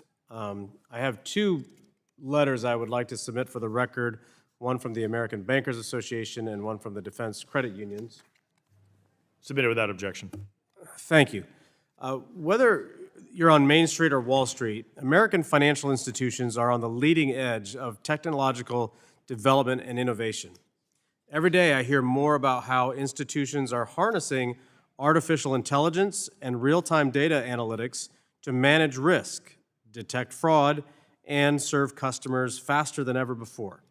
And yet their regulators often lag behind, still relying on outdated IT infrastructure from a pre-digital era. This gap poses significant risks, not just for our financial markets, but for the entire economy that depends on effective supervision. As the private sector continues to innovate at a record pace, our regulators must have the tools to keep up. That's where my Bipartisan Futures Act comes in. My bill requires federal prudential regulators to assess the technology systems they use for supervision, evaluate their procurement practices, and report to Congress on current deficiencies and areas for improvement. Simply put, we cannot help our regulators modernize their technology for the digital age if we don't know the challenges that they face. Whether it's talent gaps, procurement barriers, or technological blind spots, Congress needs to understand the red tape that is keeping supervision in the past while the financial system races into the future. In fact, we already require this kind of information from the institutions our regulators supervise. Depository institutions must undergo quarterly technology reviews, internal and external penetration testing, and rigorous due diligence on every vendor that they use. If we require that of them, we ought to hold their regulators to that same standard. The Futures Act is a straightforward, common sense, and bipartisan step to address the critical technology challenges facing our regulators. A very similar version of this bill advanced out of this committee unanimously in the 118th Congress, thanks to the hard work of my friend and fellow Hoosier, Mrs. Houchin. So I'm proud to carry this bill forward in an even stronger form today, and I hope that this bill will again receive the broad support of my colleagues here on this committee. I want to thank my distinguished colleague, Dr. Bill Foster, not only for his thoughtfulness, but also once again for co-leading this legislation and for his commitment to ensuring that supervision keeps pace with innovation. I also want to thank Chairman Hill for his continued support of this measure, and I would urge my colleagues on both sides of the aisle to support this common sense bill, and I'll yield back. The gentleman yields back. Is there further debate on the ANS? The gentleman from Illinois, Mr. Foster, is recognized to strike the last word. Thank you, Mr. Chairman. And I'd first like to thank Representative Sussman for his partnership on this bill and to you for including it in today's markup. The Futures Act will require federal banking regulators and the Consumer Financial Protection Bureau to regularly review their technology systems and procurement practices to ensure that they are well equipped to address emerging threats to the financial system. This review will determine whether agencies' current technology systems are up to the task of monitoring vulnerabilities of the modern financial system. Banking is moving to real-time 24/7 operations as consumer demand for faster payments and the increased use of digital banking tools takes over big parts of the market. This bill will require agencies to determine whether they have access to the right information when they need it and whether they have systems in place to identify risk and to take informed actions on the necessary timescale when the data calls for it. Regulators will submit a report to Congress identifying any obsolete systems or procurement processes that are inhibiting their ability to supervise modern financial institutions. As we saw in the collapse of regional banks back in 2023, 24-hour banking tools and social media-fueled panic can intensify bank runs and increase the risk of contagion. And this will only be amplified when AI apps are dominating the financial landscape. Financial institutions and regulators must be ready to respond to new opportunities and challenges stemming from these emerging technologies. Artificial intelligence and AI agents have the potential to supercharge cybersecurity risk, contagion, and fraud, which can destabilize our financial system more quickly than in years past. At the same time, these technologies represent tools to regulators and financial institutions that they can use to improve bank supervision, identify suspicious activity, and improve the quality of customer service. The maintenance of a well-regulated financial system requires investment in new tools, hiring of a workforce with the necessary technical skills, and streamlined procurement rules that allow regulators to keep up with the rapid developments in private industry. One timely example of this is through the increased use of open-source, collaboratively maintained software packages. Something that Jamie Dimon of J.P. Morgan cannot seem to open his mouth without mentioning these days, and a trend that should allow us to really make the entire banking and financial system industry much more cyber secure, to put all of our eggs in a small number of baskets and guard those baskets carefully.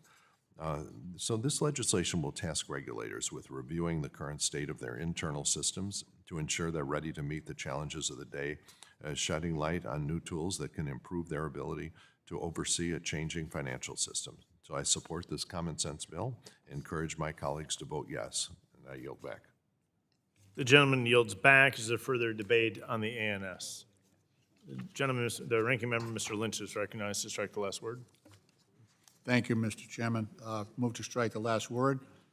I want to congratulate both the gentleman from Indiana and the gentleman from Illinois on the improvements on this bill. I do recall in the last 118th Congress, even though we approved it in committee, there were some concerns that were raised, and I think the gentleman from Indiana and Mr. Foster from Illinois have adeptly, I think, addressed many of those concerns. So as they have stated, it'll compel agencies to submit a joint report on internal supervisory technology, including procurement practices, workforce, market developments, and information sharing, which is very important.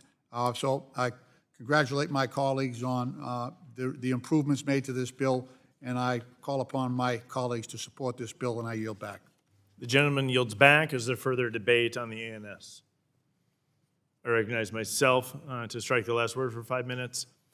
Today, we're considering several bills that address how we adjust to changing technologies and its opportunities and risks.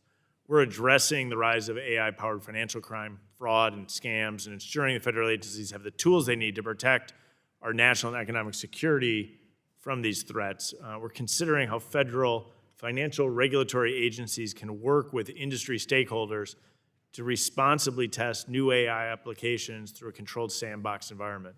And now, with the Futures Act, we're taking a critical step to modernize financial supervision.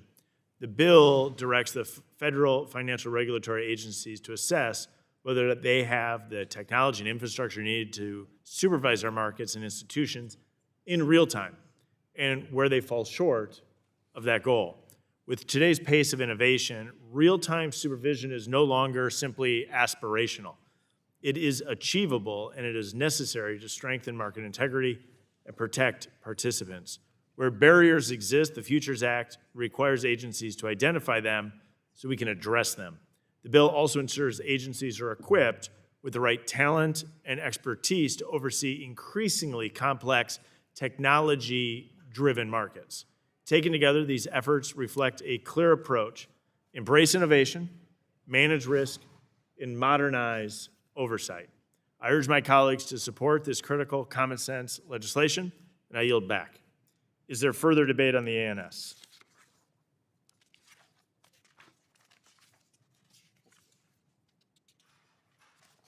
Hearing none, we'll move to amendments. Does anyone wish to offer an amendment to the ANS? There being no further discussion or amendments on the bill, the question now occurs on adoption of the amendment in the nature of a substitute. All those in favor shall signify by saying aye. Aye. All those opposed, nay. In the opinion of the chairs, the ayes have it, and the amendment is adopted. The question now occurs on ordering the bill as amended to be reported to the House with a favorable recommendation. Those in favor shall signify by saying aye. Aye. Those opposed, no. In the opinion of the chair, the ayes have it. Does the gentleman request a recorded vote? Mr. Chairman, I request a recorded vote. A recorded vote is requested. All those in favor of a recorded vote shall raise your hand. A sufficient number having raised their hand, a recorded vote is ordered pursuant to subsection C5 of Rule 3 of the committee rules. The vote on the question is postponed. We'll now move on to the next bill.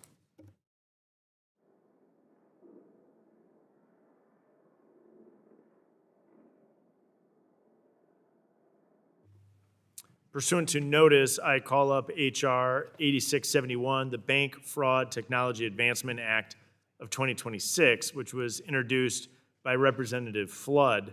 The clerk will report the bill, which was distributed in advance. HR 8671. Without objection, the first reading is dispensed with. Without objection, the bill is considered read and open to amendment at any point. Representative Flood has an amendment in the nature of a substitute, copies of which have been distributed in advance.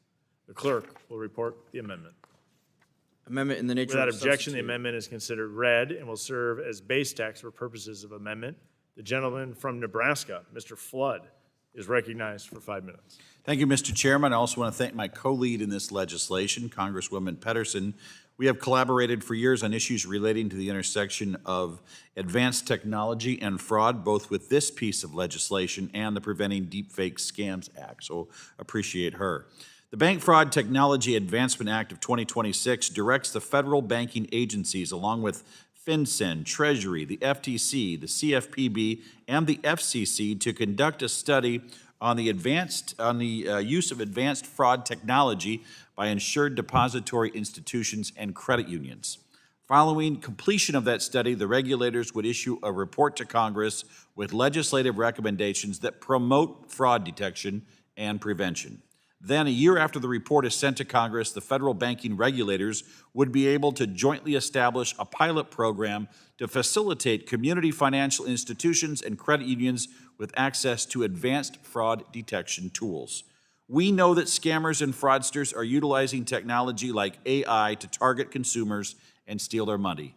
Just today, I met with the special agent in charge of the FBI in Nebraska and Iowa, and we spent the entire meeting talking about financial crimes and financial fraud. Deep fakes can mimic a family member's face or voice, convincing a loved one to transfer money or a fraudster. Generative AI can be used to supercharge existing scam methods like email phishing, even to dupe more people. In an environment where the scammers and fraudsters are using technology to target customers and consumers, we need to make sure community financial institutions, including community banks, can keep up. While larger institutions are already widely using some of this technology, it's important that institutions of every size have the same tools to track fraud. This legislation lays out a thoughtful approach to providing access to smaller financial institutions with the technology they need to combat fraud. We are going to study the problem, we're going to get a report sent to Congress, and then we're going to take action with a pilot specifically tailored to the problem we're trying to solve. I do believe that this act will put our community financial institutions in a better position to fight fraud with the best technology possible. I urge everybody to support it, and I will leave you with this. Imagine you are an 84-year-old widow. Your husband has predeceased you.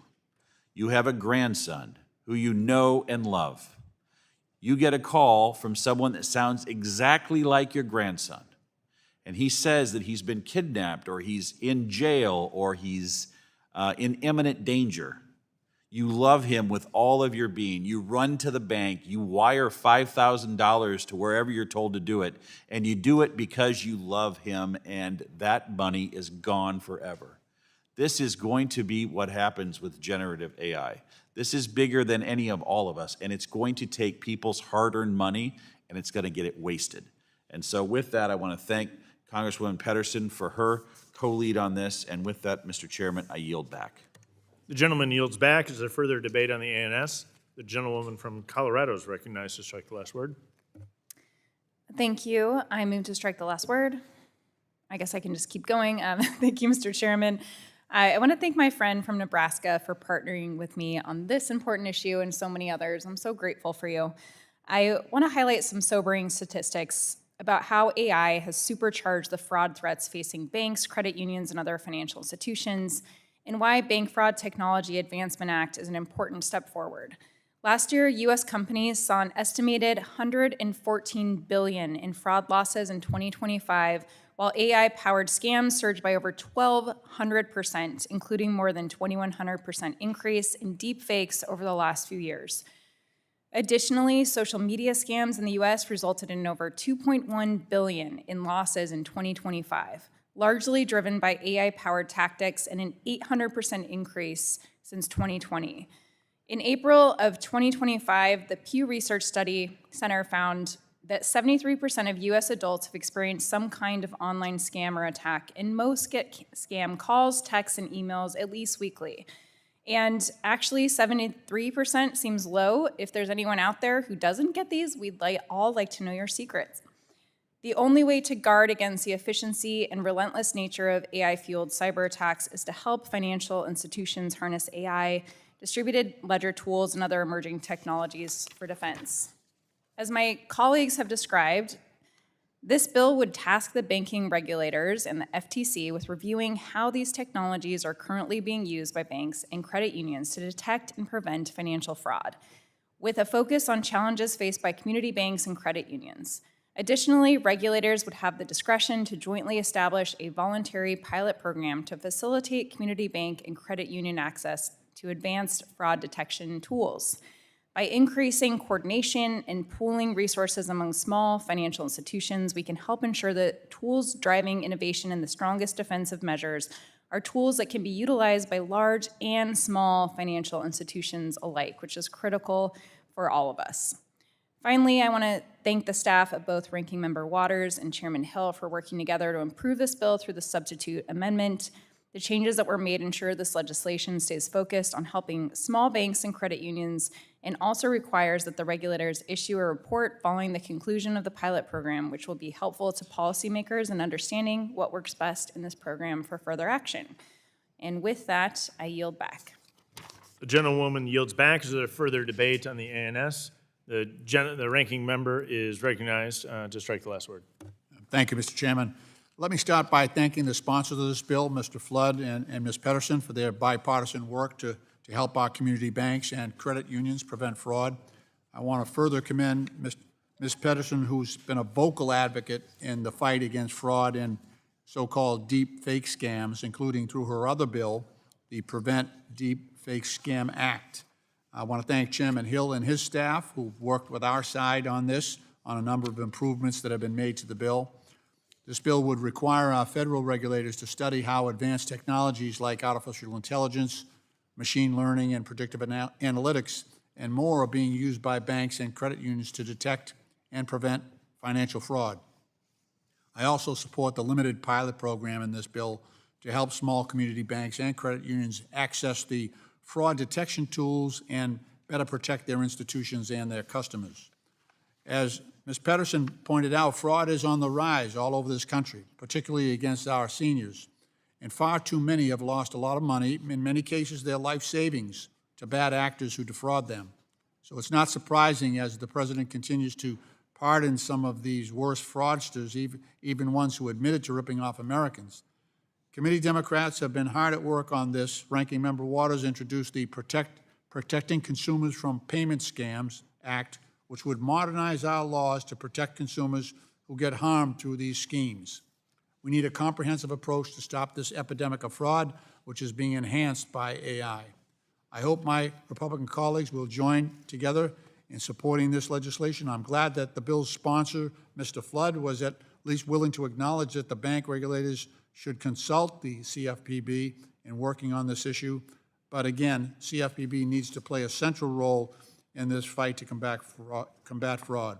I urge my colleagues to support this bill, and I yield back my time. The gentleman yields back. Is there further debate on the ANS? Gentleman, Mr. Foster from Illinois is recognized to strike the last word. Thank you, Mr. Chairman. Well, I support this bill, and I thank Reps. Flood and Pedersen for highlighting the benefits that artificial intelligence, machine learning, and other analytic tools can bring to the fight against fraud. Software costs are also one of the largest expenses that community banks face, and it's appropriate to consider the specific obstacles and challenges that they face in adoption of this new anti-fraud technology. As our committee continues to work to help small institutions address fraud risks, I hope that we will look beyond just artificial intelligence and towards other tools that can fight fraud, including digital identity technology. We should also consider ways to make the ecosystem as a whole more responsive to new forms of fraud and cybersecurity risks. Digital identity tools were examined by the Treasury Department as part of its implementation of the Genius Act and determined that they hold great promise, specifically in curbing identity fraud. In 2024, the FinCEN published a report identifying more than 1.6 million suspicious activity reports, SARs, implicating more than $212 billion in transactions as linked to concerns with identity verification. Now, because if you look at almost any kind of fraud, at some point it is identity fraud. And if we can stop the identity fraud, we can stop large classes of fraud in its tracks. Digital identity systems significantly increase the confidence that the person you're dealing with is who they claim to be, especially in online transactions that are increasingly becoming an attack vector for scammers. But we do not have to wait to take action. To address this problem, Congressman Sessions and I introduced the Stopping Identity Fraud and Identity Theft Act, which would provide money to states that wish to develop their own mobile driver's license systems, which currently underpin identity technology in the United States and where U.S. technology is being adopted by countries all around the world.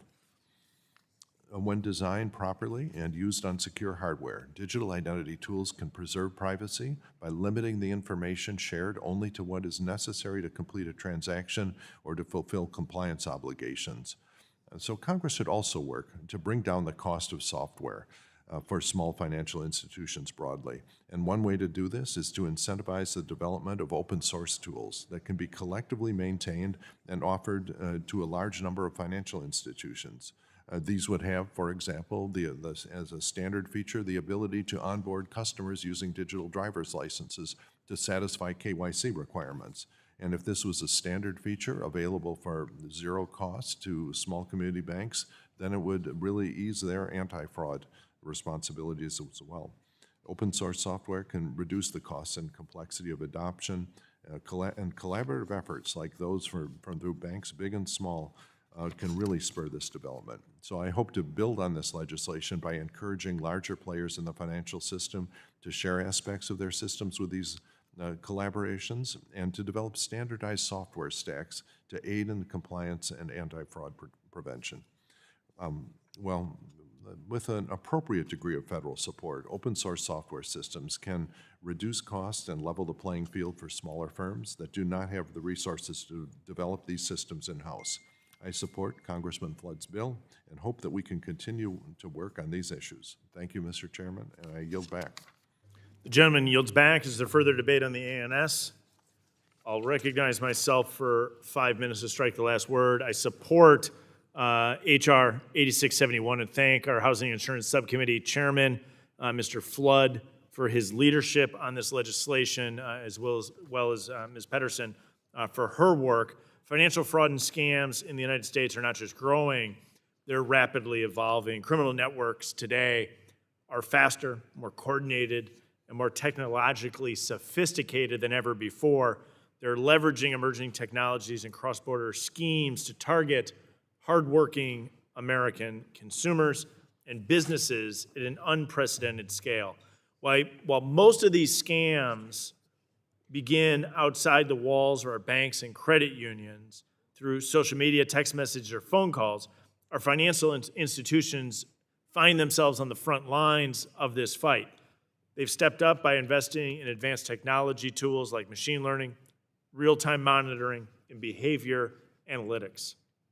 In a testimony before this committee, one of the community bankers described how some institutions are utilizing AI-powered check verification tools to help detect fraudulent checks before losses occur. While these tools are not perfect, they're helping banks stay ahead of the increasingly sophisticated fraud schemes. But for many community banks and credit unions, the cost of deploying these technologies remains a significant challenge. Limited resources can make it difficult to determine which tools are most effective and worth the investment. And yet, in today's financial system, these technologies are no longer optional, they're essential. We now live in a world where payments move instantly, and fraudsters are using the very latest technologies to stay one step ahead. But policymakers and regulators don't have a full picture of what's working, what challenges remain, and where gaps exist across our financial system. HR 8671 helps close the gap by directing our federal banking regulators, along with the NCUA, to conduct a comprehensive interagency study on how advanced technologies are being used to detect and prevent fraud. It also requires regulators to examine the specific challenges facing community banks and credit unions in accessing these tools. High costs, limited access to quality data, and regulatory uncertainty can all stand in the way of widespread adoption. By identifying these barriers and providing recommendations to address them, we can help ensure that community institutions are not left behind in the fight against fraud. Importantly, the Bank Fraud Technology Advancement Act of 2026 also creates a pathway for action by authorizing a pilot program to help community banks and credit unions test and adopt these technologies while fostering better information sharing across the financial system. It's a thoughtful approach, forward-looking approach, one that equips Congress and our regulators with the insight needed to make smarter decisions to promote innovation that fights fraud and better protects Americans who we serve. Fraudsters and scammers are not standing still, and neither can we. I urge my colleagues to support this legislation, and I yield back. Does anyone else seek recognition on the ANS? Hearing none, we'll move to amendments. Does anyone wish to offer an amendment to the ANS? There being no further discussion and no amendments to the bill, the question now occurs on the adoption of the amendment. and the nature of a substitute. All those in favor shall signify by saying aye. Aye. All those opposed shall signify by saying nay. In the opinion of the chairs, the ayes have it, and the amendment is adopted. Mr. The Chairman, I question- would request a recorded vote. Withdrawn. It is withdrawn. The question now occurs on ordering the bill as amendment to be reported to the House with a favorable recommendation. Those in favor shall signify by saying aye. Aye. Those opposed, no, nay. In the opinion of the chairs, the ayes have it. Mr. Chairman, now I would request a recorded vote. There we go. For what purposes to seek recognition? It's a recorded vote. A recorded vote is requested. All those in favor of a recorded vote, raise your hand. A sufficient number having raised in their hand, a recorded vote is ordered. Pursuant to subsection C5 of Rule 3 of the committee rules, the vote on the question is postponed. Pursuant to the previous order, the chair declares the committee in recess, subject to the call of the chair.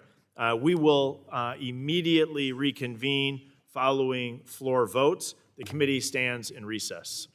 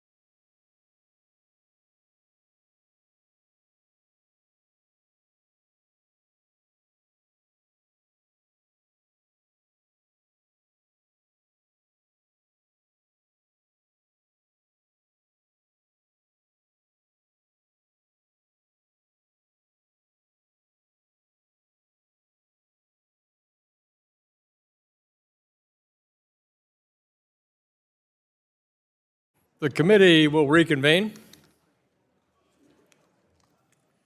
Before we turn to the business at hand, which is voting on the measures that we marked up today in committee, I'd like to recognize the gentleman from Florida, Mr. Herodopoulos, for a point of personal privilege. Thank you, Mr. Chairman. If I could just get, please, everyone get into attention, if you don't mind. Mr. Chairman and members, before we start today's hearing, I'd like to take a moment to recognize the passing of a former member of Congress, a 16-year member of this very committee, my good friend Bill Posey. We mourn his loss for a person who dedicated their life, and he served with integrity, humility, and an unwavering conviction in the idea and belief of America. Bill served Florida with distinction for decades at both the local, state, and of course the federal levels, including 8 terms in the United States Congress. For those of us who knew Bill, his impact reaches well beyond the halls of Congress. He was a tireless champion of Florida's Space Coast, for America's space program, and for the hardworking families in his community. Beyond the accomplishments and titles, Bill was simply a good guy, grounded, deeply loyal, and devoted to his family. In fact, he was married to his high school sweetheart for over 60 years. For those who know him, they know that he really cared about the community, and Washington never changed him. My wife, Steph, and I are heartbroken by his loss, and our prayers remain with his wife, Katie, and their 2 wonderful children, Kathy and Pamela. So I'd ask if it wouldn't be too much for the committee to give a moment of silence from our good friend Bill Posey for his incredible public service and his devotion to this amazing country that we call America. Members will recognize a moment of silence.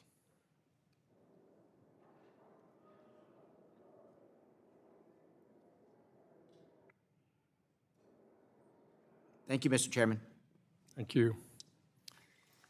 I'd like to recognize myself for a prompt point of personal privilege as well. I want to thank 2 staffers who've done an outstanding job for the House Financial Services Committee, who are planning on moving to new opportunities, and we want to thank them for their service. First, the Director of our Member Services and Coalitions team, Dylan Frost. Give him a wave, Dylan.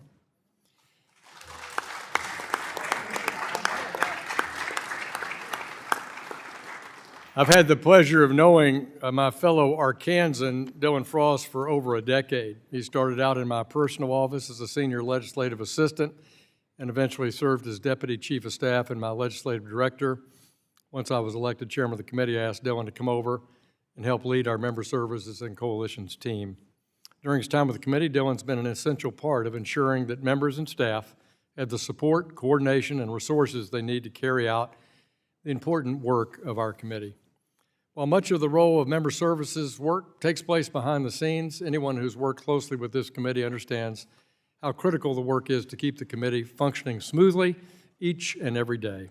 While we're certainly sorry to see him leave, we're grateful for the service he provided for his time here on the committee, and most importantly, for the citizens of the 2nd District of Arkansas.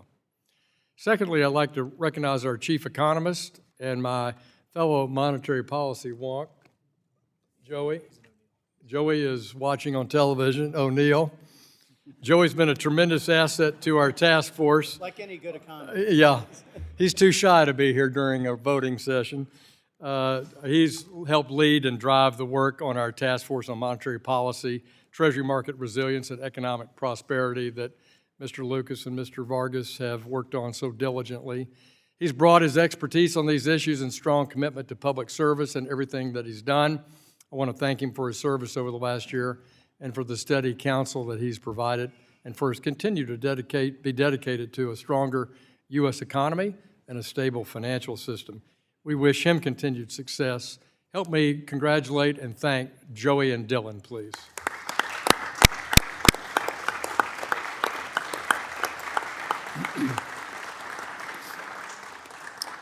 Pursuant to the chair's previous order, we'll now take the postponed votes on the pending amendments to H.R. 5396. The first question is on the amendment offered by the ranking member, Mrs. Waters. This is H.R. 539601. The clerk will open the vote.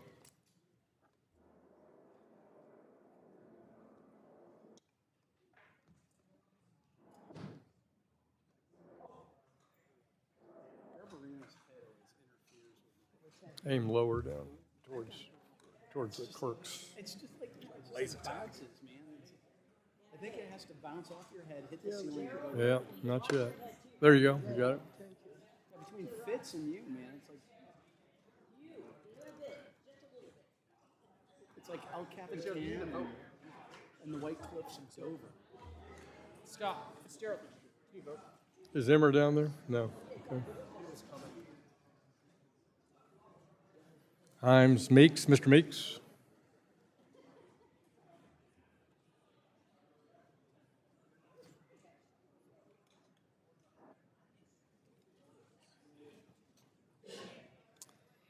Is there any member who has not voted or would like to change their vote?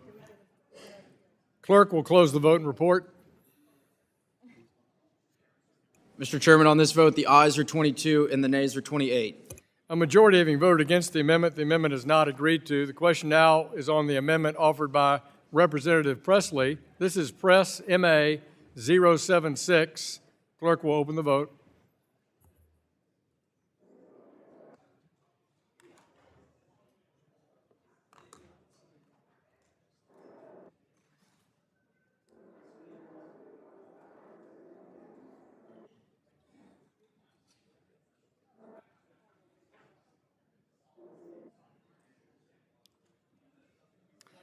Is there any member who has not voted or would like to change their vote?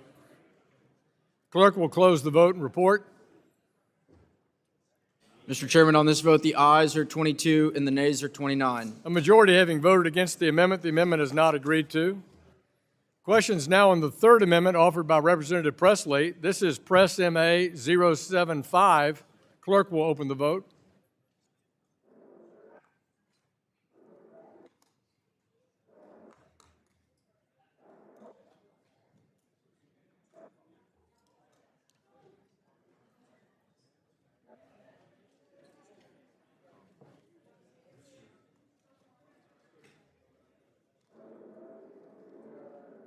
Is there any member who has not voted or would like to change their vote? Clerk will close the vote and report. Mr. Chairman, on this vote, the ayes are 20 and the nays are 31. Majority having voted against the amendment is not agreed to. Questions now on the fourth amendment offered by Representative Presley. This is HR 539603. Clerk will open the vote.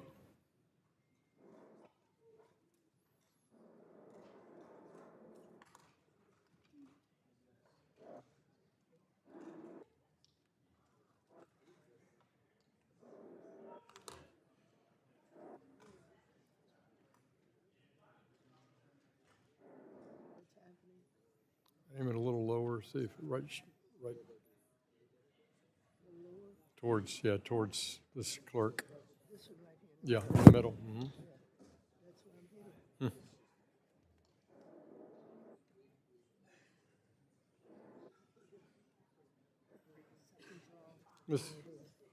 There you go. You got it. All right. Is there any member who has not voted, would like to change their vote? Clerk will close the vote and report. Mr. Chairman, on this vote, the ayes are 22 and the nays are 29. A majority having voted against the amendment is not agreed to. The question now occurs on the adoption of the amendment in the nature of a substitute. All those in favor shall signify by saying aye. Aye. All those opposed signify by saying no. In the opinion chair, the ayes have it, and the amendment in the nature of a substitute is adopted. Question now occurs on ordering the bill as amended, reported to the House with a favorable recommendation. Those in favor shall signify by saying aye. Aye. All those opposed signify by saying no. No. In the opinion chair, the ayes have it. For what purpose does Representative Stutzman seek recognition? A recorded vote is requested. All those in favor of a recorded vote, raise your hand. A sufficient number having raised their hand, a recorded vote is ordered. We'll now take the vote on ordering the bill as amended, favorably reported. The clerk will open the vote.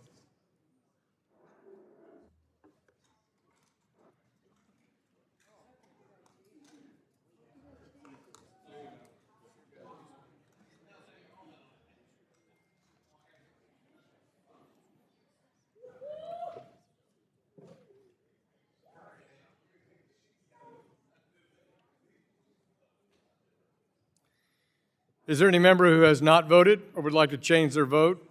Clerk will close the vote and report. Mr. Chairman, on this vote, the ayes are 30 and the nays are 21.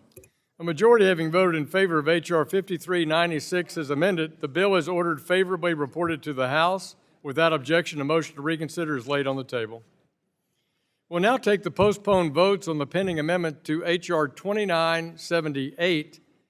The question is now on the second amendment offered by Ranking Member Waters. This is Guard Amend 2. The clerk will open the vote.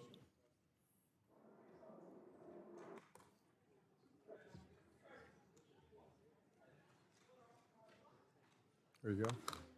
You got it?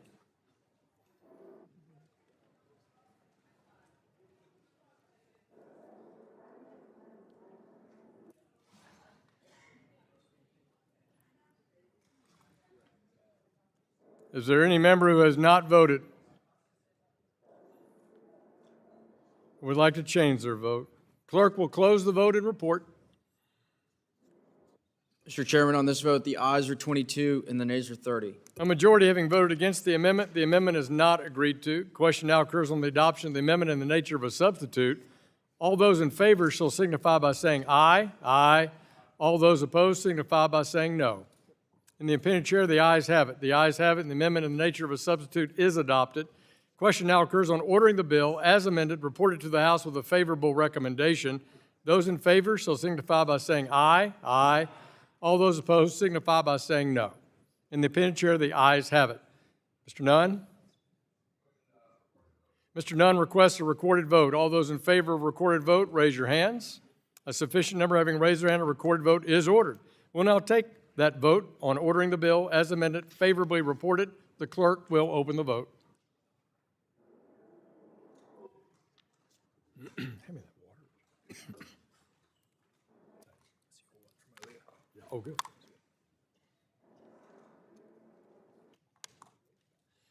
Is there any member who has not voted or would like to change their vote? Clerk will close the vote and report. Mr. Chairman, on this vote, the ayes are 52 and the nays are 0. Majority having voted in favor of H.R. 2978 as amended, the bill is ordered favorably reported to the House.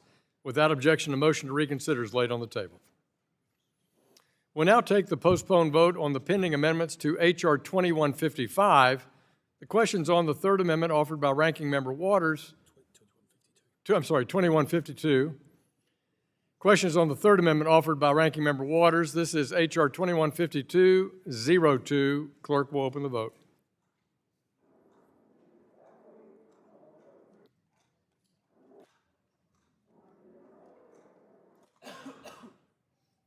Did I say 2155 too many times a year? Sorry. Whole story, right? Is there any member who has not voted or would like to change their vote? Stand by for Skipper. Okay. Clerk will close the vote and report. Mr. Chairman, on this vote, the ayes are 22 and the nays are 30. Majority having voted against the amendment is not agreed to. Question now is on the amendment offered by Representative Foster. This is Foster 082. Clerk will open that vote.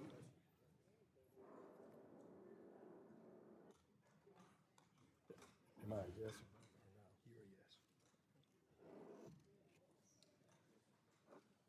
Got it. Let me know if it's yes. I'll see. Yeah, okay.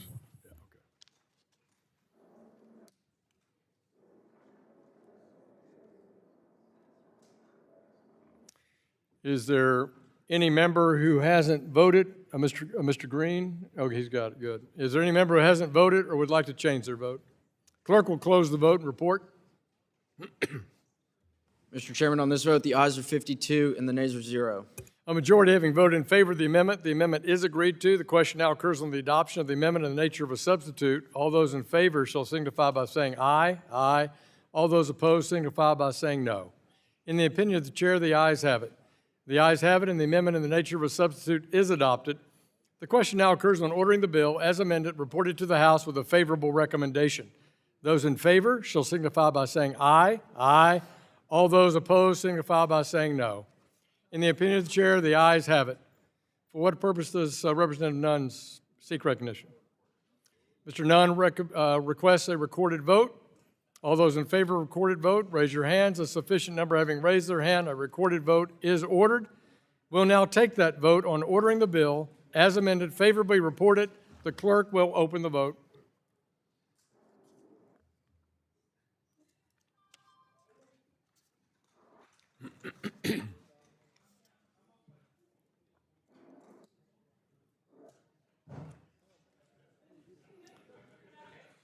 Is there any member who has not voted or would like to change their vote? Clerk will close the vote and report. Mr. Chairman, on this vote, the ayes are 52 and the nays are 0. A majority having voted in favor of H.R. 2152 as amended, the bill is ordered favorably reported to the House. Without objection, the motion to reconsider is laid on the table. We will now take the postponed votes on the pending amendments to H.R. 4801. The question is on the fourth amendment offered by Ranking Member Waters. This is H.R. 480101. The clerk will open the vote.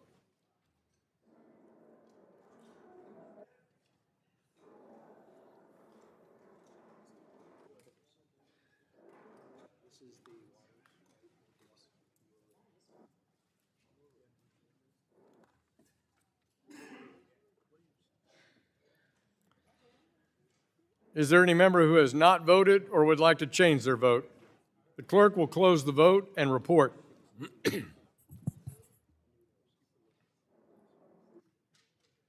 Mr. Himes?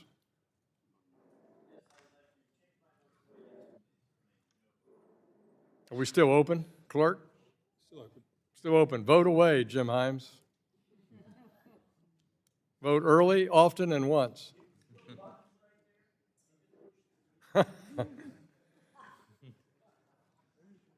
Hey. Mr. Chairman, on this vote, the ayes are 23 and the nays are 30. A majority having voted against the amendment is not agreed to. The question now is on the amendment offered by Representative Lynch. This is Lynch 058. The clerk will open the vote.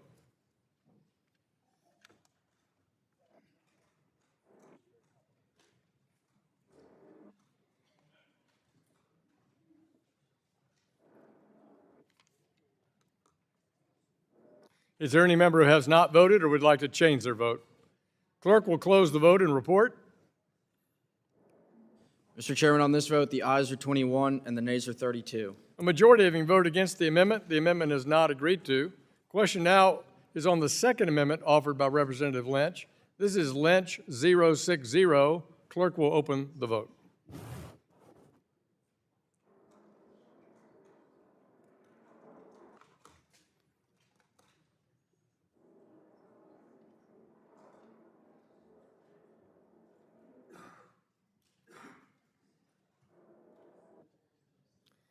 Is there any member who has not voted or would like to change their vote? Clerk will close the vote and report.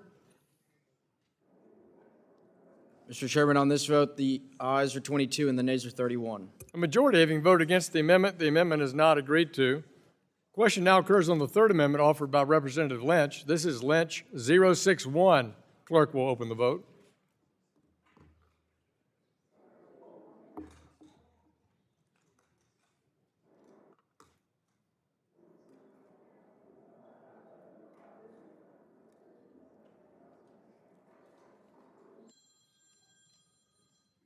Is there any member who has not voted or would like to change their vote? Clerk will close the vote and report. Mr. Chairman, on this vote, the ayes are 23 and the nays are 30. A majority having voted against the amendment is not agreed to.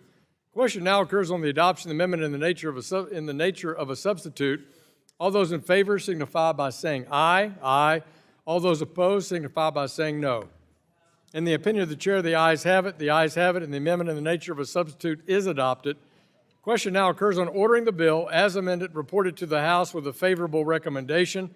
Those in favor shall signify by saying aye. Aye. All those opposed signify by saying no. In the opinion of the chair, the ayes have it. Mr. Chairman, I request a recorded vote. Mr. Stile requests a recorded vote. A recorded vote is requested. All in favor, raise your hands. A sufficient number having raised their hands, a recorded vote is so ordered. We'll now take that vote on ordering the bill as amended, favorably reported. Clerk will open the vote.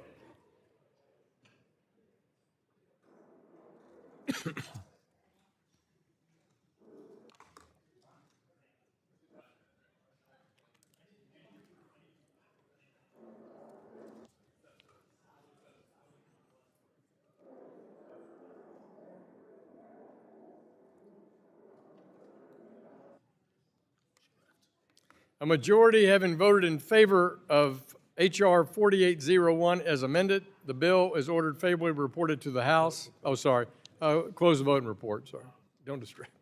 Mr. Chairman, on this vote, the ayes are 33 and the nays are 19. Thank you. A majority having voted in favor of HR 4801 as amended, the bill is ordered favorably reported to the House without objection. Motion to reconsider is laid on the table. We'll now take the vote pending on ordering HR 8278 as amended, favorably reported. Members will vote electronically. Clerk will open the vote.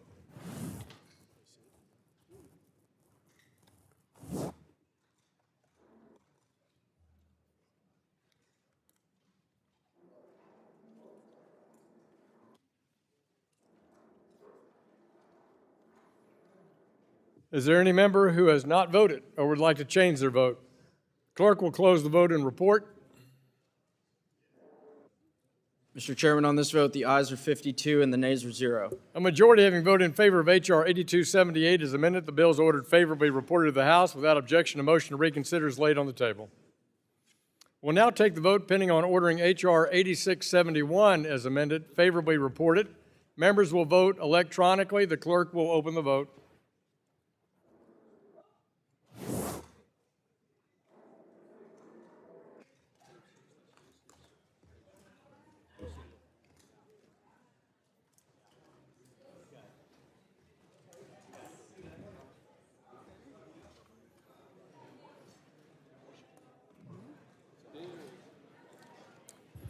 Is there any member who has not voted or would like to change their vote? Clerk will close the vote and report. Shh, y'all be quiet going out, please. Thank you. Mr. Chairman, on this vote, the ayes are 52 and the nays are 1. A majority having voted in favor of HR 8671 as amended, the bill is ordered favorably reported to the House. Without objection, the motion to reconsider is laid on the table. Without objection, staff are authorized to make necessary and conforming changes to the bills considered today, and pursuant to House Rule 11, Clause 2L, I give notice that all members will have the requisite number of days for supplemental, minority, additional, or dissenting views. There being no further business pending, this committee meeting is adjourned.